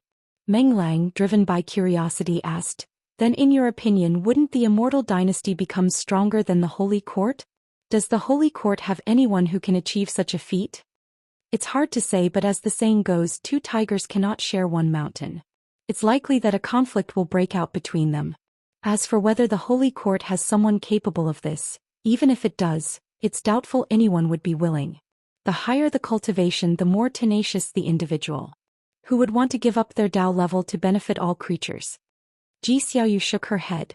The Immortal dynasty had clearly stated this point, making it known to all creatures their sacrifice and hinting at how the Holy Court should act. It would be difficult for the Holy Court to do the same without seeming to fall short by comparison. Divine thought true immortals. Those were beings comparable to holy ministers. Such existences would not be coerced, nor would they willingly self-destruct. Meng Lang also internally marveled at the Immortal dynasty's overt scheming. However, the battle between the two would ultimately depend on their own strength. The Immortal dynasty's blessings to all beings, as generous as they were, could not be quickly converted into combat power for the Immortal dynasty. Ji Xiaoyu looked up at the sky, her eyes sparkling, and she said in a special tone, There's going to be great chaos in this world. Meng Lang could hear a hint of excitement in her voice. She seemed to be looking forward to the turmoil. Meng Lang followed her gaze into the sky. Dao Void mysterious immortal's physical body had turned into a huge chi-shaped vortex, toward which the lonely spirits and wild ghosts of the world were flying. The reincarnation vortex. Many Holy Court cultivators appeared beside the reincarnation vortex. They didn't destroy it but simply stood guard around it. Ji Xiaoyu didn't linger long to chat with Meng Lang, quickly returning to her abode. She couldn't wait to cultivate and grow stronger. Meng Lang joined the crowd of disciples, sharing in their awe and discussion. Xianxia left the group and stood alone under a tree, looking up at the sky and calculating with his fingers, his expression complex as he muttered to himself, The heavens has become murky. What on earth is going to happen next? In the days that followed, the discussions around the Immortal dynasty and Dao Void mysterious immortal did not subside. Meng Lang even saw the citizens throughout Taizong continent starting to build monuments and viewing platforms in honor of Dao Void mysterious immortal. The golden rain had granted many mortal spirits the opportunity for immortal cultivation, and many chronically ill mortals were healed. It was a jubilation for the whole world. 5 days later, Meng Lang visited Immortal Seeking Island alone. Island Master Sun Hanfeng Hu Xiaojian and the elders gathered to meet him. More than 20 people were assembled in the hall, eager to recount the blessings from 5 days prior. Meng Lang sat in his chair watching their excited expressions, and felt even more profoundly the boundless merit of Dao Void Mysterious Immortal. It wasn't just mortal spirits who were grateful to Dao Void Mysterious Immortal. Even beings of the immortal path also appreciated him. The creatures didn't care what motives Dao Void Mysterious Immortal had. Having received kindness and benefits, they naturally felt thankful. After listening for a while and confirming that nothing had gone amiss on Immortal Seeking Island, Meng Lang was relieved. He briefly spoke a few words and then took Hu Xiaojian and left. He would always roam around Immortal Seeking Island whenever he visited, and Hu Xiaojian would accompany him. After leaving the island master's residence, Hu Xiaojian brought up the romance of the Three Kingdoms. Meng Lang had allowed Immortal Seeking Island to also start selling his books, and the effect was surprisingly good. Once released, Romance of the Three Kingdoms was greatly loved by many cultivators. Before Dao Void Mysterious Immortal's blessing, Romance of the Three Kingdoms was the most talked about topic on the island. The Romance of the Three Kingdoms on Immortal Seeking Island had only reached the point in the story where LV Meng crossed the river in white clothing, and Guan Yu met his demise, which infuriated many cultivators. After Hu Xiaojian finished discussing the profits from Romance of the Three Kingdoms, he couldn't help but inquire about the upcoming plot, but alas, Meng Lang refused to divulge it, so he could only give up. As they walked, Meng Lang suddenly spotted someone and immediately cast a lifespan detection spell towards the individual. Imperial Edict Immortal Lord, Dao Void Mysterious Immortal Realm 3rd Layer 3653007/4500000/11000000, Dao Void Mysterious Immortal. And he was even imbued with the Immortal Dynasty's chi fortune. Meng Lang inwardly marveled. It used to be difficult to encounter spirits of the Immortal Dynasty, but now it seemed they could be met everywhere. Dao Void Mysterious Immortals were a rare sight. Meng Lang watched as the figure approached him directly. The Imperial Edict Immortal Lord, clad in a deep purple robe, held one hand behind his waist, his long hair secured beneath a green jade crown, his countenance full of authority, his gaze even more so oppressively piercing. He came to a halt in front of Meng Lang and spoke, "Might you be the Island Master Meng Lang?" Chapter 358. Desperate Straits. "I am the Island Master," Guan asked with a puzzled face while Hu Xiaojian next to him became anxious. The Immortal Lord at first glance was no simple character, his aura clearly stronger than Gu's. The Immortal Lord looked at Guan and said, "Serve me, I require your island." After hearing this, Hu Xiaojian couldn't help but open his mouth in shock, finding the person quite arrogant.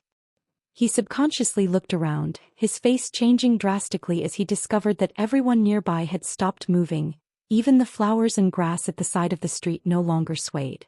It was as if everything had fallen into stillness. Gu's face turned ugly, warily watching the Immortal Lord. The Immortal Lord calmly said, "It's just a little trick to prevent others from knowing our agreement. Work for me and I will become your support. Do you know what the highest realm is?" Guan took a deep breath and said, "Heaven and earth flying immortal." The Immortal Lord replied, "Above the heaven and earth flying immortal realm is the carefree immortal realm, and above that is the divine immortal of wondrous Dharma realm. My realm is even higher than the divine immortal of wondrous Dharma realm." As these words came out, both Guan and Hu Xiaojian's faces turned pale, with Hu Xiaojian trembling all over. The Immortal Lord stopped speaking, waiting for Guan's decision. Guan pretended to grit his teeth and asked, "Do I have any other choice?" The Immortal Lord frowned, a flash of displeasure in his eyes. "The Immortal Lord harbors enmity towards you and intends to kill you. Will you perform lifespan detection on him?" This quickly led to murderous intent? Guan pondered internally, feeling that this Dao Void Mysterious Immortal was too petty. He was already on the path to his own death. The Immortal Lord coldly said, "You can naturally refuse. But from this day on, when you encounter insurmountable calamities, you will regret today's choice." His words dropped and he turned to leave. The stillness around them returned to normal. Cultivators and demons continued on their way, the streets, flowers and trees swaying in the wind, and birds flew in the sky. Watching the Immortal Lord's departing figure, Hu Xiaojian's eyes filled with fear. After the Immortal Lord disappeared into the crowd, Zhou Xian turned to Guan and asked, "Island Master, what should we do now?" Guan withdrew his gaze and said, "When soldiers come, block them. When the water comes, cover them with earth. At worst, we will take this matter to the main city of the Broken Sea domain. Don't worry." Seeing him still composed, Zhou Xian's nervousness and unease began to ease. Guan let Zhou Xian continue to lead the way. Compared to the Immortal Lord, he cared more about medicinal herb seeds. With the constant clashes between the Immortal Dynasty and the Holy Court, more supreme beings like the Immortal Lord would appear, which gave Guan a sense of urgency. He must reach a lifespan of 10 billion years and break through to a major realm as soon as possible. At dusk, the Immortal Lord flew out of Immortal-seeking Island. His flying speed was not fast, his divine sense covering the Broken Sea domain as he searched for islands similar to Immortal-seeking Island. In his mind, Immortal-seeking Island already belonged to him, but he needed more arrangements. The thought of Guan's rejection made him scoff. "Let's see how you deal with demon creatures above the heaven and earth flying immortal realm." The corner of the Immortal Lord's mouth curled in anticipation. He began to look forward to Guan kneeling on the ground, begging him to act. Snap. Suddenly a hand landed on his shoulder, forcibly making him stop, which tremored his Daoist heart fiercely, his face changing greatly. He instinctively tried to avoid it, only to discover that the mana inside his body was suppressed by an extremely domineering force. A divine immortal. The Immortal Lord guessed the other's cultivation level in an instant. His vision blurred and then he found himself in a forest. He quickly realized he'd been taken far away from Broken Sea domain. He wanted to turn back but he just couldn't. Boom. A domineering divine thought broke into his mind, causing his eyes to lose their luster, his entire being falling into a daze. After a while, Guan, using the supreme art of transformation into nothingness, executed the Immortal Lord, leaving not a trace of his soul, obliterating his body. You have successfully acquired 98,641 years of lifespan from the Immortal Lord. Dao Void Mysterious Immortal Realm 3rd Layer. That'll do. Holding the Immortal Lord's storage bracelet, Guan vanished into the woods. The demise of the Immortal Lord did not cause any ripples. Guan frequently used divine thought to observe the world in the days that followed. He saw battles erupting constantly across all sea domains, all between the immortal spirits of the Immortal Dynasty and the people of the Holy Court. Though the Holy Court had more people, the immortal spirits of the Immortal Dynasty had stronger fighting power in equal realms. As the number of battles increased, the tense atmosphere began to spread, overshadowing the joy people felt from the blessing of the primordial immortal ancestor. 5 years later, news of the clash between the Immortal Dynasty and the Holy Court had spread throughout the world, and even the lowest-ranking cultivators of the Taitsong continent knew that two colossal forces were warring, and should their battlefield fall upon Taitsong continent, it would be catastrophic. Perhaps because the Holy Court drew the attention of the Immortal Dynasty, the death of the Immortal Lord never triggered an investigation by the Immortal Dynasty. 7 years had passed since the fall of the Immortal Lord. That day, Guan returned from the Outer Gate City, having just submitted the last volume of Romance of the Three Kingdoms. Over the years he had been suppressing his unease with Romance of the Three Kingdoms. In his opinion, the battle between the Immortal Dynasty and the Holy Court should not target him, and he could continue to survive quietly. But deep down he was worried that an accident might be triggered by the Great War between the Immortal Dynasty and the Holy Court. If the primordial immortal ancestor could bestow blessings upon all beings, then might these two colossal entities, if they went to full-scale war, destroy the great heavenly spirit land? Each time he thought this, it made him uneasy. On his way back to the valley, Guan decided to continue to push forward. It was time to take a risk. Guan's divine thought swept across the world, searching for a sect rich in medicinal herbs. He found it difficult to kill beings with whom he had no enmity, deciding instead to help other sects harvest their herbs, taking without stealing, doing good deeds without leaving a trace. Alright, no matter the self-promotion, Guan still felt a bit ashamed. A divine immortal was engaging in such activities. But in order to survive just this once, no one would know anyway. Soon Guan's gaze focused on a Seabast sect. Purple Pill Palace, a sect that specialized in alchemy technique, where a great number of medicinal herbs were cultivated for the purpose of alchemy. Purple Pill Palace's strength was not very strong, but because of their alchemy technique, the nearby sects would all protect them. Let alone the nearby sects of Purple Pill Palace. Looking across the world, Guan could go wherever he wanted without being detected, apart from Immortal Dynasty and Holy Court. After returning to the valley, Guan did not act immediately but waited for nightfall. As night fell, Guan first went to Mystic Valley and then quietly left. With a single step he directly entered Purple Pill Palace. Purple Pill Palace, sitting deep in the ocean, was a sizable continent with many mountain peaks, the tallest of which exceeded 20,000 feet. Under the dark night, there were lights on the peaks of Purple Pill Palace. Guan landed in a forest. His divine thought swept over, and at that moment at least 400,000 disciples of Purple Pill Palace were engaged in alchemy. He walked towards the nearest medicine garden. At the edge of the medicine garden, in front of a building, an old cultivator sat in front of a pill furnace, his eyes closed, holding a fan and gently waving it, controlling the flames beneath the furnace. Guan walked past him without him noticing Guan's presence. Even if he were to open his eyes he would not see Guan. This was the skill of the carefree primordial immortal, employed by Guan with the power of a divine immortal. Not even divine immortals could see him unless their cultivation level reached Dao Void Mysterious Immortal. He entered the garden, not picking herbs at random, only harvesting the ones close to maturation. After a while, Guan moved on to the next medicine garden without taking a single herb, simply helping with the harvesting. Purple Pill Palace was vast, and to avoid causing disturbance, Guan moved gently, which slowed down his harvesting speed. He was not in a hurry, taking his time. He would visit each night. 15 days later, Guan had harvested all the mature medicinal herbs within Purple Pill Palace, gaining 150 million years of lifespan. He had harvested so many herbs that Purple Pill Palace eventually noticed something was wrong, falling into panic and even inviting other sects to provide protection. All of this was irrelevant to Guan. He had now set his sights on other sects, this time choosing one far away from Broken Sea Domain. On the first night, after just an ancient hour, someone detected the disturbance. This person quickly alerted the entire sect, causing all the disciples to start patrolling. Guan had to withdraw. In reality, even if discovered, Guan could have forcefully harvested, but he feared making too big a scene.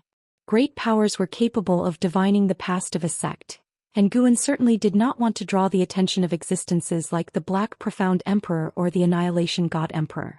Although the great heavenly spirit land seemed to be dominated by the Holy Court, who could guarantee that there were no entities hiding that were above the 9 heavens of Immortal Path. It is always better to be cautious. Life is precious, and if faced with an insurmountable foe, no amount of lifespan would matter.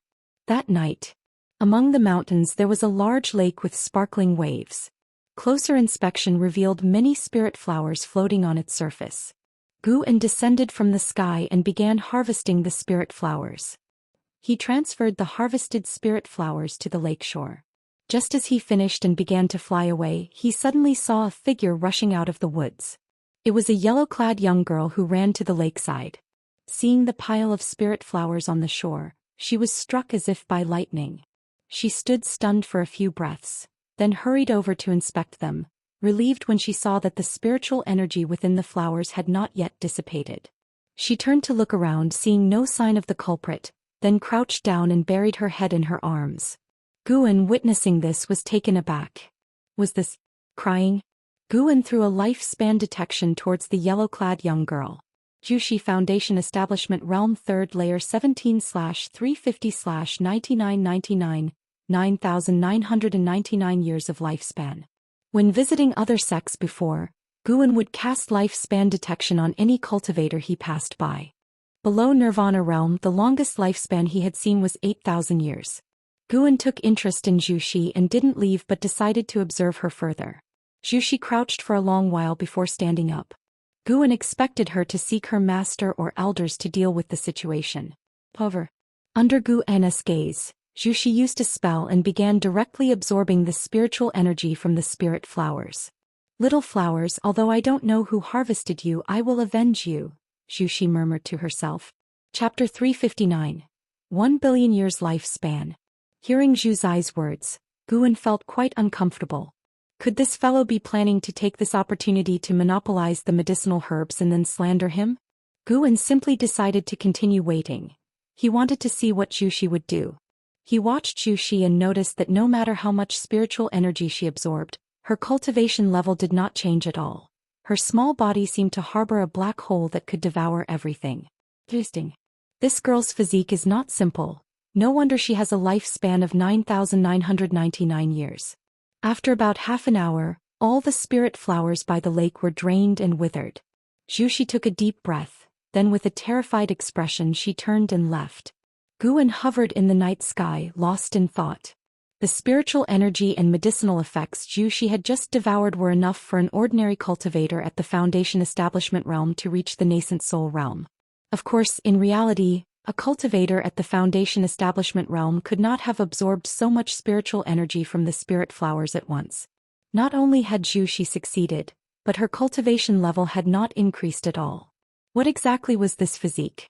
Guan began to recall the memories of Long Zhan and Lu Han. They had lived for hundreds of thousands of years, fought countless battles, and perhaps had seen similar physiques. Soon Guan's brow furrowed. Could it be? An unusual glint flashed in Guan's eyes as he grew more intrigued by Zhou Xian. After a while, a large group of cultivators flew in, and when they saw the large number of withered spirit flowers by the lake, they all looked alarmed. Has there been a thief? Who dares to steal the treasures of heaven and earth from Moonfall Divine Lake? That's simply courting death. If someone could sneak into Moonfall Divine Lake and absorb the energy and medicinal effects of the purple orchid flowers all at once, their cultivation must be high. Could it be a spirit beast from the lake? Could it be the act of an immortal spirit from the Immortal dynasty? Recently they've been making a lot of noise. Listening to the seniors' discussions, Zhou Xian stood by, looking fearfully apprehensive, and nobody imagined she was the one who had absorbed the spirit of the purple orchid flowers. After a long discussion, the cultivators of Moonfall Divine Lake couldn't come to a conclusion and prepared to report the matter to the higher-ups. Before leaving, they comforted Zhou Xian not to be afraid anymore. Zhou Xian returned to her quarters by herself. Along the way she was deep in thought, her brow tightly furrowed, occasionally looking around with vigilance, making Guan admire her acting skills and strong conviction. After entering her house, Guan saw Zhou Xian reveal a smile. From worry to contentment, the speed of her change in demeanor impressed even Guan. Seeing that Zhou Xian was about to change clothes, Guan stopped observing her, turned, and left to continue his own herb-gathering journey. That evening, Guan picked many more medicinal herbs in Moonfall Divine Lake, which added to the already tense atmosphere within. After that night, Guan did not return to Moonfall Divine Lake to gather herbs. With so many sects in the world gathering everywhere, he could quickly accumulate a lifespan. As summer passed and autumn arrived, the third Medicine Valley was covered in a panorama of withered scenery. Guan looked at his attribute panel, a smile forming on his face, only 1 million years away from reaching a lifespan of 1 billion years. Indeed, not taking the righteous path increases lifespan more rapidly. But the sects from which Guan had gathered herbs all thought a great calamity was imminent, all on high alert. Guan purposefully chose sects far apart to prevent them from connecting and making a big fuss. Although he didn't steal those medicinal herbs, his behavior of gathering was still suspicious. Now some sects thought it was the work of demon beasts or spirit beasts. Others thought it was an enemy warning them. It must be said these sects were quite perceptive. After each of Guan's harvests, they quickly started guarding. Guan turned off the attribute panel and stood up. He flexed his muscles as his divine sense looked towards the distance. He was watching Zhou Xian from Moonfall Divine Lake. Guan was very interested in this girl whose actions were so different, feeling a sense of kinship with her. Zhou Xi's talent was extraordinary, but for now within Moonfall Divine Lake, she was just an ordinary disciple, which is why she was responsible for guarding a lake. Guan guessed that her reason for wanting to guard the lake was to facilitate her own theft. Boom! Suddenly, a thunderous roar came from outside the window, but Guan was not startled because the source of the noise was extremely distant from the Taizong continent. The disciples within the third Medicine Valley were startled but did not panic. Instead, they started to wonder what kind of great power was clashing. The friction between the Immortal dynasty and the Holy Court was increasing, almost to the point of declaring war. In Gu An's view, both sides were still testing each other. Last year, Guan had seen two Dao Void mysterious immortals battle in outer heaven, generating a great commotion that caught the attention of the great cultivators of the mortal world. Guan walked downstairs. As he descended the stairs, his gaze turned towards the valley entrance where someone was coming. It was Zhang Xianwang from the Immortal dynasty. After entering the valley, Zhang Xianwang scrutinized everything along the path. The Third Medicine Valley was quite famous within the Supreme Sect, and those cultivators visiting the Supreme Sect often came to stroll through the Third Medicine Valley. Guan rarely greeted them personally, given the large number of disciples within the Medicine Valley. Zhang Xianwang's gaze swept over Xianxia, then glanced at the nine-fingered Divine Lord who was playing chess, thinking to himself that their reputations were indeed well-deserved. The two wandering immortals were not enough to shock him, a carefree primordial immortal. He was just curious how Guan, currently at the nascent soul realm, had managed to attract so many beings of the immortal path to gather here. From a distance, Zhang Xianwang saw Guan and immediately walked towards him. Guan stood downstairs, pretending not to see him, walked towards the medicine garden in front, and then stopped in front of a wooden railing to check the medicinal herbs in the garden. As Zhang Xianwang approached, Guan turned his head, his face showing a surprised expression. "Daoist Zhang, what brings you here?" Faced with Gu An's question, Zhang Xianwang smiled and said, "I've come to take you to the Immortal dynasty." Upon hearing this, Guan hesitated and said, "After much deliberation, I don't really want to go to the Immortal dynasty, Daoist Zhang, thank you for your kindness." Zhang Xianwang frowned and said, "After experiencing the previous blessing of the Immortal dynasty, do you still not believe the power of the Immortal dynasty is real?" "I do believe, but I can't part with everything I have now," Guan said helplessly. Zhang Xianwang stared at him and said, "If you go to the Immortal dynasty, you can establish everything you currently have. You should understand that the most important thing in cultivation is your own future prospects." Guan took a deep breath and said, "Everyone has their own aspirations. My pursuit is not just about future prospects." Zhang Xianwang's brows furrowed tighter. Just as he was about to say more, Ji Xiaoyu suddenly came over. "Going to the Immortal dynasty might not necessarily lead to a better future," Ji Xiaoyu said to Zhang Xianwang, her tone indifferent, her words blunt, clearly showing no fondness for Zhang Xianwang. Zhang Xianwang saw the Dao patterns on Ji Xiaoyu's forehead and looked perplexed. His eyes shifted back and forth between Guan and Ji Xiaoyu's foreheads. Ji Xiaoyu came to stand beside Guan, turned to face Zhang Xianwang. "What do you mean by that?" Zhang Xianwang asked, curious about her identity, but her previous words had displeased him.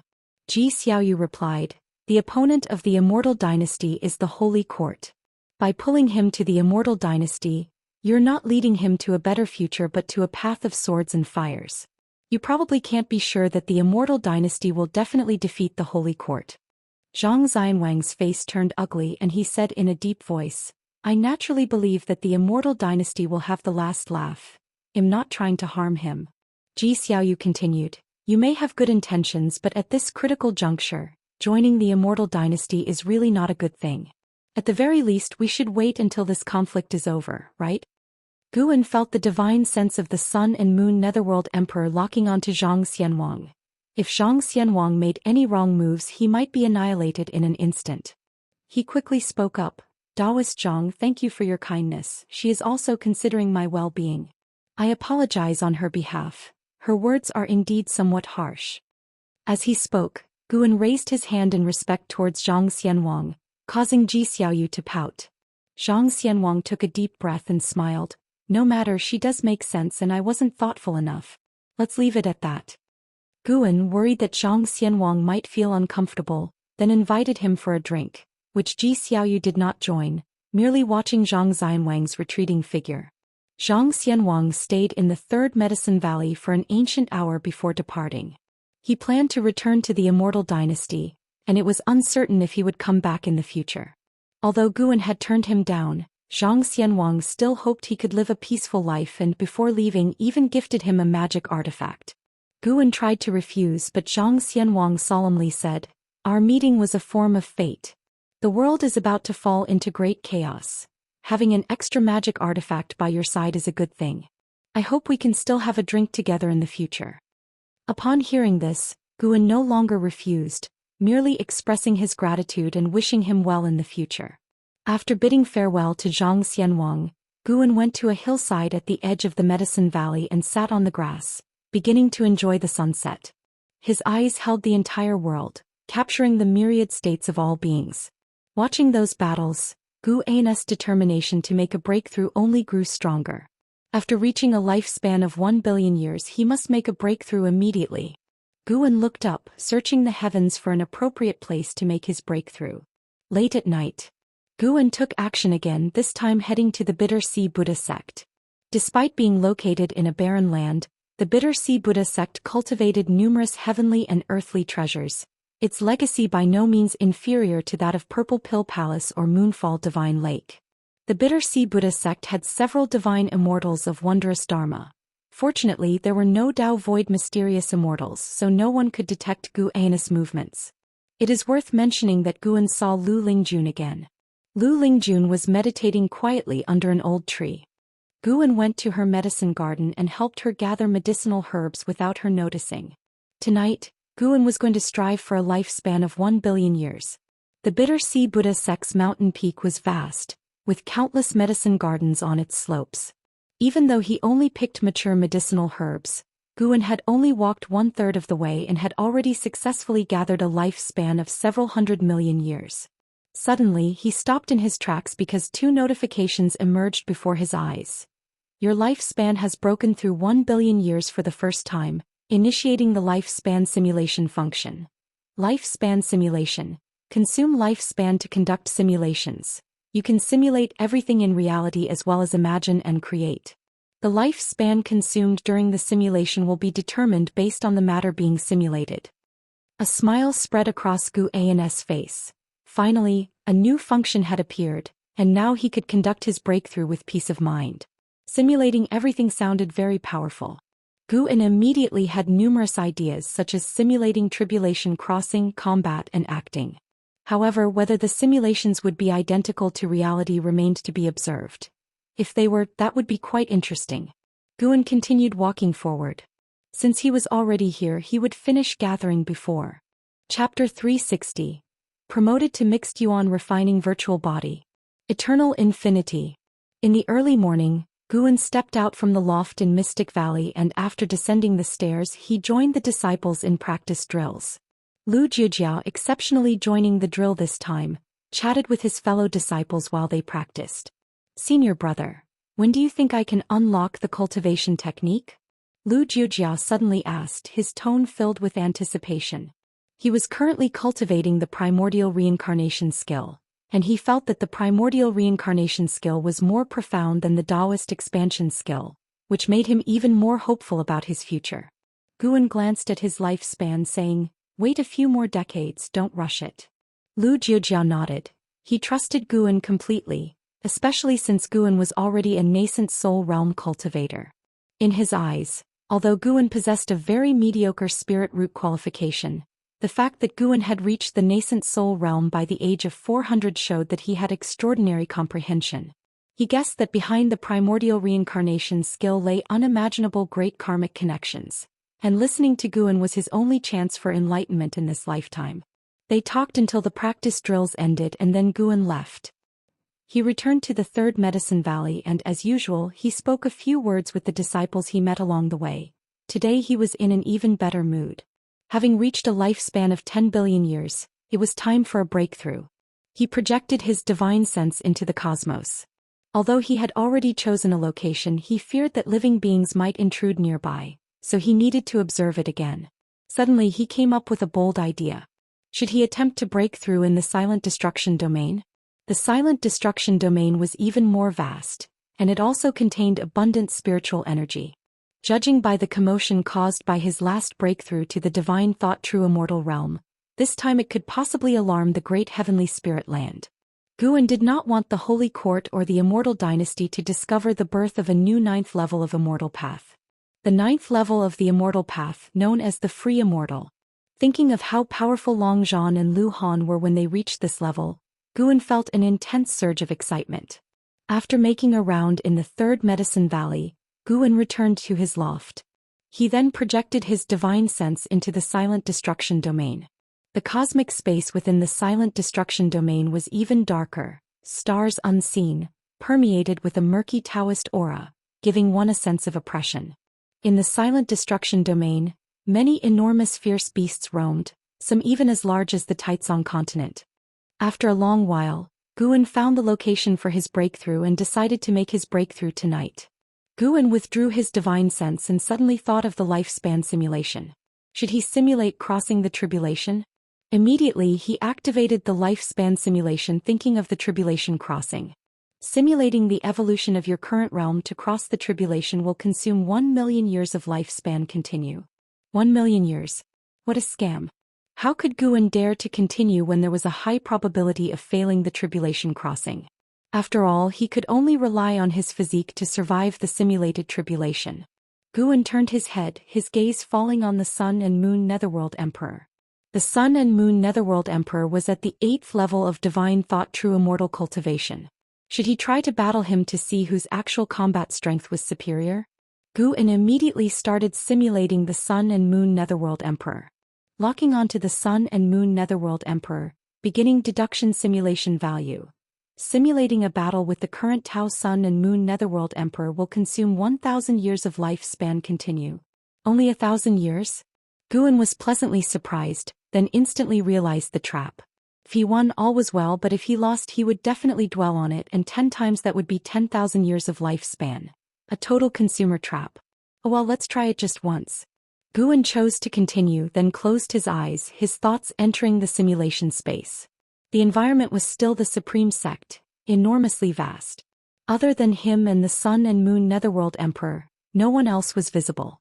The Sun and Moon Netherworld Emperor rose from behind a distant peak, looking down from high above at the standing area in the Third Medicine Valley.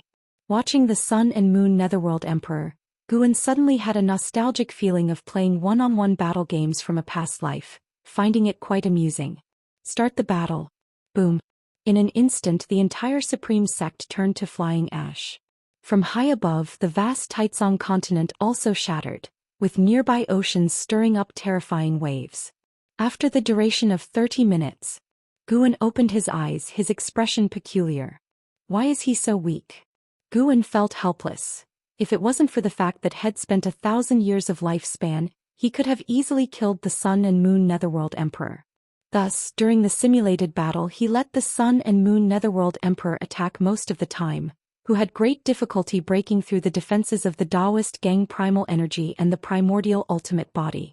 Guan built confidence in himself. Indeed, he was very strong within his own realm, not to be misled by his failure in crossing the tribulation.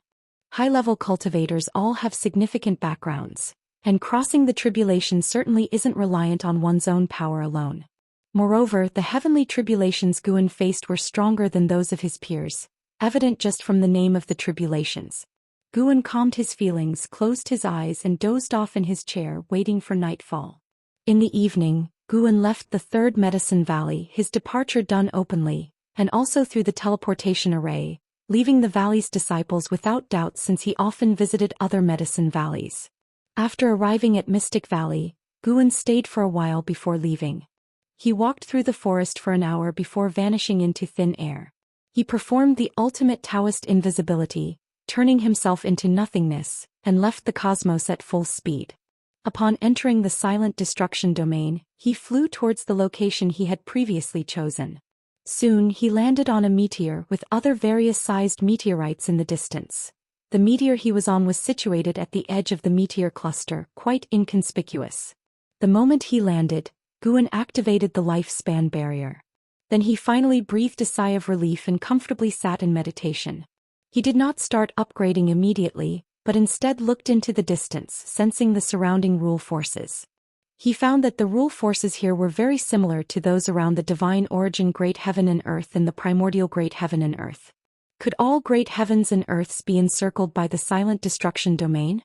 Or was the universe initially a silent destruction domain scene, with the great heavens and earth being born later? Guan delved into deep thought, and after a while he finally pulled up his attribute panel. Name, Guan, lifespan, for 19/1030-812-376. Physique, Primordial Ultimate Body, Cultivation, 9th layer of Divine Thought True Immortal Realm, 10 billion years of lifespan. The more he looked, the more exciting it was. First, let's upgrade the physique. Previously, he had used 20 million years of lifespan to upgrade the primordial karmic body to the primordial chaos body and then upgraded to the primordial ultimate body. This time, upgrading the primordial ultimate body would require at least another 20 million years of lifespan, right? Forget it, let's go bold. Throw in 50 million years of lifespan. Physique not only affects qualification but also impacts actual combat abilities. The stronger the strength, the higher the success rate of crossing the tribulation. Guan immediately infused 50 million years of lifespan into the primordial ultimate body. His lifespan abruptly dropped by a digit, falling to over 980 million years. A whirl of prompts crazily popped before Guan's eyes. For the first 30 million years, the primordial ultimate body did not undergo transformation but continued to strengthen. Until 35 million years, the primordial ultimate body transformed into the chaos-refined illusory body. Then, the chaos-refined illusory body continued to sense the Tao rules, constantly enhancing its perception power of the Tao rules. Ultimately, the chaos-refined illusory body could not advance further, but Guan was already satisfied. Boom! The surrounding spiritual energy frenziedly surged towards Guan. The spiritual energy within the silent destruction domain was of a higher grade than the nature's spiritual energy, mixed with an essence of Tao rules, and was known as Tao spiritual energy. Absorbing Tao spiritual energy could not only enhance cultivation but also amplify the perception power of Tao. Of course, if the cultivation realm was insufficient, absorbing Tao spiritual energy would only damage the physique and harm the soul. It seemed, thus, that the mysterious light covering the great heavenly spirit land might be a protective measure. Reaching the level of heaven and earth flying immortal would ensure safe absorption of Tao spiritual energy. Guan closed his eyes, fully immersing himself in enlightenment, feeling the creation of the chaos-refined illusory body. After transforming the primordial ultimate body into the chaos-refined illusory body, its great divine power, the ultimate Tao chaos pan, although not qualitatively changed, was fully unleashed, reaching a pinnacle state. The ultimate Tao chaos pan was a type of great divine power. Guan had used it before in simulated battles, able to effortlessly crush the Sun and Moon Netherworld Emperor. If deployed at full power, it could even engulf the entire great heavenly spirit land. If Guan's cultivation was more robust, he could unleash even more terrifying might. As Tao spiritual energy furiously entered Guan's body, the cosmic space around him stirred up Tao winds, whimsical and wanton, shaking the distant meteor cluster. Just as this commotion started, Guan sensed many powerful divine senses and divine thoughts sweeping over. The weakest was from the realm of divine immortal of wondrous Dharma. Sure enough, the silent destruction domain harbored numerous fearsome beings. As time passed, more and more divine thoughts appeared, signifying that he had alarmed the divine thought true immortals. Fortunately, those beings only used divine thoughts for observation and did not personally patrol. An hour later, Guan successfully cultivated the chaos-refined illusory body. He opened his eyes to see that the lifespan barrier had consumed 5 million years of lifespan. Such a huge consumption. Guan again pulled up his attribute panel, looking at his main cultivation technique, the Myriad Creation Limitless skill. Upgrading from the Primordial Chaos Supreme Holy skill to the Myriad Creation Limitless skill had earlier cost 20 million years of lifespan. Guan now planned to throw in another 50 million years of lifespan. Cultivation techniques and physiques were the most crucial. Other divine skills and ultimate skills were just embellishments. Currently he had too many Daoist sorceries. It wasn't feasible to upgrade them all. 50 million years of lifespan throw. One digital prompt after another jumped before his eyes, and he carefully observed. Eventually, the Myriad Creation Limitless skill was upgraded to the Eternal Infinite skill. An overwhelming legacy memory surged into Guan's mind. The function of the Eternal Infinite skill allowed Guan's mana to exist indefinitely unless erased by a stronger force. Besides this characteristic, the strength of Guan's mana also increased severally. Deploying the same amount of mana, his destructive power was now several times stronger than before. The divine skill awakening from the Myriad Creation Limitless skill, the Unlimited Avatars, was also enhanced. His avatars could now exist indefinitely as well, but the avatars could not have separate spiritual wisdom. The existences of the unlimited avatars meant that Guan had additional eyes and bodies. The avatars were only made from mana, hence not as strong as the original. Who knew who could force Guan to deploy the unlimited avatars? He possessed many divine skills, but he rarely used any. Of course, he hoped not to encounter a situation where he had to use all his skills to survive a crisis. The Tao's spiritual energy erupted again, and this time, it finally alarmed a powerful being to appear. Guan lifted his eyes to see a massive figure emerging from the darkness, just an outline resembling some demon creature. This was also the largest being Guan had ever seen in his life, larger than the great heaven and earth. Merely looking at its form was enough to feel the oppressive,